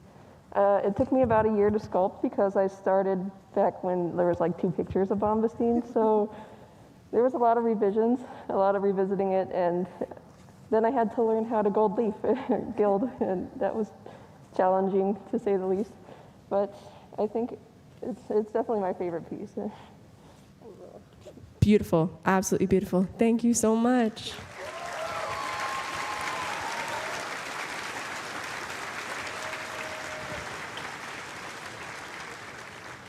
Next up, we've got Tina as Urelli.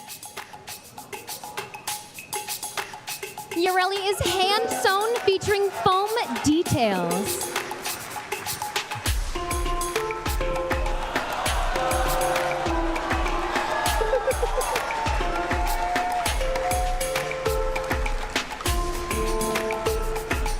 Now I do have to ask, Ureli, where is Merlina? Well, after I got the augment, I really didn't need her, but you know. What did you make your cosplay out of? Alloy plate, polymer bundle, argon crystal, a lot of tears, no sleep. I don't know, Ureli, if you want to do one more fantastic spin for everybody. Thank you so much.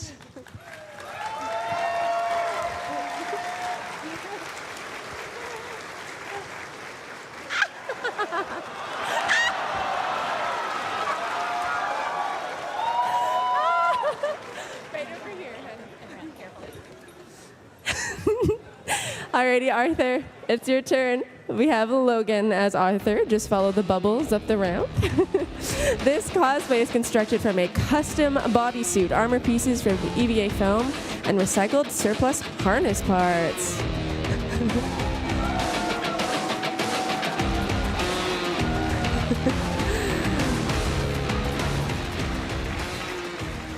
Absolutely fantastic. Tell about the process of making this. Oh, well, it took about 3.5 months between 3 different people. It's been long. There's been many revisions. Started with the bodysuit, had to start with the base. And from there, built on top of it using the textures from the Tennocon files and the concept art of Arthur to build everything you see here. It's absolutely incredible. Thank you so much. If you want to make your way off stage.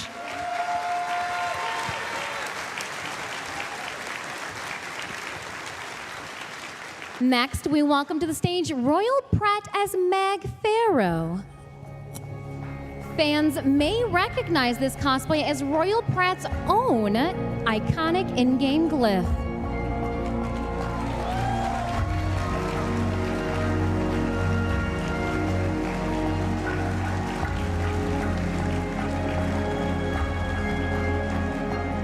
Royal Pratt, I've had a moment to discuss with you the really cool resources that you've used for your cosplay, but if you could share with our fellow Tennocon friends how you made your helmet. Well, mostly it's a little bit hodgepodge of reusable resources. So this was actually an astronaut's helmet that I cut, and then I dyed in hot water to get the dark dye. And then the rest of it is basically just craft foam with held together by mostly contact cement and hot glue. And the back is able to be taken off so that I can, get my head in. I have a big head. No, it's awesome because we can't see your face at all. Lovely. Thank you so much, Royal Pratt. You look great.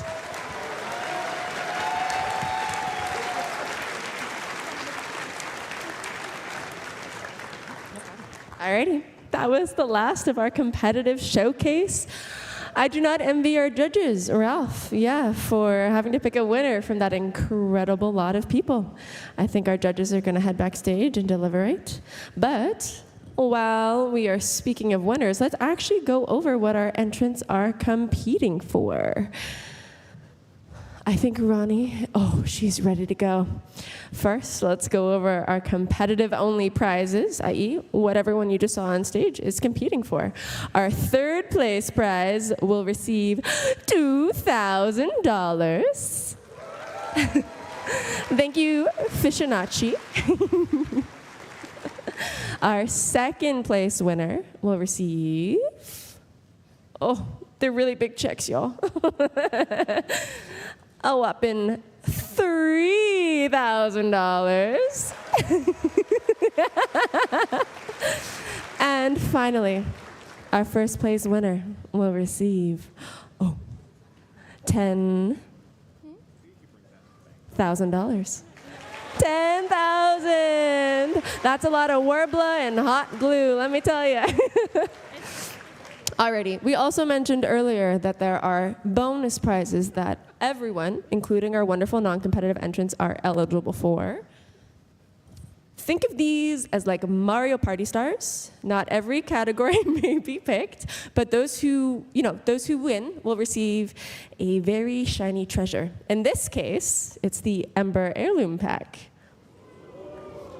Oh yeah. Possible bonus awards include Floofy Cuteness for adorable cosplays that pull at your heartstrings, Ortis Punny for funny cosplays that elicit a laugh, Stellaris Workmanship for cosplays displaying incredible skill, and Master Tisoni for cosplays featuring furry or otherwise friends. Alrighty. So our judges definitely need more time to deliberate, so I am so sorry to ask this of everyone, but let's get you all back up on stage. Specifically our competitive entrants. They will need a little bit of time, but it's important, so they're all here for when we distribute the prizes. Now, speaking of shiny treasures, I do need a giveaway box if someone backstage can hand it to me. I do actually have something that Bird 3, oh, let me find him, sorry. Oh, he's falling over. My lovely Bird 3 has prepared an extra shiny treasure for us. I lost a shiny treasure on the floor. Where is it?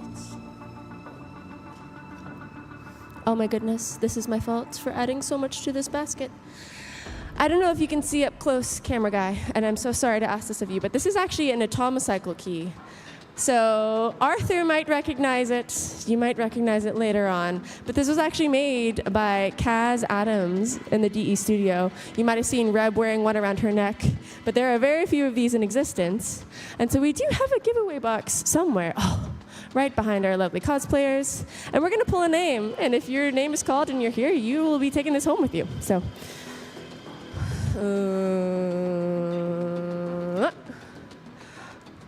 Mike Nole, Mike Nolet. Are you here? Ah, Mike, let's go, Mike.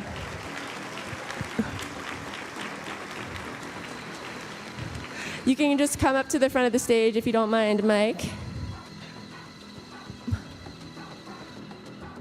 Where is he coming from? Oh, I see him. Hi, Mike. Now, please do not use this to try and start the atomicycle that you see on the stage floor. It will not work. Do you want to come up on stage and receive it? You're welcome to. All right, introducing Mike cosplaying as a Tennocon attendant. There you go, Mike. Yeah. Thank you. You can just head on back to your seat. Thank you so much. Alrighty, I don't know how much. Okay, we still have people come. No, of course, of course. This is lore breaking. Don't do This is what your operator looks like in a void rig suit. We're not gonna. I still think our judges are deliberating, so I have to stall. Okay. When Megan asked me to be the cosplay host this year, I said yes immediately. And then 30 seconds later, I realized I would have to make a costume. I will give you the long and short of it, but after many, many months, I have grown to appreciate the creativity, the skill, the patience, everything that goes into this, but most importantly, the resourcefulness. I will tell you, my tail feathers are pampas grass, which you might have in your aunt's house in a vase somewhere. And when I found it, it was the biggest dopamine rush I've had in a really long time. So I was curious to our wonderful cosplayers here if you had a similar story. Like, oh, Royal Pratt, I don't want to ask you, you poor girl. But this is an astronaut or a welding helmet, you said? Yeah, so in 2019, I actually competed as MAG as well. But my cat kind of ruined it when she was in heat, so I remade the whole thing. So a lot of it is like just repurposed from older costumes, from leftover materials, as well as this helmet I had bought from, you know those like astronaut helmets from like those costumes? Yeah, I just cut it, you know. From a thrift store? From the party store. That's iconic. I don't know about any of you. I know you were talking about trying to find fabric that is sci-fi appropriate, because I don't think we have to think about that in game. Do you want to talk a little bit about that? Yeah, so I am very particular about my references. So I was going back to YouTube and like screenshotting cutscenes every 5 seconds. And I also was able to get like the official model. And I noticed that in sometimes it was like blue and sometimes it was black and it was sometimes a little dusty brown. But I think I settled on something that had a really nice texture and it kind of interacts with light pretty neat. It looks straight from the game. And yours were recycled harnesses? Where are these from? Most of these are actually military surplus that have been deconstructed and then reconstructed into a more along the lines of what Arthur wears. Where did you get this from? My dad's attic. That's the real winner. That's what I want to hear. How about you, Ureli? I know that you have very, very meaning. Like, what part of the void did you have to go to get all of this? I just jumped on a worm, and they took me wherever. I had no idea, man. Gathered some stardust, brought to Marlena, and she was like, yeah, I got this. And then we bunched it together. Canonically, Marlena is your seamstress? Sure. Alrighty. I'm not trying to split that prize money. That's true. There's only one check. How about you, my dear Bombastine? I have shower curtain. Shower curtain! Let's give it up! This clear stuff right here. Is that the clear part? Yeah. And this is like a lovely fabric? Judges are ready to go. You were all off the hook. But more importantly, we have to come up with our prize. So I will just wait for them to make it up on stage. And get my little friend out of the way. Here we are. Exciting. Alrighty. You have the card, my friend. Yep. All right. We're going to start off with the bonus prizes. Our floofy cuteness winner is Magic Thighs. Wonderful.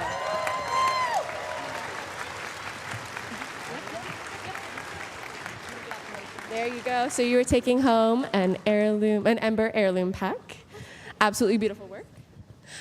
Our next winner is Gilly Grizzly from the non-competitive. You better believe it. The audience's response to your cosplays stole our hearts. Do you want to give him a... Thank you so much. We'll just let him come up on stage. Oh, man. You guys are absolute rock stars. Yeah!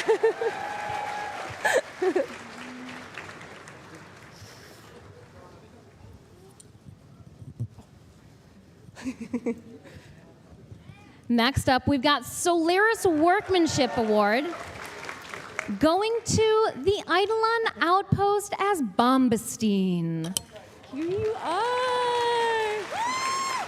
Absolutely incredible work. The Master Tassoni Award is going to Master Tassoni. Although I would argue that dear Anna is truly the winner of it. Congratulations. Put it in the mouth? Is that what it All right, and again, we've got Orakin Gold. This award is an exceptional cosplay in the non-competitive category. And we're going to award it to Paragons of Emotion from Duviri. Yay! So I only have one medal on stage. We do have more backstage. I promise I will get it to you. Apologies for that. Absolutely phenomenal. I don't know if there's actually going to be a paradox having two Bombastines on the same stage. Although it seems very fitting that he would win a reward twice. I feel like that is absolutely what he would do. So look at these fantastic folks. I don't know if we can squeeze past the void rig at all, if you guys don't mind moving down just a little bit. Thank you so much. And so like I said, we will get you more of these backstage. I only brought 5 on stage for me. So we'll give it to Loden. That seems very fitting as well. Congratulations. They will all be winning the same reward. So yay! Masterful job, everyone. All right. The moment of truth. The cash prize winners. We'll start with 3rd place, which is Shondor as Frost Heirloom. Phenomenal work, Shondor. You should be so incredibly proud. Here is your beautiful, beautiful. If we want to have Arthur help hold it up. Thank you so much, Arthur. Round of applause. Incredible.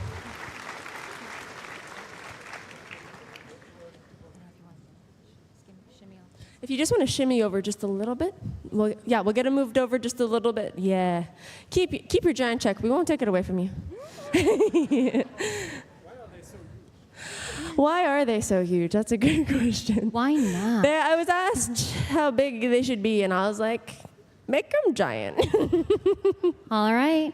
2nd place goes to Jacob as the Void Rig. Woo! Right beside you there, Jacob. There you go.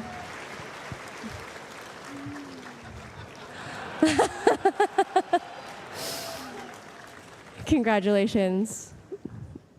Incredible work. And our 1st place winner is Tina Azurelli. Marilena would be so proud.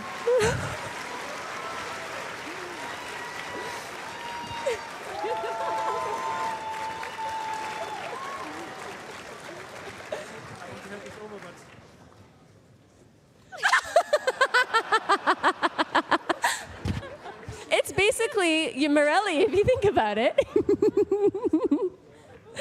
I was going to ask you to say something, but I feel like you're a little overwhelmed.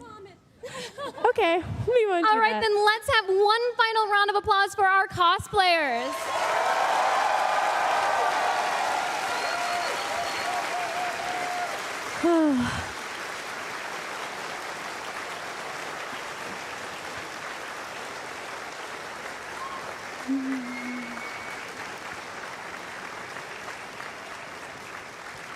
You should all be proud of the fantastic work that you've showcased on stage today. Thank you so much. Absolutely. And that's it for our competitive showcase this year. Thank you so much to our back of house staff who have managed to keep this all running. Truly, we could not have done this without you.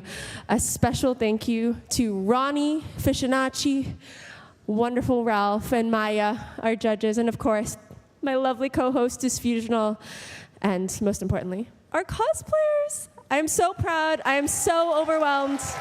You are all incredible. Alrighty. Stay tuned for Tenno Live at 4:30 later today, and enjoy the rest of your Tennocon, everyone. Bye.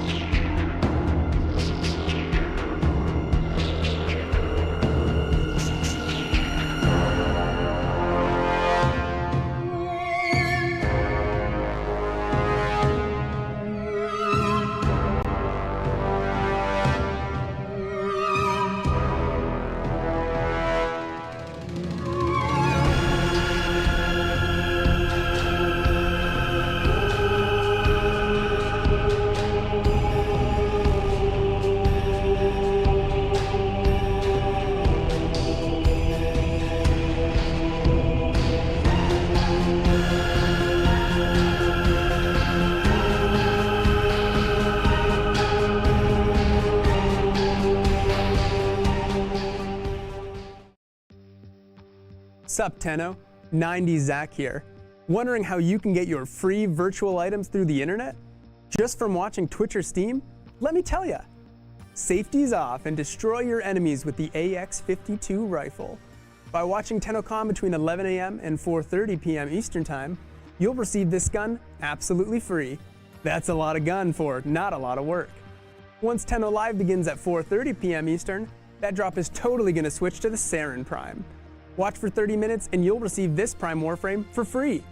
Spread those spores and watch those damage numbers go up over $19.99. Never gotten a Twitch drop before? Tell the fam to get off the phone and hop online. Linking your account is wicked easy. Just head over to www.warframe.com/Twitch. Log into your Warframe account, follow those instructions, and you're set. Tubular.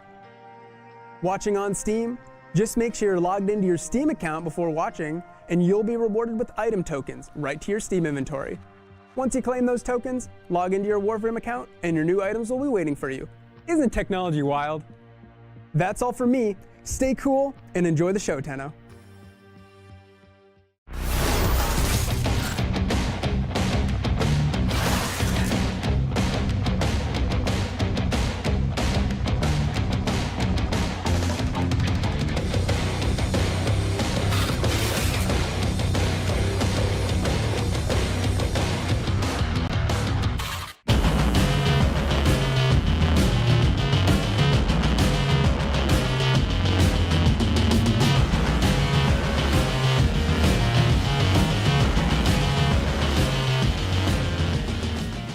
Looking for entertainment that shines from the comfort of your own home? Enter Glow Video.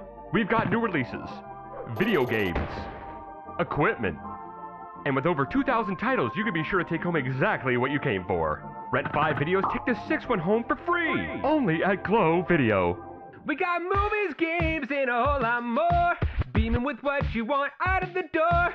Fade to black, you'll be coming back. Whoa, Glow Video.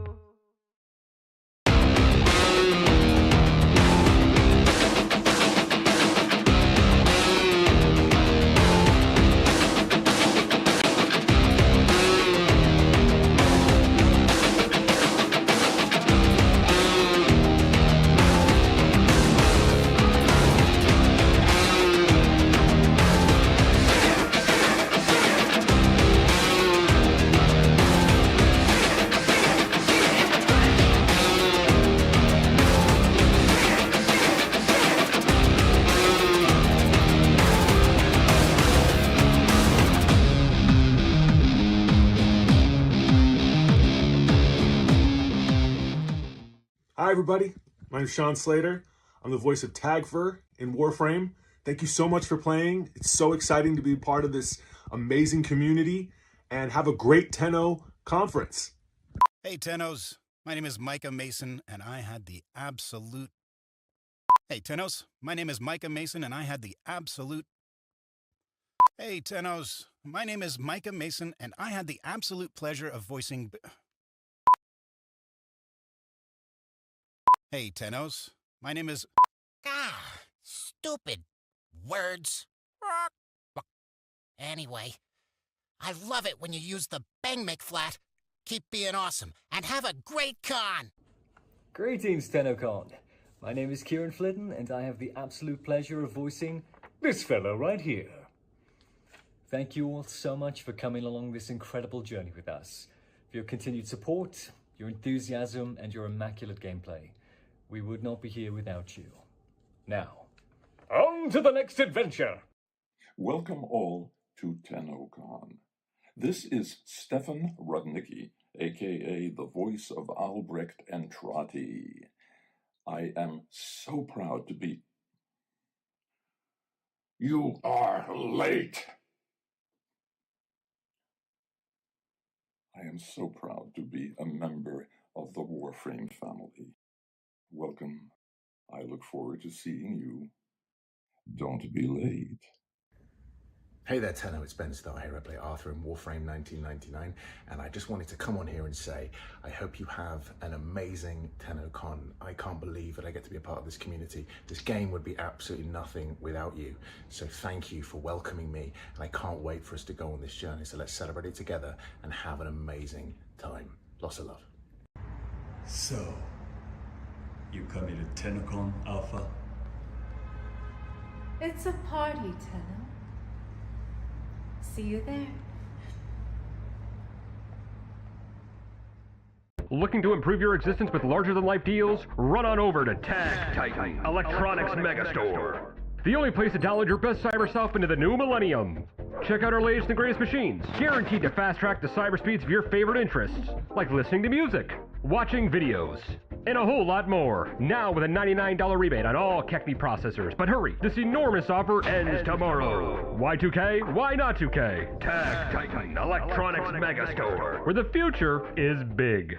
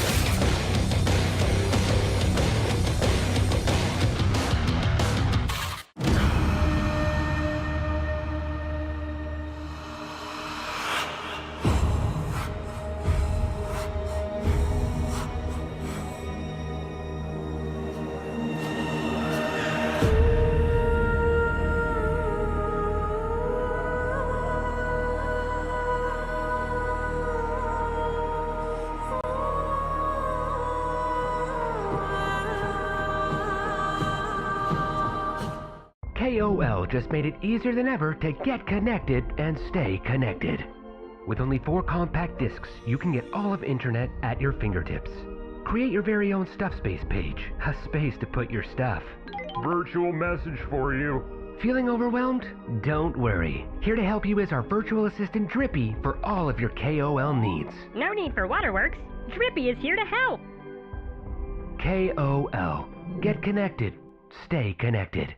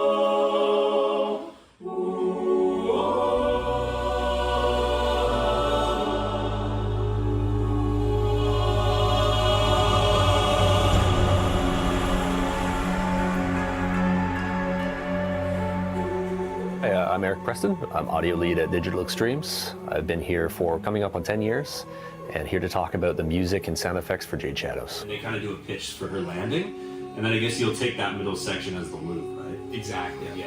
I'm Mark Perquin. I'm a sound designer on WARFRAME here at Digital Extremes. I've been here for just about 5 years. We'll get those shouted as well as like an ah. I've got a choir background myself, so when I heard that there was going to be the choir frame, I asked Eric if I could take the sound design. That's one ability, that chord. Right. You can cast any of the 3 F sharp A, C sharp abilities. While you're up there, you can also cast those. Right. So we need to keep it all in the same chord.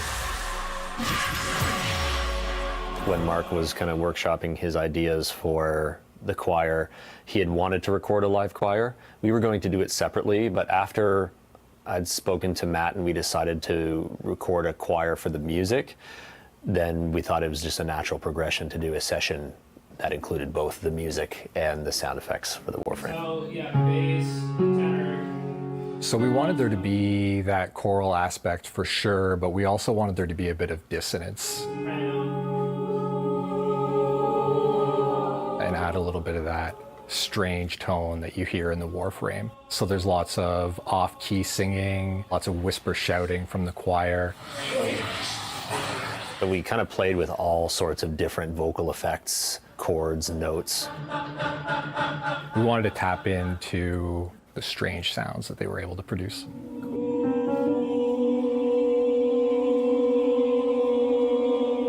The choir is so talented that whenever we would suggest ideas or want to try different ideas, they could reproduce that very quickly on the fly. It felt like sort of having your own live synthesizer, except they're human beings and they're amazing. Cool. Was the tuning of those chords okay? All good? Eric definitely had some great direction as to how he wanted the frame overall to sound. I had some specific ideas for the 4 abilities that I wanted to hear, and then Matt was able to pull that all together in a very musical way and in a way that fits with the music that we'd also recorded for Jade. All of the notes that you hear in the frame's abilities are all in the same key and in one chord actually that fit really well with the music that we'd already recorded.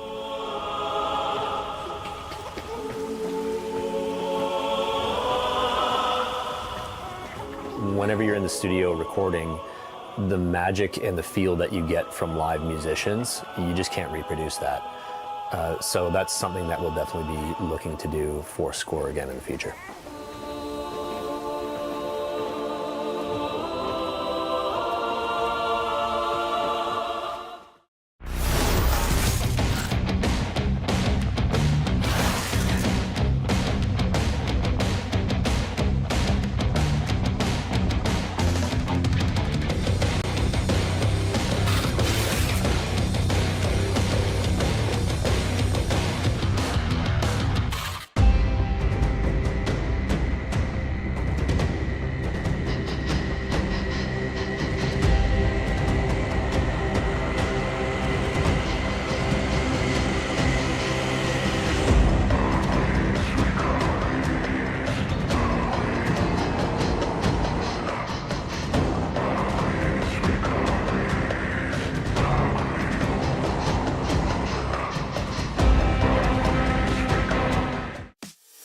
Everybody knows there's nothing like a delicious slice of Big Bites pizza.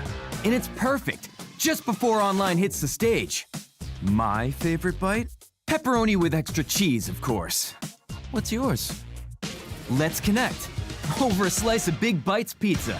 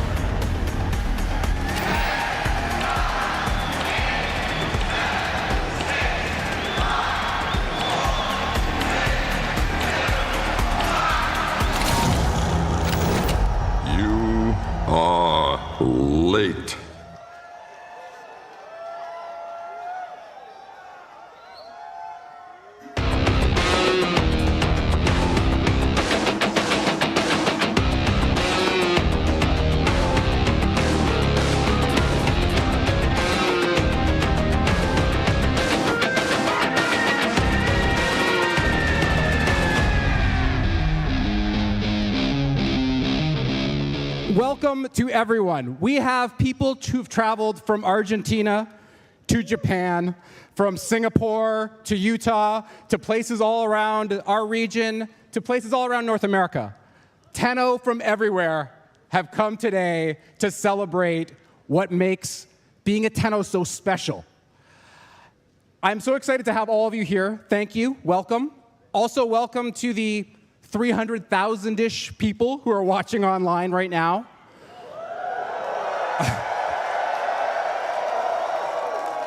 It is our great privilege and honor to have you with us today. If you guys are ready, tonight is going to be a night of mystery and magic. It's going to be a night of atomocycles and automatic weapons.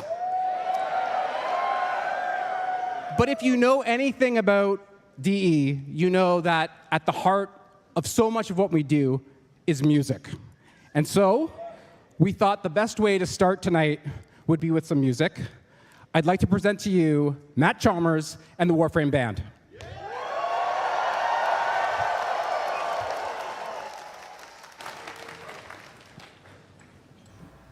One, two, three, four.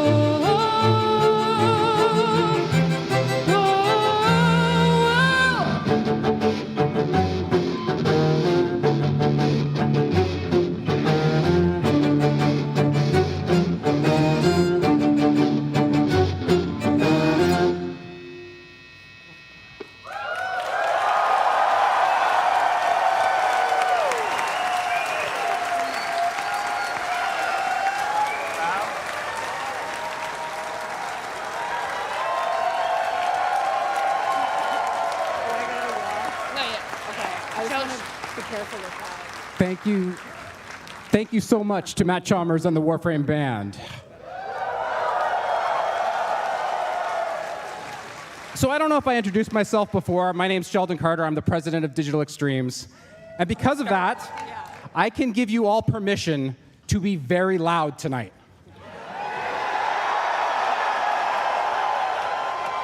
All right, I want to try something just to get us ready for the amount of excitement we're going to have today. We're going to cut the crowd in half, right at the camera line, so right about here, okay? Everybody on that side of the camera, when I point over here, you're going to say 19. Okay, let's try it. 19. Okay, and over here, when I point this way, you're going to say 99. Okay, let's try it. 99. Okay, and when I put my hand in the air, we're all just going to scream our heads off and stomp on the ground and do whatever we can. Okay, are you guys ready? All right, let's try it. We're going to build slow. Here we go.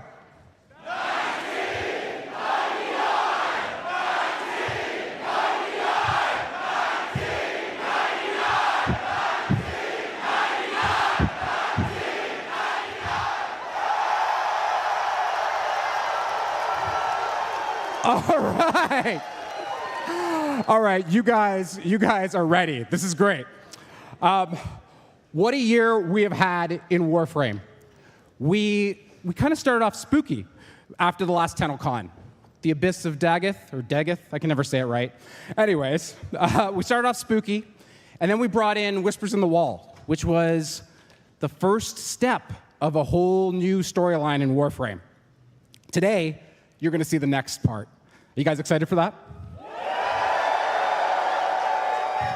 All right, so then after that, we went fast with Gauss Prime. And then we brought in 700,000 new Tenno with Warframe Mobile. So this is their first Tennocon. There's so many of them, it's their first Tennocon, so welcome to you guys. Now I want to stop the people in chat who are right now saying Android when. Soon, it'll be soon. All right, so after that, we did a Warframe that's near and dear to my heart, a Warframe that loves books with Dante. And then our creative team showed that we can still birth ideas that'll surprise you and make you laugh. And that's what Tennocon is. Tennocon is a celebration of all that's happened this past year and everything that's happened along the 11-year journey that our game has been. And we wouldn't be here if it wasn't for you guys. It is your energy that keeps Digital Extremes going, and I think I'd like to take a moment to talk about the incredible people that make the game. The staff at DE. They work tirelessly on the updates, but even tirelessly to bring an event like this together. So if I can get you to be loud just another time, could we give it up for the staff of DE?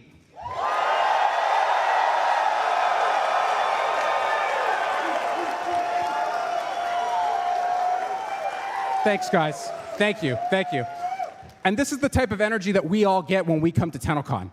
We meet with you in person in the autograph line, or we meet with you online. And we get to have this kind of shared experience that builds all of our energy. And here's the thing. You guys give all that energy to us, but Tenno Live is our chance to give it back to you. So I'm going to ask one more time. Tennocon, are you guys ready for Tenno Live?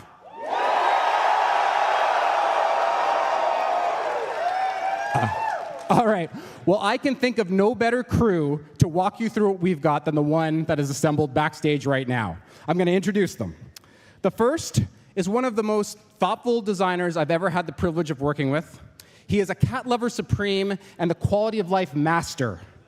The director of Warframe's design, Mr. Pablo Alonso.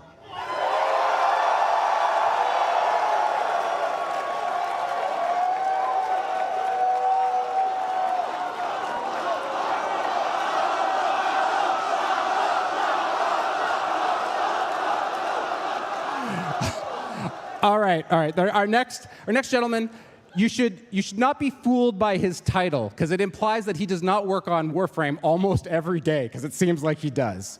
He is a man we call the Tastemaker, and he is the creative director of SOULFRAME, Jeff Crooks.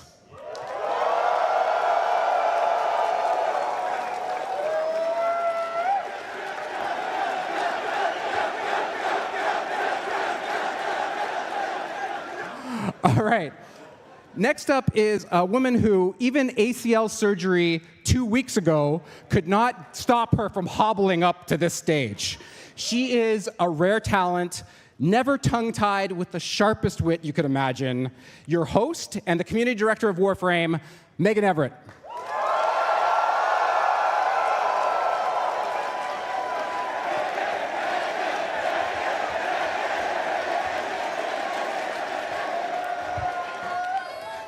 All right, next, we have the creative backbone and visionary for our company, yet also the panelist that's most likely to say something that's going to make me blush.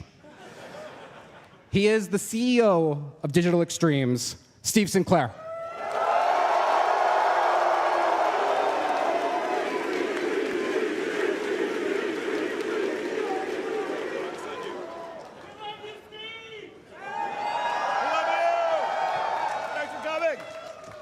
And last, I have a force of nature. She started off as the community voice and the voice of the Lotus, and now she is the voice that leads the entire development of Warframe. Please welcome the creative director of Warframe, Rebecca Ford.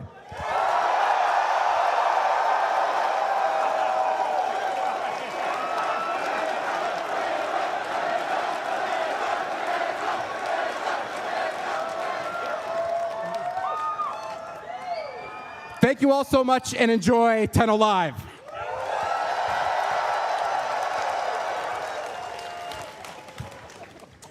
I'm not even sure how to follow that. Thank you, Sheldon. We love you. I don't know where you went, but we love you.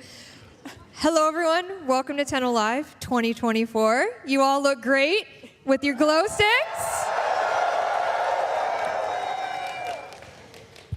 All right, like we mentioned, we have a 90-minute presentation for you tonight. A little less SOULFRAME, though. Aww. We used up too much time last time, I think. Yeah. No. We have a little SOULFRAME for you, just to recap. Just a little bit.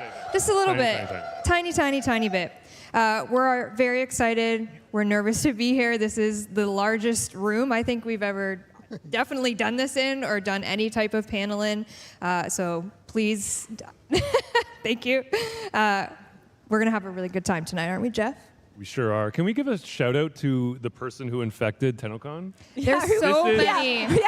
So many. I'm so impressed by this. And It's infected everyone. I see a lot of space. I don't know I won't call it that. All right, you can probably predict what I'm about to say.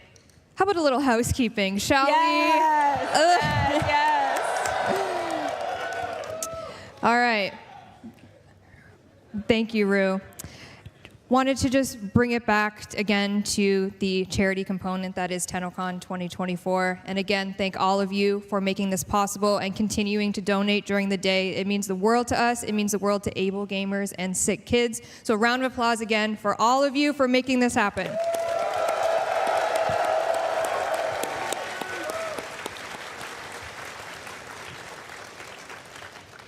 And we had many amazing, you guys saw the cosplay contest come through, and we also got to work with some really amazing cosplay professionals to come and really amp up Tennocon. And we have a little video from Lightning Cosplay just to show off Arthur.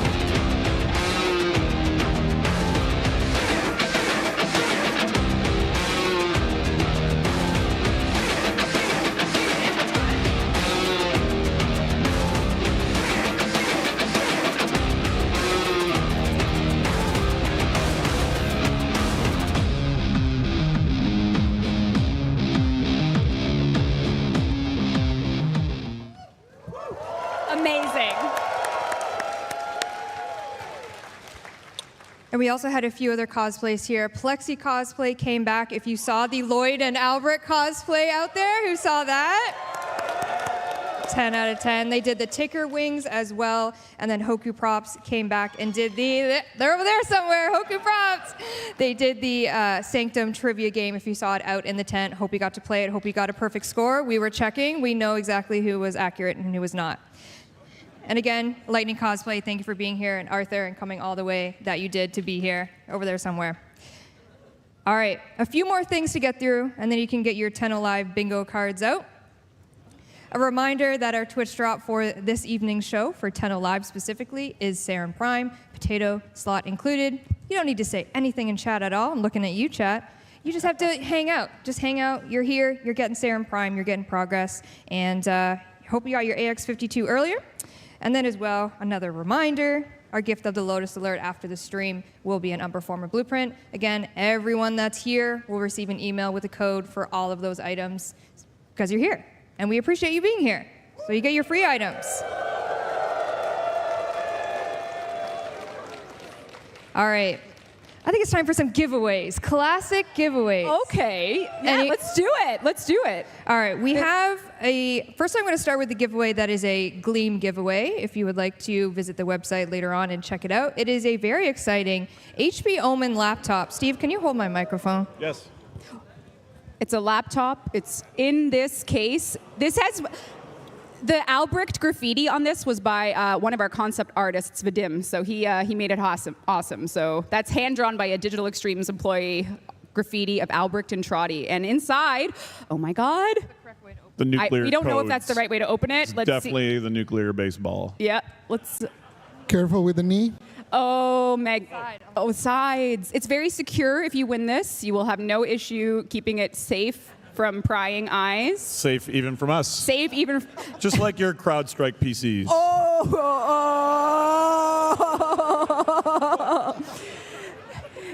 Yeah, yesterday, the entire demo PC and infrastructure... Actually, you know what? Shout out to our IT team who kept Tennocon going. Yep. IT. Yeah. Okay, imagine there's a laptop in there. I'm so sorry. I literally don't know how to open this. I was not given the instructions other than it's cool. And Steve will show. Oh, Steve's gonna try. No, I'm not gonna try. Imagine there's a laptop. Oh, thank you. You can win it online, right? Yes, it is a Gleam giveaway. If you'd like to participate in that, there's like a code. I don't know. Someone didn't give me the password. I don't know. I tried, right. But this is for later if someone wants to win that. But we do have some prizes while we are physically in here. Anyone ever heard of Power Plat? 100,000 platinum to someone in the audience, maybe, perhaps? Who needs 100,000 platinum? Yeah. Honestly, we've been doing this for 9 years. With inflation, it should probably be like 130,000 plat. All right, all right. 130,000. 1 million plat. No. Okay. No. Yeah. Really? That's how easy it is? It's bribery? You just bribe them? Hey, if it works, it works.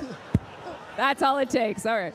Okay, I have the Power Plat winner. Danny is standing by over there. I'm going to give her this, and she's going to come and try to find you in this massive audience to make sure that this is really you and you're not fibbing.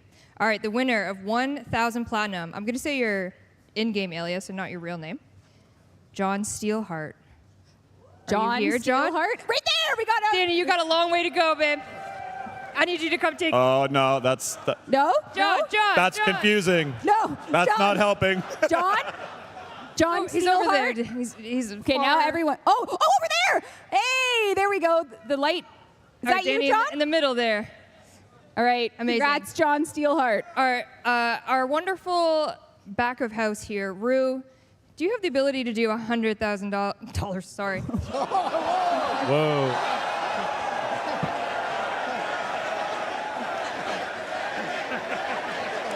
No! 100,000 platinum. Can you do Power Plat giveaway on Twitch? Hell yeah, we can. All right, we're going to run that. And while we run that, let's do another 100,000 platinum giveaway here for the audience. Can I get a... You read that? Kiwi V? I think, yeah.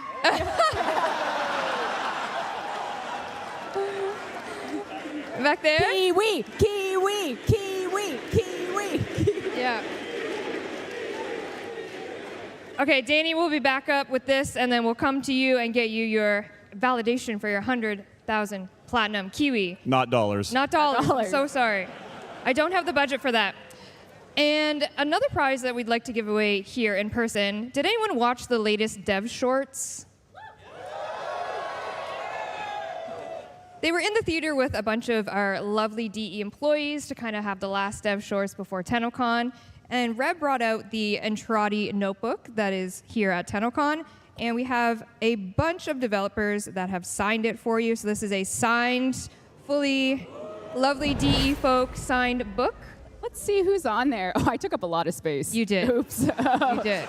Sorry about that. Oh wow, we have everyone. I see QA, the narrative team writing. Oh, this is. Can I have it? No. Oh. No, you cannot have it. All right, the winner of this DE signed Entrati notebook is Bloody Moons. Ooh, sounds like a Can I get a vampire. Bloody Moons? Bloody Moons. Bloody Moons over there. Bloody, bloody, bloody, bloody, bloody, bloody, bloody. Congrats, Bloody. All right, Danny's on her way. All right, that's enough of giveaways for right now. Oh, do you want another power plat? All right. Fine. The last one. Yes. What does it say? Schnitzenheimer? Can I get a Schnitzenheimer? Wait, where are you? Hold on. Where are you? Can I get a Schnitzenheimer? Over there? Schnitz.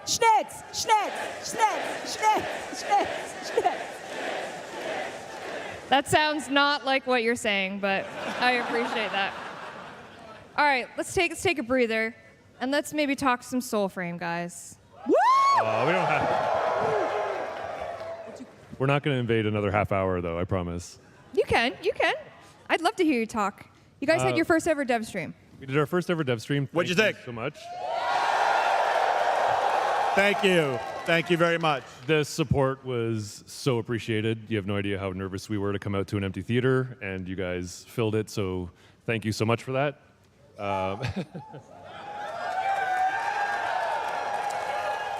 And everyone's invited now. If you're here, you're in the Preludes with us now. Thank you. And for the people who maybe missed the dev stream or the people watching online who didn't get to see it, we just have a quick little edit of what is currently in our live dev Preludes build. And yes, something you'll get to experience soon. Yeah, great. All right, let's hit it, Rue.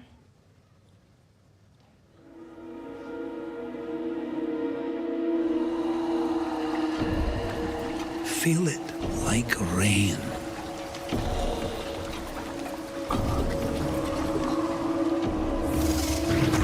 Breathe it like wind.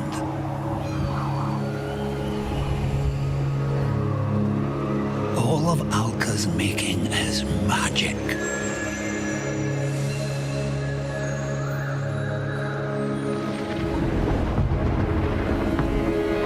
So wield it.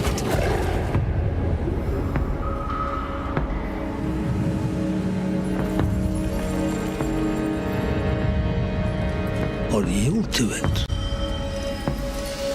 Once you've learned, that is a choice only you can make.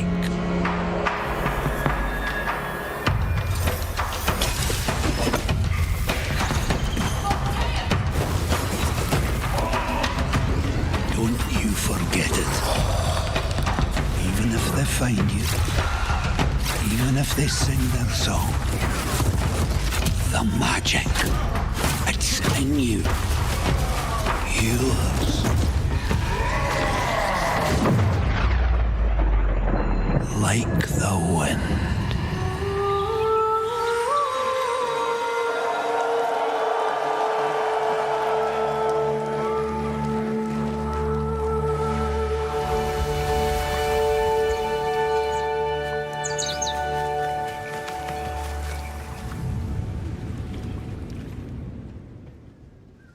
right, let's hear it for SOULFRAME, everybody.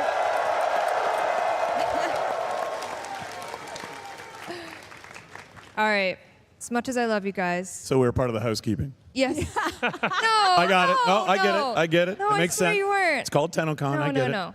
I love you guys, but it's time for some WARFRAME talk. All right? It's time for some WARFRAME. All right, first up. Guys, we're going on tour. We're coming back to Gamescom. Finally, we're coming back to Germany. We haven't been, when's the last time we were in Germany? It would have been 2019 or 2018. It was a while ago. I think. 2014. 19, someone 19. It was, fact I think 2019, 2019. We're finally coming back to Gamescom, and we're going to be throwing a Tenno VIP, as you can see here, on August 24th.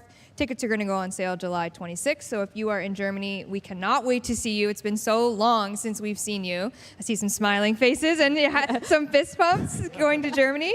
Could have saved you a trip, but... Yeah. Okay. Sorry to the sorry. group last night that came up to me and said, we came here because you don't come to Gamescom anymore. Sorry. So the next time you see us, we'll be at Gamescom. And then, soon after that, the tour is not over. We return to Tokyo Game Show in September. All right. This is going to be super cringe. September. But I'm going to do my best. Oh, yeah, do it. This is for all our players watching in Japan. 日本の皆さん、こんにちは。WARFRAME は9月の東京ゲームショウに登場します。あるのがみんなに楽しみです。TENNO. Oh, wait! I did it backwards. みんなに会えるのが楽しみです。TENNO.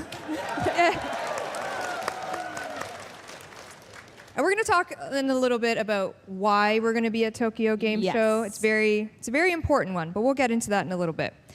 But after all of that, maybe looking forward to 2025, what better way to celebrate 10 years of Tennocon next year than already having a date? Tennocon 2025.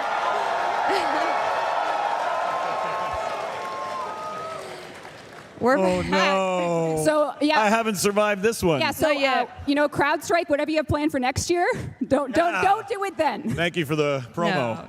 July 18th and 19th, next year, Tennocon 2025, 10 years of Tennocon, right back here, a 2-day party again, and just put it in your calendar. You'll learn more later. We just wanted to get organized and tell you the date ahead of time.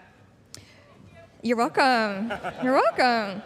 Before we jump into the updates that are coming for WARFRAME, we want to talk a little bit about cross-save.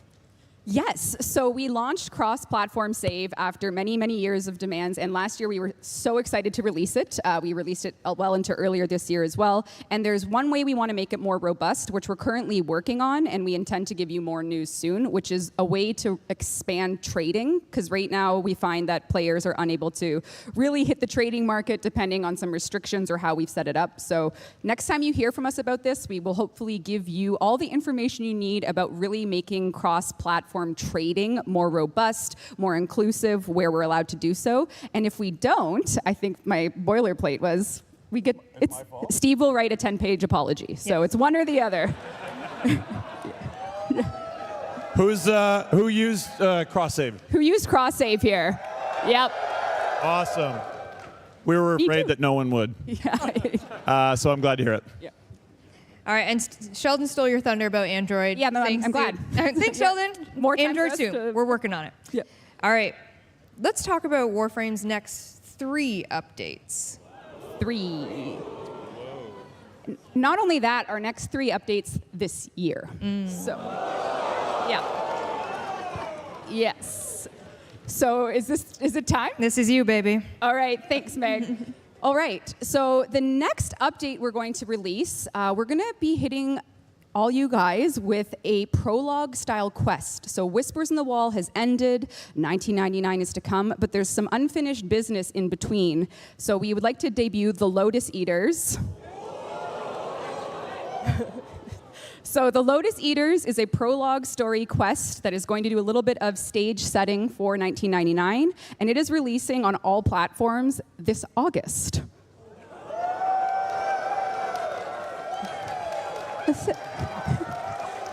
Yes, so you will get but a taste of a little bit of story development and plot in this moment that will come in August on all platforms. And it is not coming alone. This update has a very spirited... I was gonna bring it in with a bellowing sisters. Oh, wait, sorry. No, it's fine. As a crowd, when I start like the S, I want to get the, well, I guess a world record for people saying sisters below. You know the song. So 3, 2, 1. Sisters below. We're going where the wind don't blow. All right, that was it. Oh, wow. Yeah. So, yeah. Sevagoth Prime, Epitaph Prime, Nautilus Prime are all coming in Lotus Eaters. Mm-hmm. But then... Gilly Chat Prime. Oh, that's part of the deluxe skin. Oh, we'll find a way. That's Hydroid. We'll find a way. Oh, now there's 2. We're taking Prime requests right now. Yeah, oh my God. Don't worry, guys. There's primes after it. There's lots of primes to come. Don't you worry. The year won't be over. Guys, this is August. There's still a whole year ahead. Got a lot to do. Speaking of, what's after August? What's after August? This is the title you won't forget. Unannounced 2024 update. Yeah. If you're wondering, yes, creative direction, unannounced 2024 update goes hand in hand for a name. This is the update that we will be debuting to the world from Tokyo Game Show. This update is really gonna bring you, well, we'll talk about it a lot more in Tokyo, but we have a lot to tell you about what's in it today from a QOL side of things. So our unannounced... And a deluxe skin side of things. Any Caliban enjoyers in the chat? Yeah. This is Caliban Orfeo Deluxe and his deluxe scythe, and this is going to be the headlining, one of the headlining deluxe skins in an announced 2020. One of. There's others. We'll talk about them in Tokyo. And yeah, this is Caliban Orfeo coming in unannounced 2024 update. Gorgeous. Wow. Amazing work from the team on this one. Yes. And like you mentioned, we will have a handful of quality of life coming in this update. And I look to my man all the way at the end there. Hello. People have been asking me about this all day. Apparently someone leaked it. Wasn't me. So, Caliban rework coming with the update. We have a little video tease showing you, if you have a keen eye, you can spot a few of the changes we're making. Yeah, and before you go buy Caliban to prep for this, we're going to give you him for free with this update. So when you log in, all you have to do is log in for unannounced 2024 update, and you'll get a base Caliban for free for a limited time in that login window.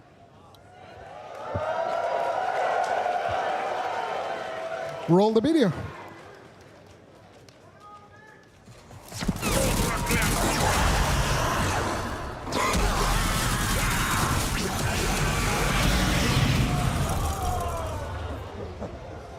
Just a little tease. If you know Caliban, you know a few things have changed already. A lot's changed. He's a lot of fun. Can't wait for you to get your hands on it.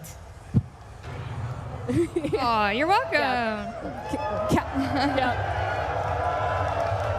But wait, that's not all. That's not all. Next slide, please. Item favorites are coming. This is basically what it sounds like, only there's not a lot to explain. We got a little video showing you how it works, but... Also, there's a jump scare sound in this. Jump scare sound, be careful. My audio is very high. Go ahead, Pablo. Sorry. And now, we click on Beautiful Ember. Skin is out.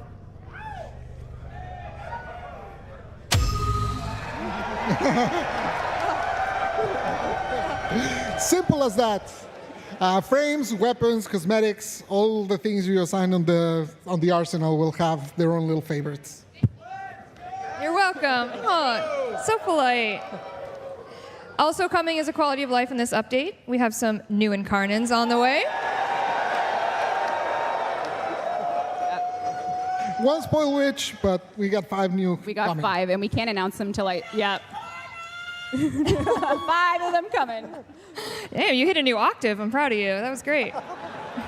That's great. We are not taking requests. They are already made. Thank you. Not at this time. Not at this time. Stug!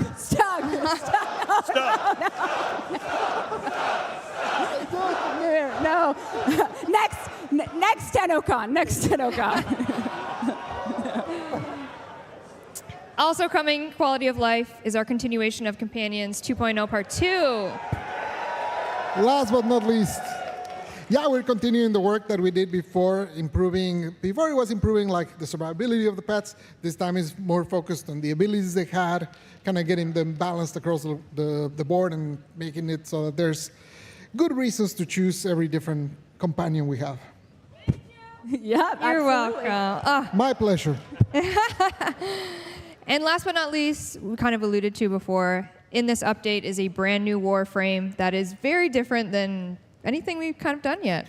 It is one of the craziest designs I've made for us, so it's a lot of fun. Looking forward for you to see it. Tokyo Game Show. Yeah. We'll see it in Tokyo.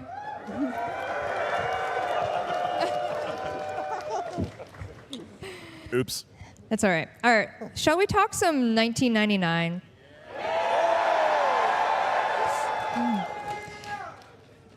Do you like anime? Okay. Oh my God. Okay. So when we come closer to launching 1999, we really wanted to make an animated short to launch it. So we are lucky enough, every week for the past several months, Jeff and I have met with the team at The Line, who are an incredible studio. Incredibly cool people. Yeah, they're just so awesome. And we will be launching, when 99 launches, there will be an animated short to go with it, like a little film. And here's a still from it. Yeah. Yep. And I just want to shout out the team at The Line. This is directed by Venla Lina in her commercial directorial debut with us, and we are so lucky to have her on our team. She's been at The Line. She was one of their first hires, and she is just a masterpiece of art and vision and animation. And she vibes with Warframe perfectly. Yeah. All I have to say is she had an Asterion mouse pad on our first call. So, yeah. And so shout out to The Line crew as well, Michaela and Tom, and there's lots of folks at The Line that are working on this. So you'll see this when 1999 launches. Thank you so much to the team at The Line. And it is very hype. Yes, Yeah. You're going to love it. Yeah.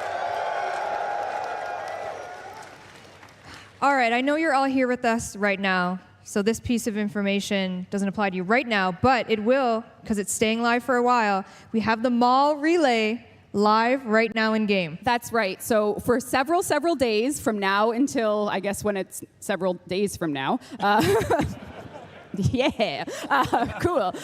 Nailed it. We have the themed Holvania relay, which is a place in 1999 in an Earth not quite like ours, and you can explore, meet characters, you can take screenshots. It'll be up and ready for you to explore with your Warframes and your fellow Tenno. You can go do some serious speculation on 1999, and there is...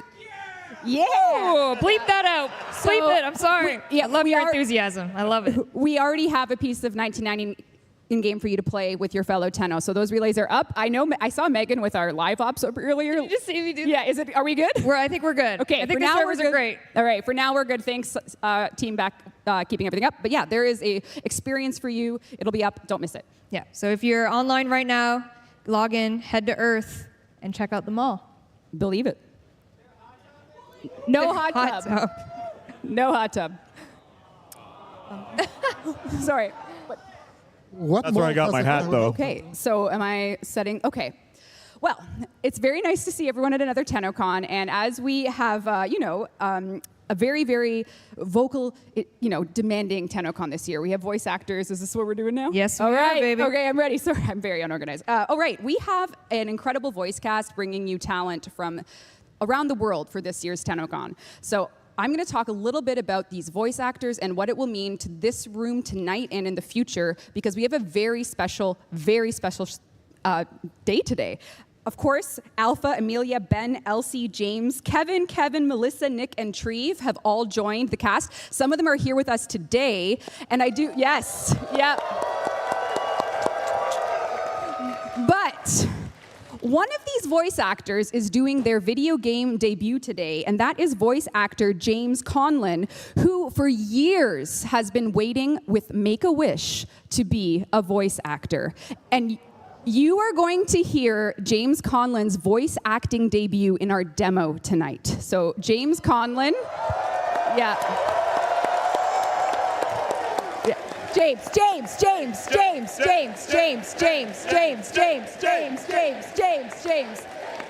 So we are granting this wish tonight, and WARFRAME has added another voice actor to its cast, thanks to James being willing to join our game and our community. We are going to, as we play the demo, once James's character, Ollie, has said his lines, we're gonna be looking for cheers. We'll cue you up because there's going to be some questioning of if everyone's done talking, because of course Ben Starr as Arthur has to banter with James because you never know what's going to happen. But when this happens in the demo, we would be very grateful if we could be James's first fans for his voice acting work to grant this wish. So thank you.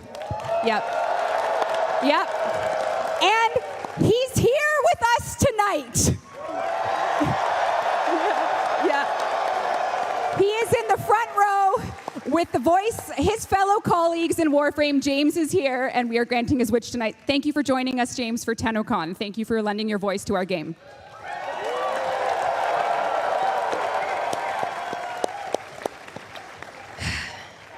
James.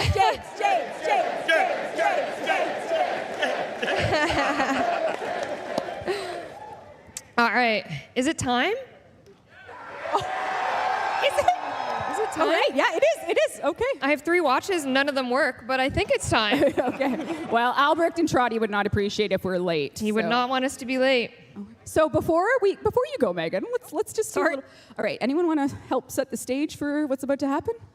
An incredible demo worked by a ton of talented people. This couldn't be done. You see us all here, but there's a big team in this room and back at the office working that made this real and that made this possible for all of us. We're super proud of what we did. Megan is going to take it to the finish line. Yep. Limping. Yeah, you got this. Megan will be doing a hands-on, just about 20 to 25 minutes, depending on how slow we go. It could go either way. And she's going to give you a live gameplay demo of the very first Quest mission in 1999. So you are going to be entering the world of 1999 and taking a look. You might get some questions. You might get some answers. I'll be doing a tiny bit of talking along the way to really let everyone understand the features that are coming in this update. And of course, a huge thanks to everyone at DE. The SOULFRAME team did a lot of heavy lifting for this update too. So huge thanks to everyone. WARFRAME 1999 is an update that we are very excited that we took a lot of risks with. Megan is going to show you that today. All of your support in what we've been trying to do has been very grateful, and we are privileged to be presenting you this update today here at Tennocon. So thank you for coming, for showing up. Thanks for showing up on Twitch, wherever you're watching around the world. Megan, take it away. Steve, Jeff, anything you want to add before Megan limps over? Fill the air. We love you all. Make sure you cheer for Megan. Yeah. It's amazing. We love you. Megan.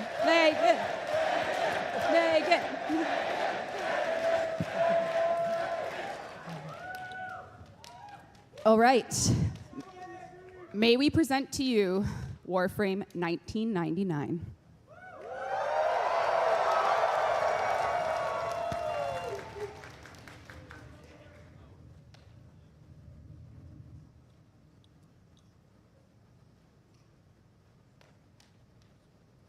You're going to do great, Megan. Good luck. You got this.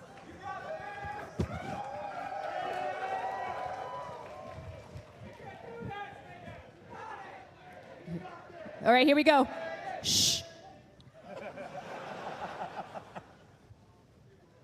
Phil. What?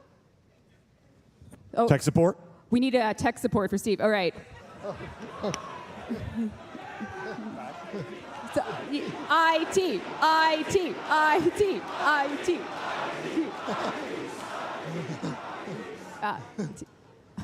That's not a blue screen, is it? Oh, no. No, it's not. Or is it? No, it's not. All right. live demo is live. Yeah, we do be doing our live demo. So if we're actually, I can pull up Twitch chat in the meantime. Let's see how many Clems may just be in chat. In Twitch chat. Oh. Clem.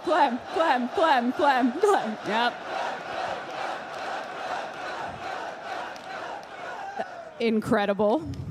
Oh, the lights are coming back. All right. The demo is coming. We actually are ahead of schedule, so this is okay. That's good. So for this demo, I don't really know if there's anything else I want to say about it, Jeff. Yeah, I don't think you want to leave. Do some power plat or something. Power plat. All right. Oh, nice. Wow, 9 Tennocons, and this is the first time we've had to pause a demo. What could it mean? All right, our next power plat? Yeah, all right. Wait, no, why don't we give away a Sevagoth Prime access? That's good. Yeah, okay.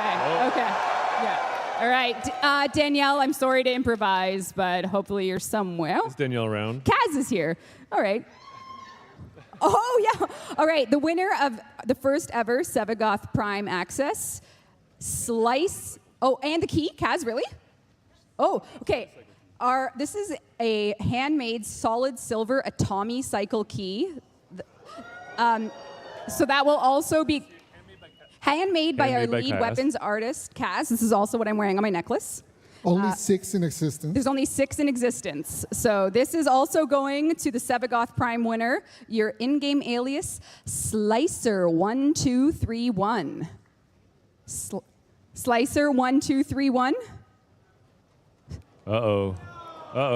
Slicer. Oh, it's me. Sorry, I didn't hear you. That's my name. What? No. All right. Sorry, but we will get you if you ever make yourself known, we'll give you something. Plat. All right. Thanks, Danielle. Oh, I got no skills. All right. The real winner of Bingus_Prime. Bingus.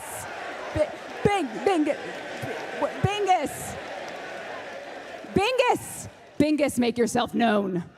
Oh, Bingus! All right. And the key. All right. That is Bingus Prime's first Tennocon appearance. You'll hear more about normal Bingus next year. I got to say I helped. Yeah, all right. So Steve has saved Tennocon once again. All right.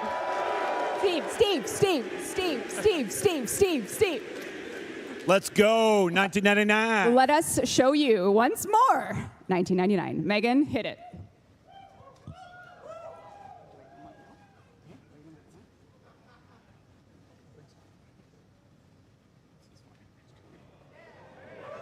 It's December 31st, 1999. Let's say goodbye to the old year with a track you all know and love from Global Sensation Online.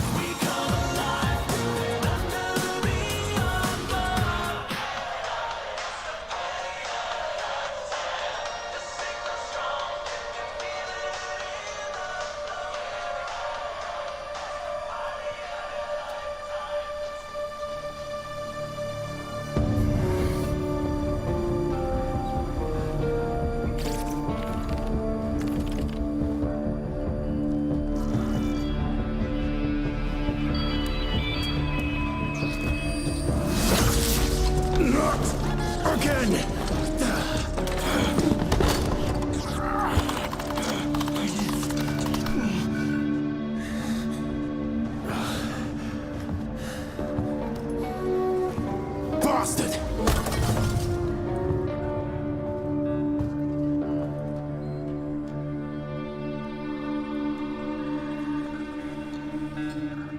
Welcome to 1999. This is an Earth not quite like ours.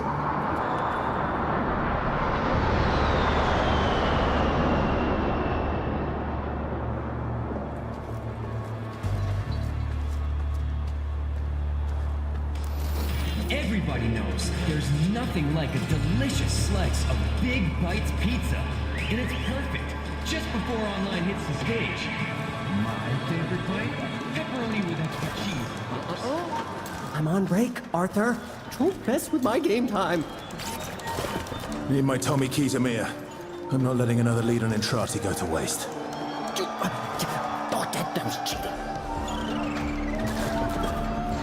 here. You. Yeah, you. My rooms are so hot, they have their own fans. You can't handle the heat. So helpless if these arcade games wind up infested. Let's give it up for James Conlon! Primo wipeout. Oh, come on. You can't handle the heat. Up to date.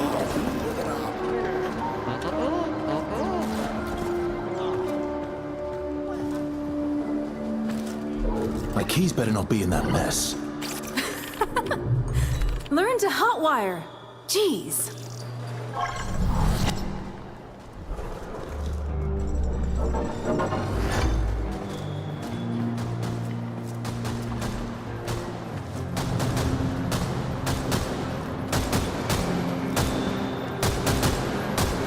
Did you take my damn keys? Don't distract me, Boy Scout. No disrespect, Quincy. Got places to be is all. Someone is taking my stuff.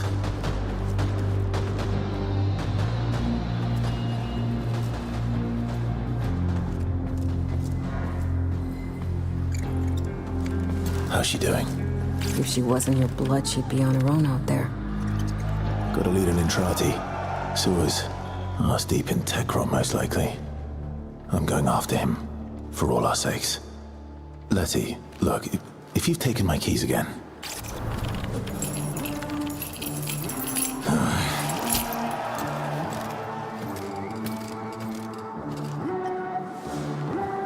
You have just met the syndicate that makes up the 1999 update. That is the Hex.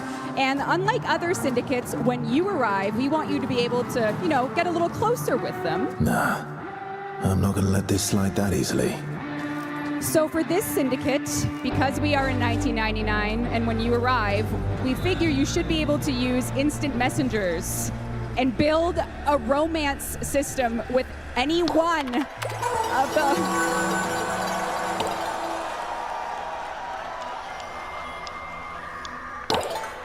So if you play your cards right, one of those 6, including Arthur, could be your New Year's kiss.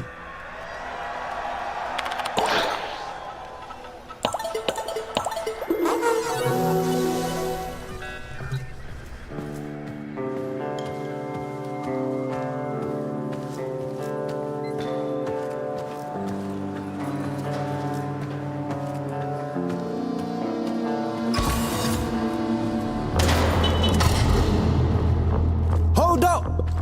Hero boy.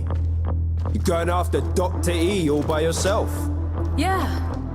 You're not going without backup, Arthur. Forget it. Yeah, I bet you didn't even pack a med kit. I'm coming too. Guys, it won't be like last time, I promise. Okay, plan A it is. I'll take point, make the rendezvous solo. Aoi, Amir, Quincy on backup. Letty, you and Eleanor hold the fort here. Keep the Jennies running. Saddle up.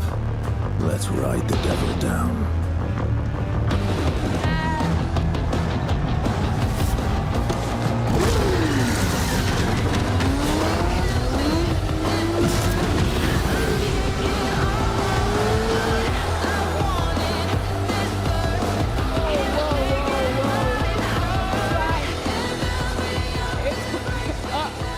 Act like it's...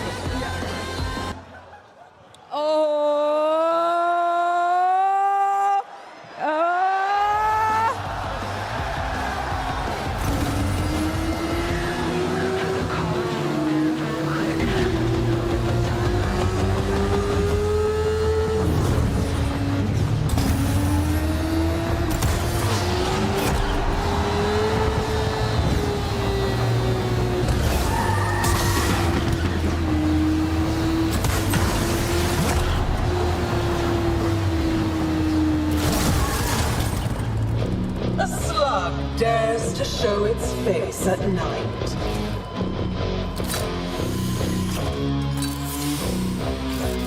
Didn't the bastard doctor warn you?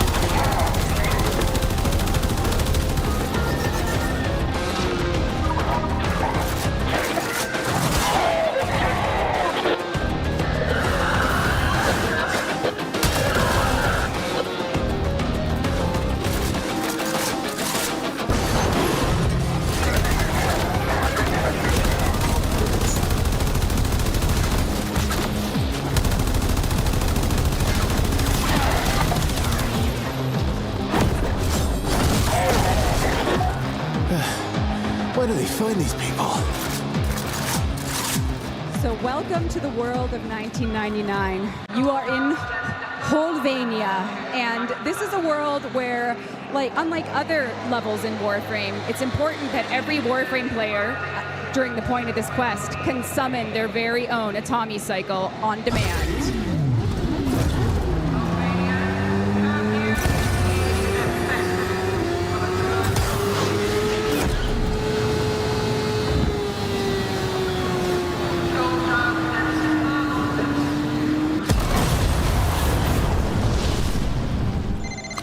Pity. We could have been allies. My soldier, put that thing down!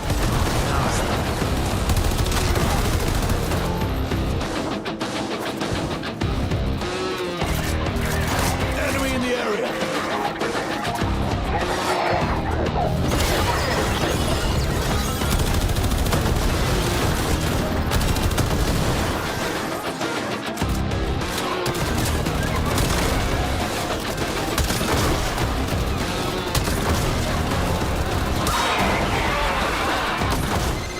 What's better for fun? Shit's corrosive.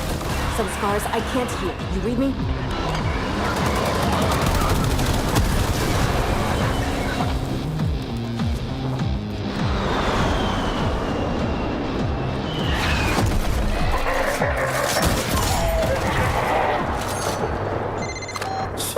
Iced them! Too slow, Arthur. I had it under control.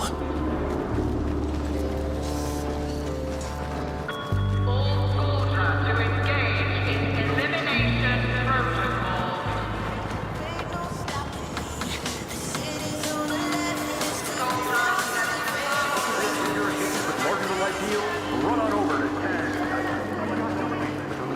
video games. You can get all of the equipment at your fingertips. And with over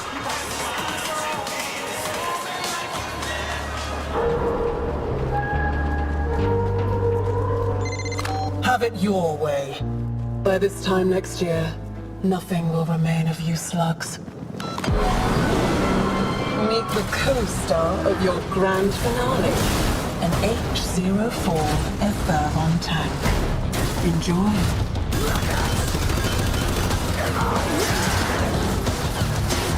Requesting assistance! The vents above the trace.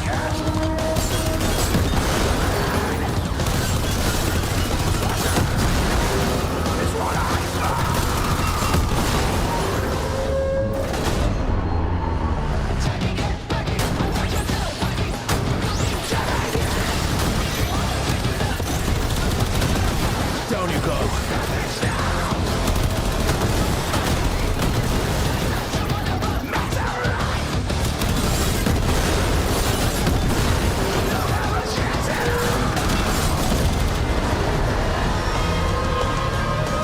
Victor, help them in. Now!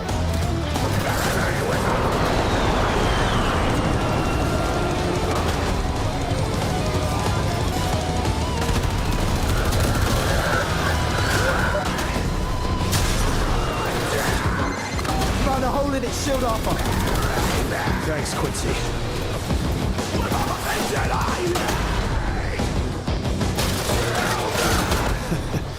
Yeah, don't mind if I do.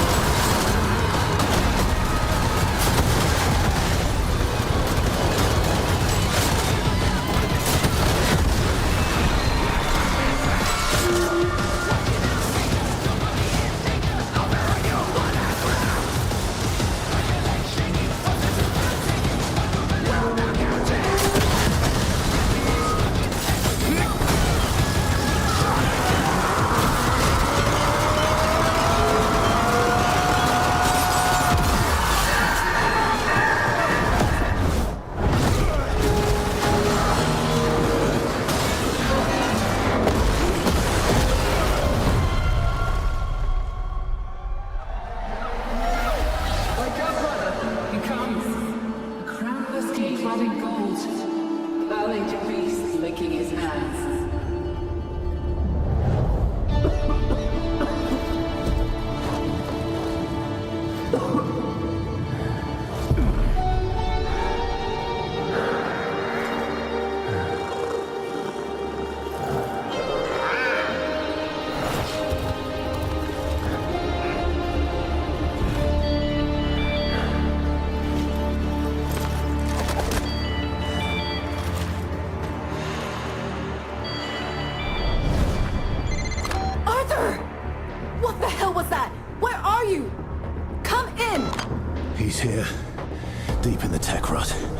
going after him. Video game. The only place to tell is your best driver comes into the new millennium.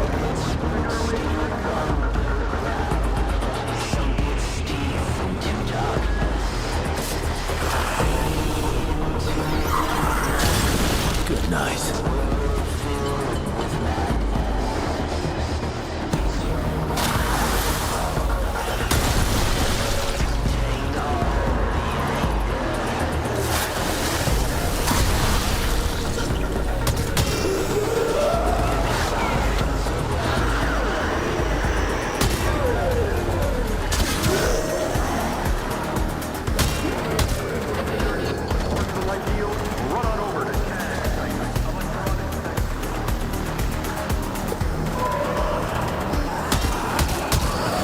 Them off.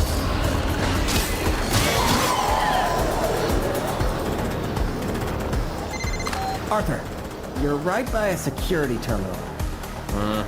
Bet my butt it's got a coda-worm injector. You want to risk it to control some tech rot? Well, let's find out then. Needs must and all that.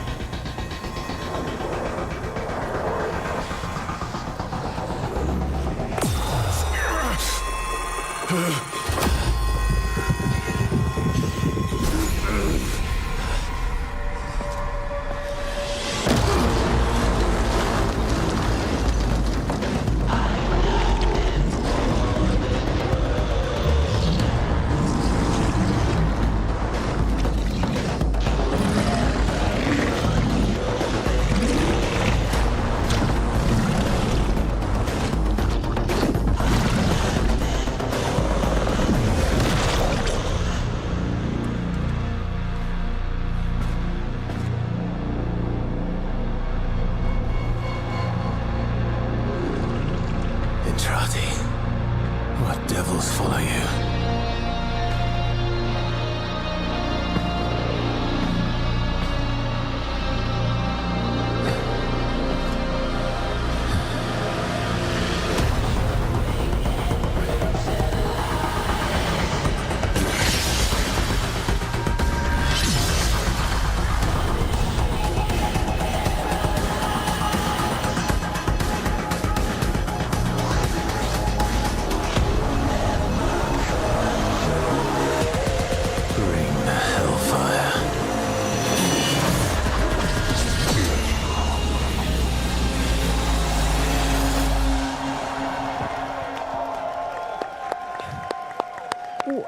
Well, as you can see, 1999 has its fair share of mysteries, a world not quite... Oh!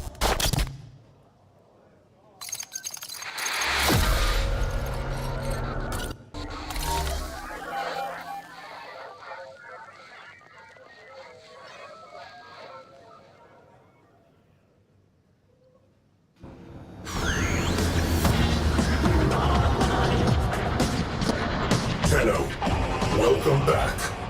What took you so long? Infested music detected. Our instruments are jammed. Theirs will not shut up. Kill the towers.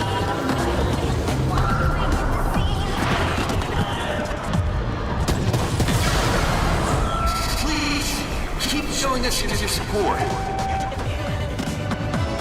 Sonic overload increasing. Destroy the remaining speaker.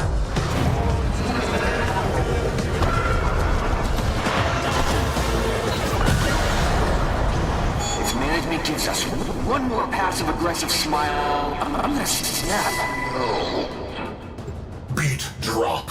Arcwing cannon online. Rush the stage.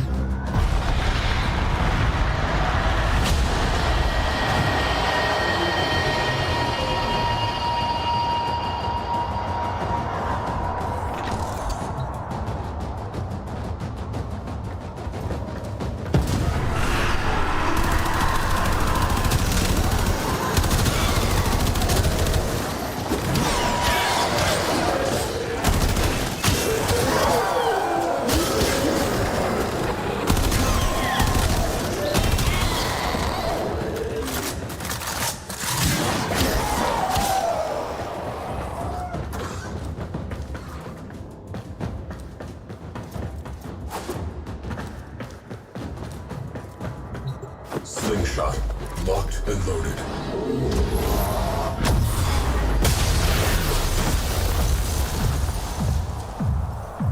All right, we are back in the Origin system. Maybe that little infested worm from 1999 has festered. But as you met all of the proto frames, it would be a missed opportunity for us to not give you a new tier of cosmetic. With the release of the proto frames, you will have the option to have Warframes Ever 2 fashion frames in one mission with a custom emote with a fully voiced Gemini skin.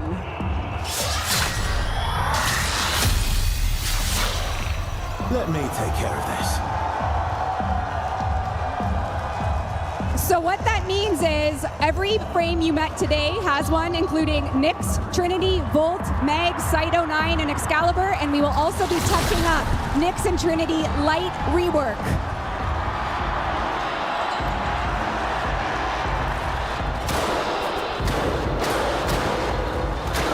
I've got one question for you. Are you having a good time?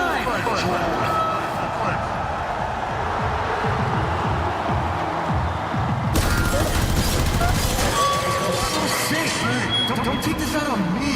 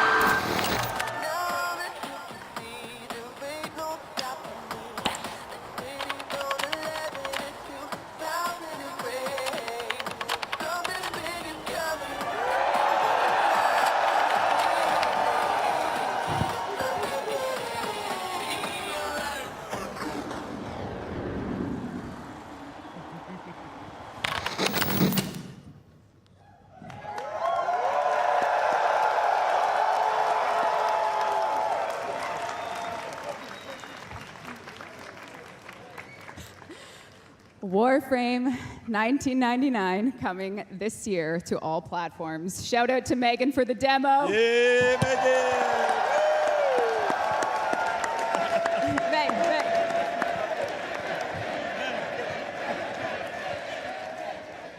Infested liches then? Infested liches confirmed.